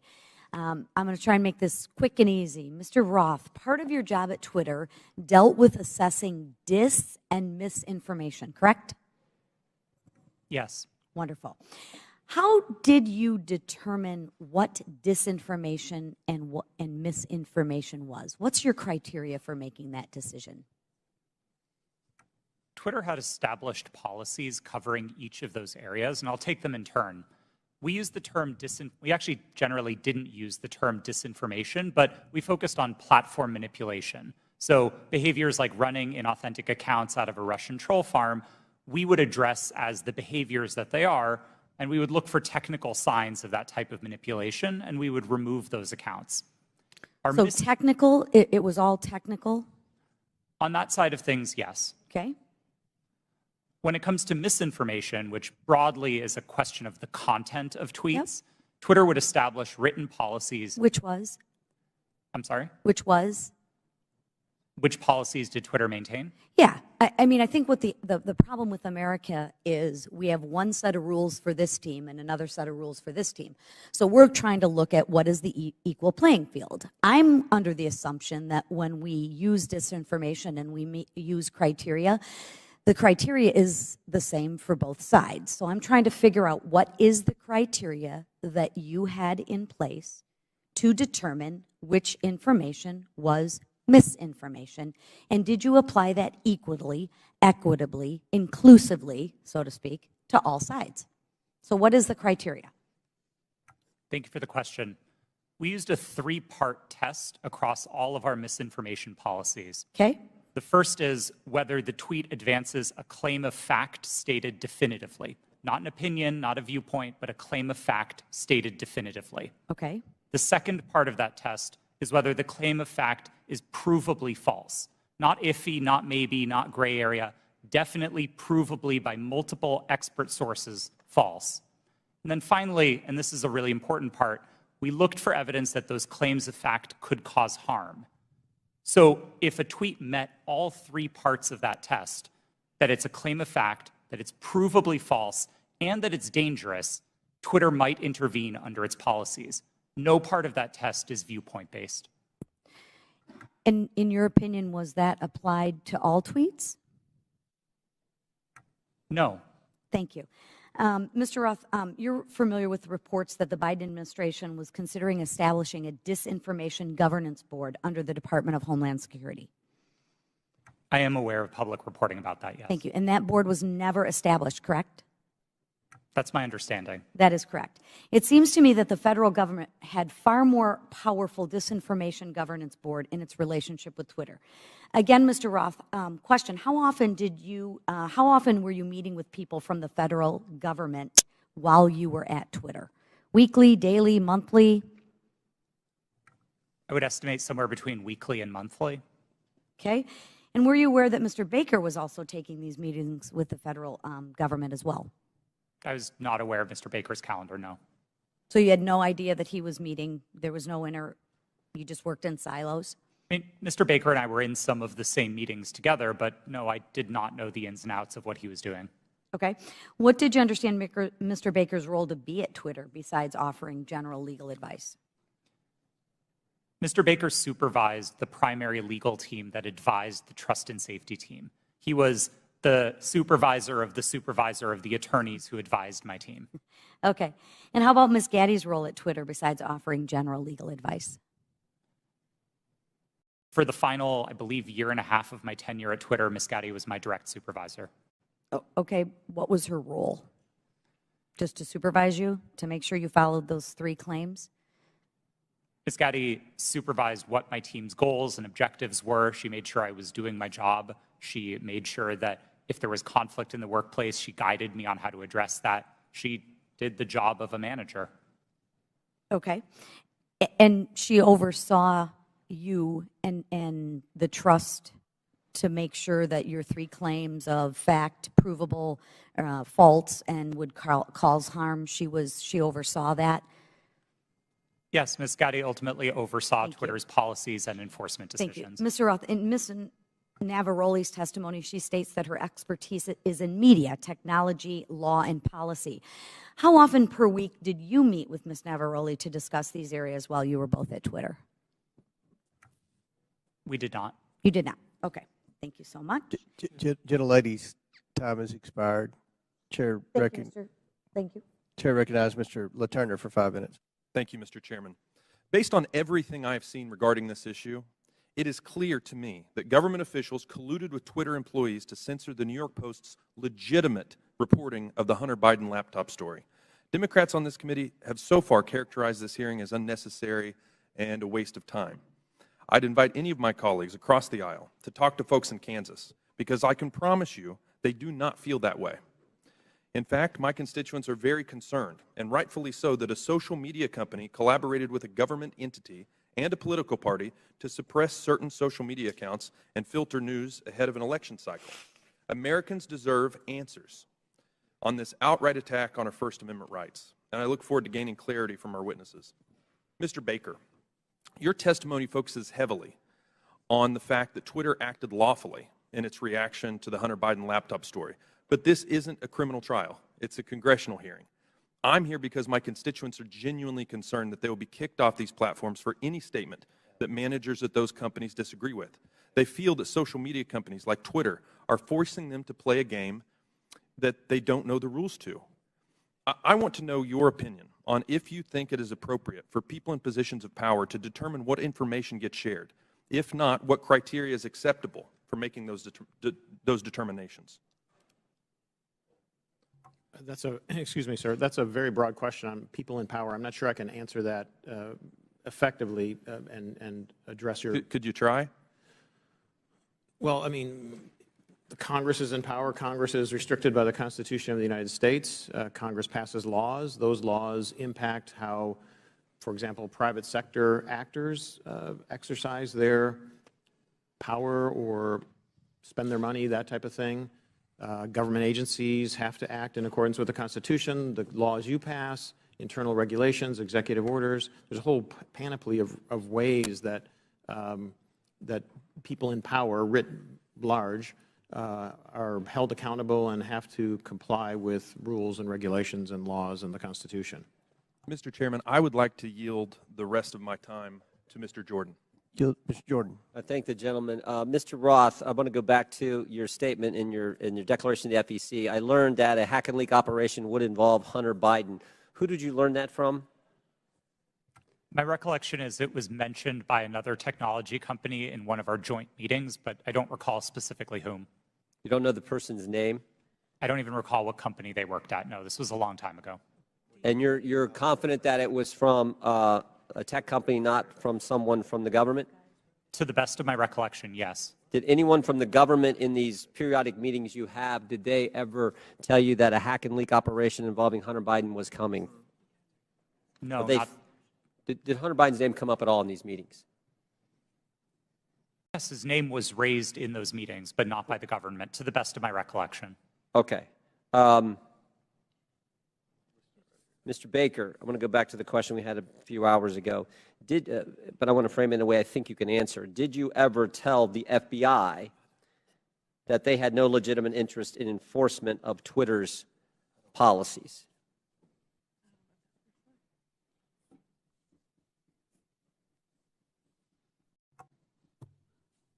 I don't think I understand. I think I understand the question.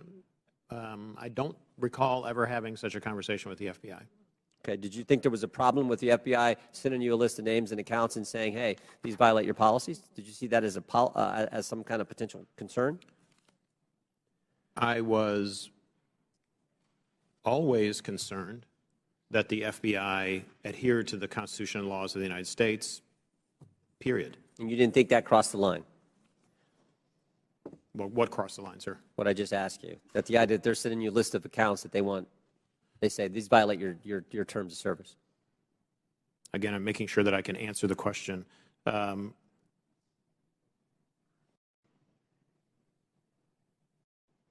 Had I thought that they were doing something unlawful, I would have taken appropriate steps to address it. Okay, Mr. Roth, why were you reluctant, based on what I read in the Twitter files, why were you reluctant to work with the GEC? It was my understanding that the GEC, or the Global Engagement Center of the State Department, had previously engaged in at least what some would consider offensive influence operations. Not that they were offensive as in bad, but offensive as in they targeted entities outside of the United States. And on that basis, I felt that it would be inappropriate for Twitter to engage with a part of the State Department that was engaged in active statecraft. We were dedicated to rooting out malign foreign interference, no matter who it came from. And if we found that the American government was engaged in malign foreign interference, we'd be addressing that as well. Yep. Gentlemen's time's expired. In closing, I want to again thank our panelists for being here. I know it's been a long day. We apologize for the electricity going out. That's never happened in my 6 years in Congress. But before we close, the ranking member and I are going to have very brief closing statements. I yield to the ranking member. Well, thank you kindly, Mr. Chairman. Thank you to the witnesses for your endurance and patience today. I hope you don't feel as bad about the day as you seem to look right now, but it's going to be over soon. I want to start with a simple point that I hope will be sympathetic to you, and I began the long day with this. It's even more important now that we have members who are actually threatening witnesses with arrest and prosecution for clearly imaginary offenses, or at least offenses that might make sense in their minds, but I don't quite know what they would be. But Twitter is a private First Amendment protected media entity, and you make your own decisions like Fox News makes its decisions. And I might get kicked off of Fox News, or they might not cover me, or Wall Street Journal, or MSNBC. I've got no constitutional right to go there. So I think there's just a fundamental legal fallacy and logical fallacy that pervades most of the questioning today. And my friend, the chairman, and my friend, Mr. Jordan, certainly know that under our First Amendment, there's a state action requirement. There is no state action here. Now, there's an attempt to perhaps jerry-rig some state action by claiming, well, it was really the FBI that committed whatever offense was there. But what do we have in terms of what we found today? Well, today's witnesses, each and every one, testified that no U.S. government official directed any of them to censor, remove, or take down the New York Post story. That was their mistake. 2, today's witnesses all testified that the Biden campaign did not direct Twitter to take action against the New York Post story.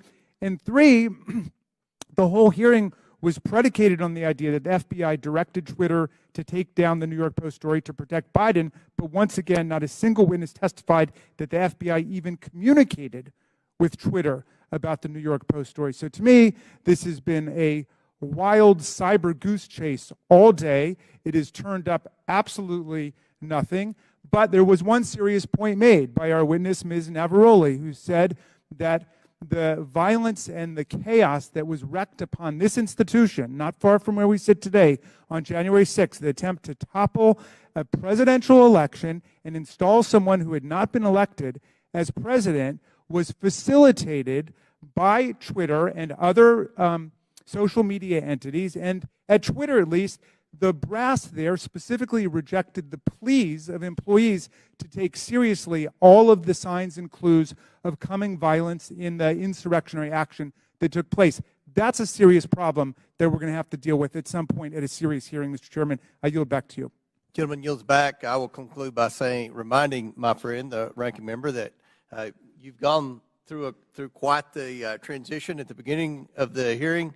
You, as well as many of your colleagues, said this was a conspiracy theory. After listening to the witnesses, now you say it's a simple mistake they made in suppressing the laptop story. Twitter is a private company, but they enjoy special liability protection, Section 230. They also, according to the Twitter files, receive millions of dollars from the FBI, which is tax dollars, I would assume. And that makes it a concern of the Oversight Committee. The reason that we've had this hearing is because the laptop has been mislabeled by many in the mainstream media as being Russian disinformation, and that started with Twitter, as well as being tampered with, and you had several people, including Mr. Goldman, that implied that it had been tampered with, even though CBS News and other credible media outlets. You mean mainstream media outlets? CBS? Yeah. You don't think CBS is credible? No, I thought you were just calling them mainstream media. No. Okay. CBS News. CBS News has done a forensic audit that shows that the hard drive is legitimate and it was not tampered with. So these are misconceptions that are out there, and they started because of the suppression of the laptop story. The reason the laptop's important is because there's evidence on there that should concern every American about potential corruption, as well as evidence that would suggest that there's a possibility that this administration could be compromised because of the millions and millions of dollars that they've received from our adversaries around the world. We believe that's worth investigating. We believe national security is important. We had a hearing yesterday on our border. We believe there's a crisis at the border, and it threatens our national security. We had a hearing today. We believe that we need to make sure that this administration is not compromised because of the millions of dollars that they've received from our adversaries around the world. That much of that evidence is contained in the laptop. So I think this was a very successful hearing. I appreciate the witnesses' time. I know it was a very long day, and again, we've never had the electricity go out before. But again, we appreciate your sincere testimony. And with that, and without objection, all members will have 5 legislative days. Mr. Chair, I apologize to interrupt. It's come to my attention that I have to seek your unanimous request in order to submit some additional documents. Without objection, so ordered. Thank you. Apologies. With that and without objection, all members will have 5 legislative days within which to submit materials and to submit additional written questions for the witnesses, which will be forwarded to the witnesses for their response. If there's no further business, without objection, the committee stands adjourned.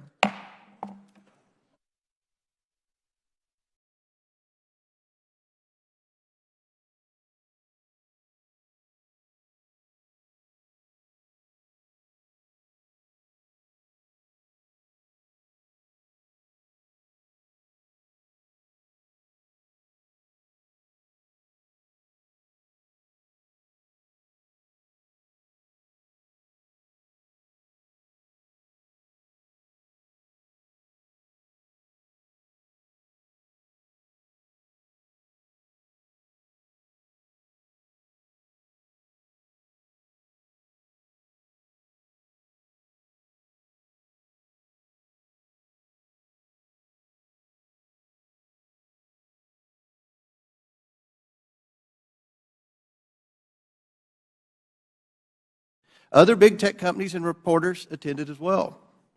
This exercise prepared them for their future collusion to suppress and delegitimize information contained in Hunter Biden's laptop about the Biden's family business schemes. On October 14, 2020, the New York Post published its first story based on information contained in Hunter Biden's laptop story. The Post provided proof of the laptop's legitimacy by releasing a computer repair store's signed receipt for the laptop and the federal subpoena used by the FBI to retrieve it in 2019. The article revealed that a top executive at Burisma, who was paying Hunter Biden $50,000 a month, had spent time with then Vice President Biden in Washington, D.C. Throughout his presidential campaign, Joe Biden assured the American people that he had never spoken to his son about his overseas business dealing. However, the details exposed in the Post article indicate that Joe Biden lied to the American people. Immediately following the story's publication, America witnessed a coordinated campaign by social media companies, mainstream news, and the intelligence community to suppress and delegitimize the existence of Hunter Biden's laptop and its contents. That morning,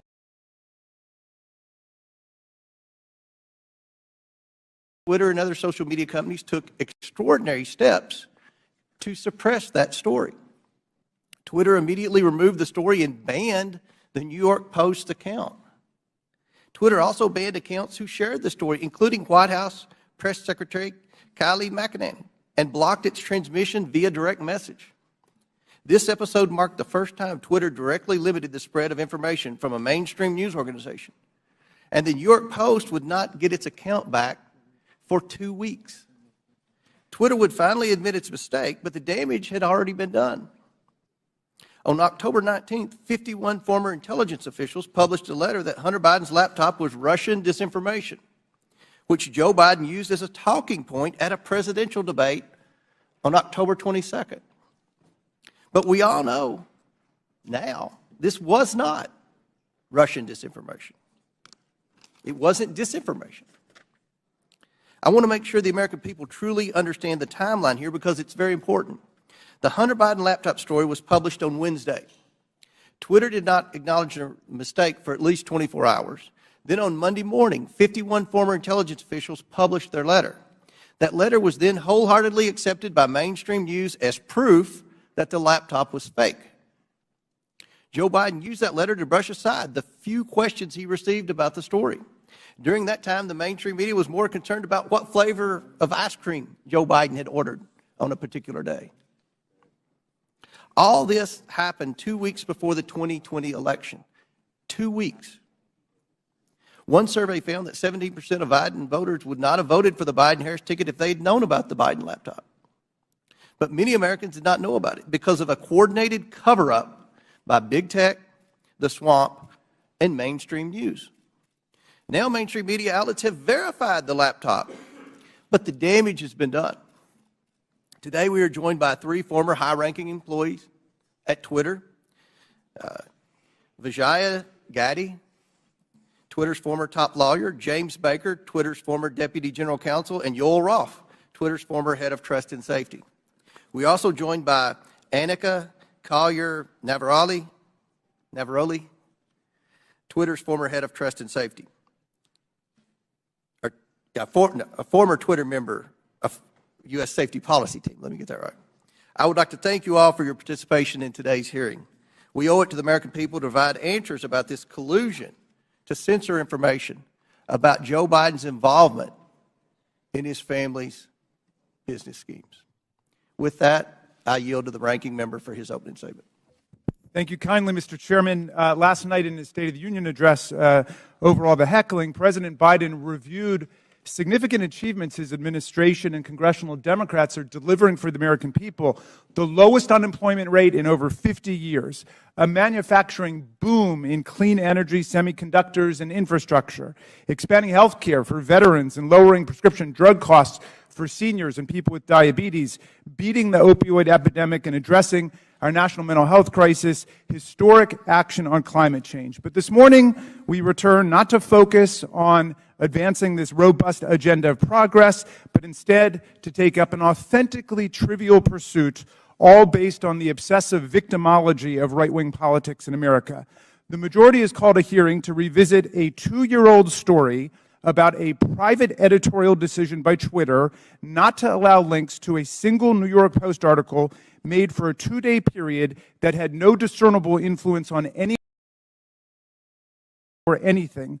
The New York Post published the article on its own pages, and it was carried by lots of other media outlets. It was widely discussed, including on Twitter itself, even during the brief moment in time when links weren't provided, and it was a fixture in right-wing media for the next 3 weeks before the election. I think even the chairman and other members of this committee were out on TV and social media talking about it. But instead of letting this trivial pursuit go, my colleagues have tried to whip up a faux scandal about this 2-day lapse in their ability to spread Hunter Biden propaganda on a private media platform. Silly does not even begin to capture this obsession. What's more, Twitter's editorial decision has been analyzed and debated ad nauseum. Some people think it was the right decision. Some people think it was the wrong decision. But the key point here is that it was Twitter's decision. Twitter is a private media company. In America, private media companies can decide what to publish or how to curate content however they want. If Twitter wants to have nothing but tweets commenting on New York Post articles run all day, it can do that. If it makes such tweets mentioning the New York Post never see the light of day, they can do that too. That's what the First Amendment means. Twitter can ban Donald Trump for inciting violent insurrection against the Union, as he was impeached by the House of Representatives, and as 57 of 100 senators found he did. And it can also try to resurrect his political career. Elon Musk just purchased Twitter and therefore controls its editorial content. And among the first things he did was to fire some people, hire some people, denounce some prior decisions, and reinstate an unrepentant and still clearly lying Donald Trump to the platform. Those decisions, however heroic or imbecilic you think they might be, are protected by the First Amendment in the United States of America. Officially, Twitter happens to think they got it wrong about that day or two period. In hindsight, Twitter's former CEO, Jack Dorsey, called it a mistake. This apology might be a statement of regret about the company being overly cautious about the risks of publishing contents of potentially hacked or stolen materials, or it may reflect craven surrender to a right-wing pressure campaign. But however you interpret it, the apology just makes the premise of this hearing all the more absurd. The professional conspiracy theorists who are heckling and haranguing this private company have already gotten exactly what they want, an apology. What more do they want? And why does the U.S. Congress have to be involved in this nonsense when we have serious work to do for the American people? But what makes this hearing tragic is that if our colleagues really wanted to examine a serious problem involving American democracy and social media, my friends, it is staring us in the face right now. Twitter and other social media companies acted as central organizing and staging grounds for the January 6th violent insurrection against Congress and against Vice President Pence. Twitter became the national and global platform for incitement to seditious violence against our government and a forum on the day of attack for coordinating logistical movements and tactical maneuvers in the mob violence against our police officers. In the lead up to January 6th, Twitter decided to allow Donald Trump and countless MAGA extremists to use the platform to spread Trump's ridiculous big lie and disinformation about the election. And soon the internet was replete with incitement for civil war, race war, insurrection, revolution, and mob violence. Twitter did so despite increasingly desperate appeals from its own employees to act in the interests of public safety approaching January 6th. The First Amendment is robust and expansive, but it stops at this point. It does not protect anyone's right to engage in incitement to imminent lawless action and violent action against the government or against other people. This is the Brandenburg Principle. There's no carve-out to free speech for speech relating to the New York Post or Hunter Biden or laptops, but there is a significant carve-out when the speech is deliberately calculated to produce imminent violence and chaos against the government.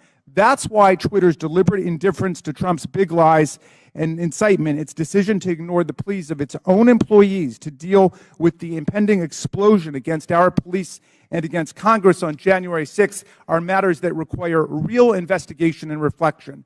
Rather than conspiring to suppress right-wing MAGA speech, as my colleagues astonishingly claim, Twitter and other media companies knowingly facilitated Trump's spread of disinformation, or what his own sycophantic Attorney General William Barr would come to call bullshit, and gave voice to his followers' glorification of violence and calls for civil war. Today, we will hear from Anika Collier-Navaroli, a former Twitter employee turned corporate whistleblower and patriotic hero who raised the alarm inside Twitter and about numerous accelerating warning signs that she saw leading up to the violent and catastrophic attack on the Capitol on January 6, 2021. Ms. Navaroli is here today to publicly testify about how senior officials at Twitter resisted her efforts to put policies in place or to enforce existing policies to promote public safety and to defend our national security. Twitter management, however, did not want to cross Donald Trump.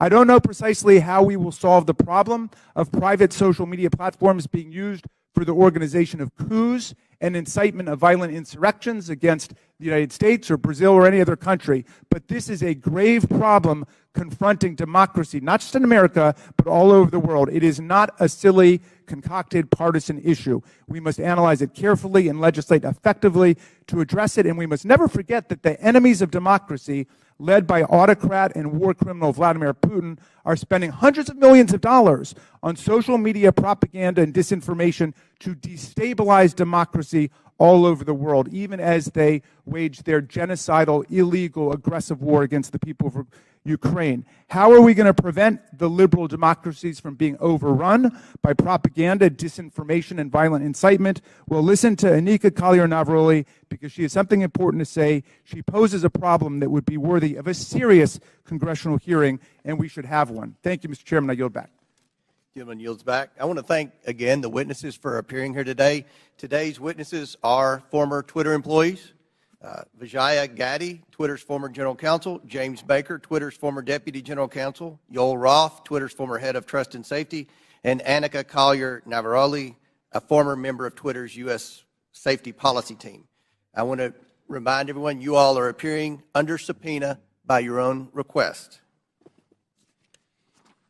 Pursuant to Committee Rule 9G, the witnesses will please stand and raise the right hands.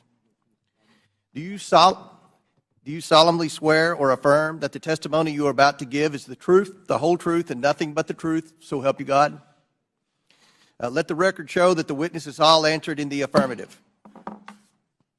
We will begin the 5-minute question portion of our hearing today. The chair recognizes. What's that? Oh, I apologize. Ready to get to the questions. We'll start with the opening statements, then we'll go to the questions. So each witness will get 5-minute opening statements, and we'll begin with you, Mr. Baker.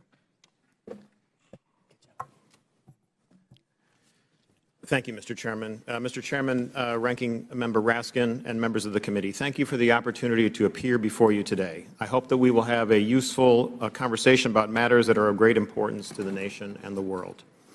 My main goals for this statement are simply to attempt to set the record straight with respect to certain false assertions that have been made about me in public, in the public arena, and to offer a suggestion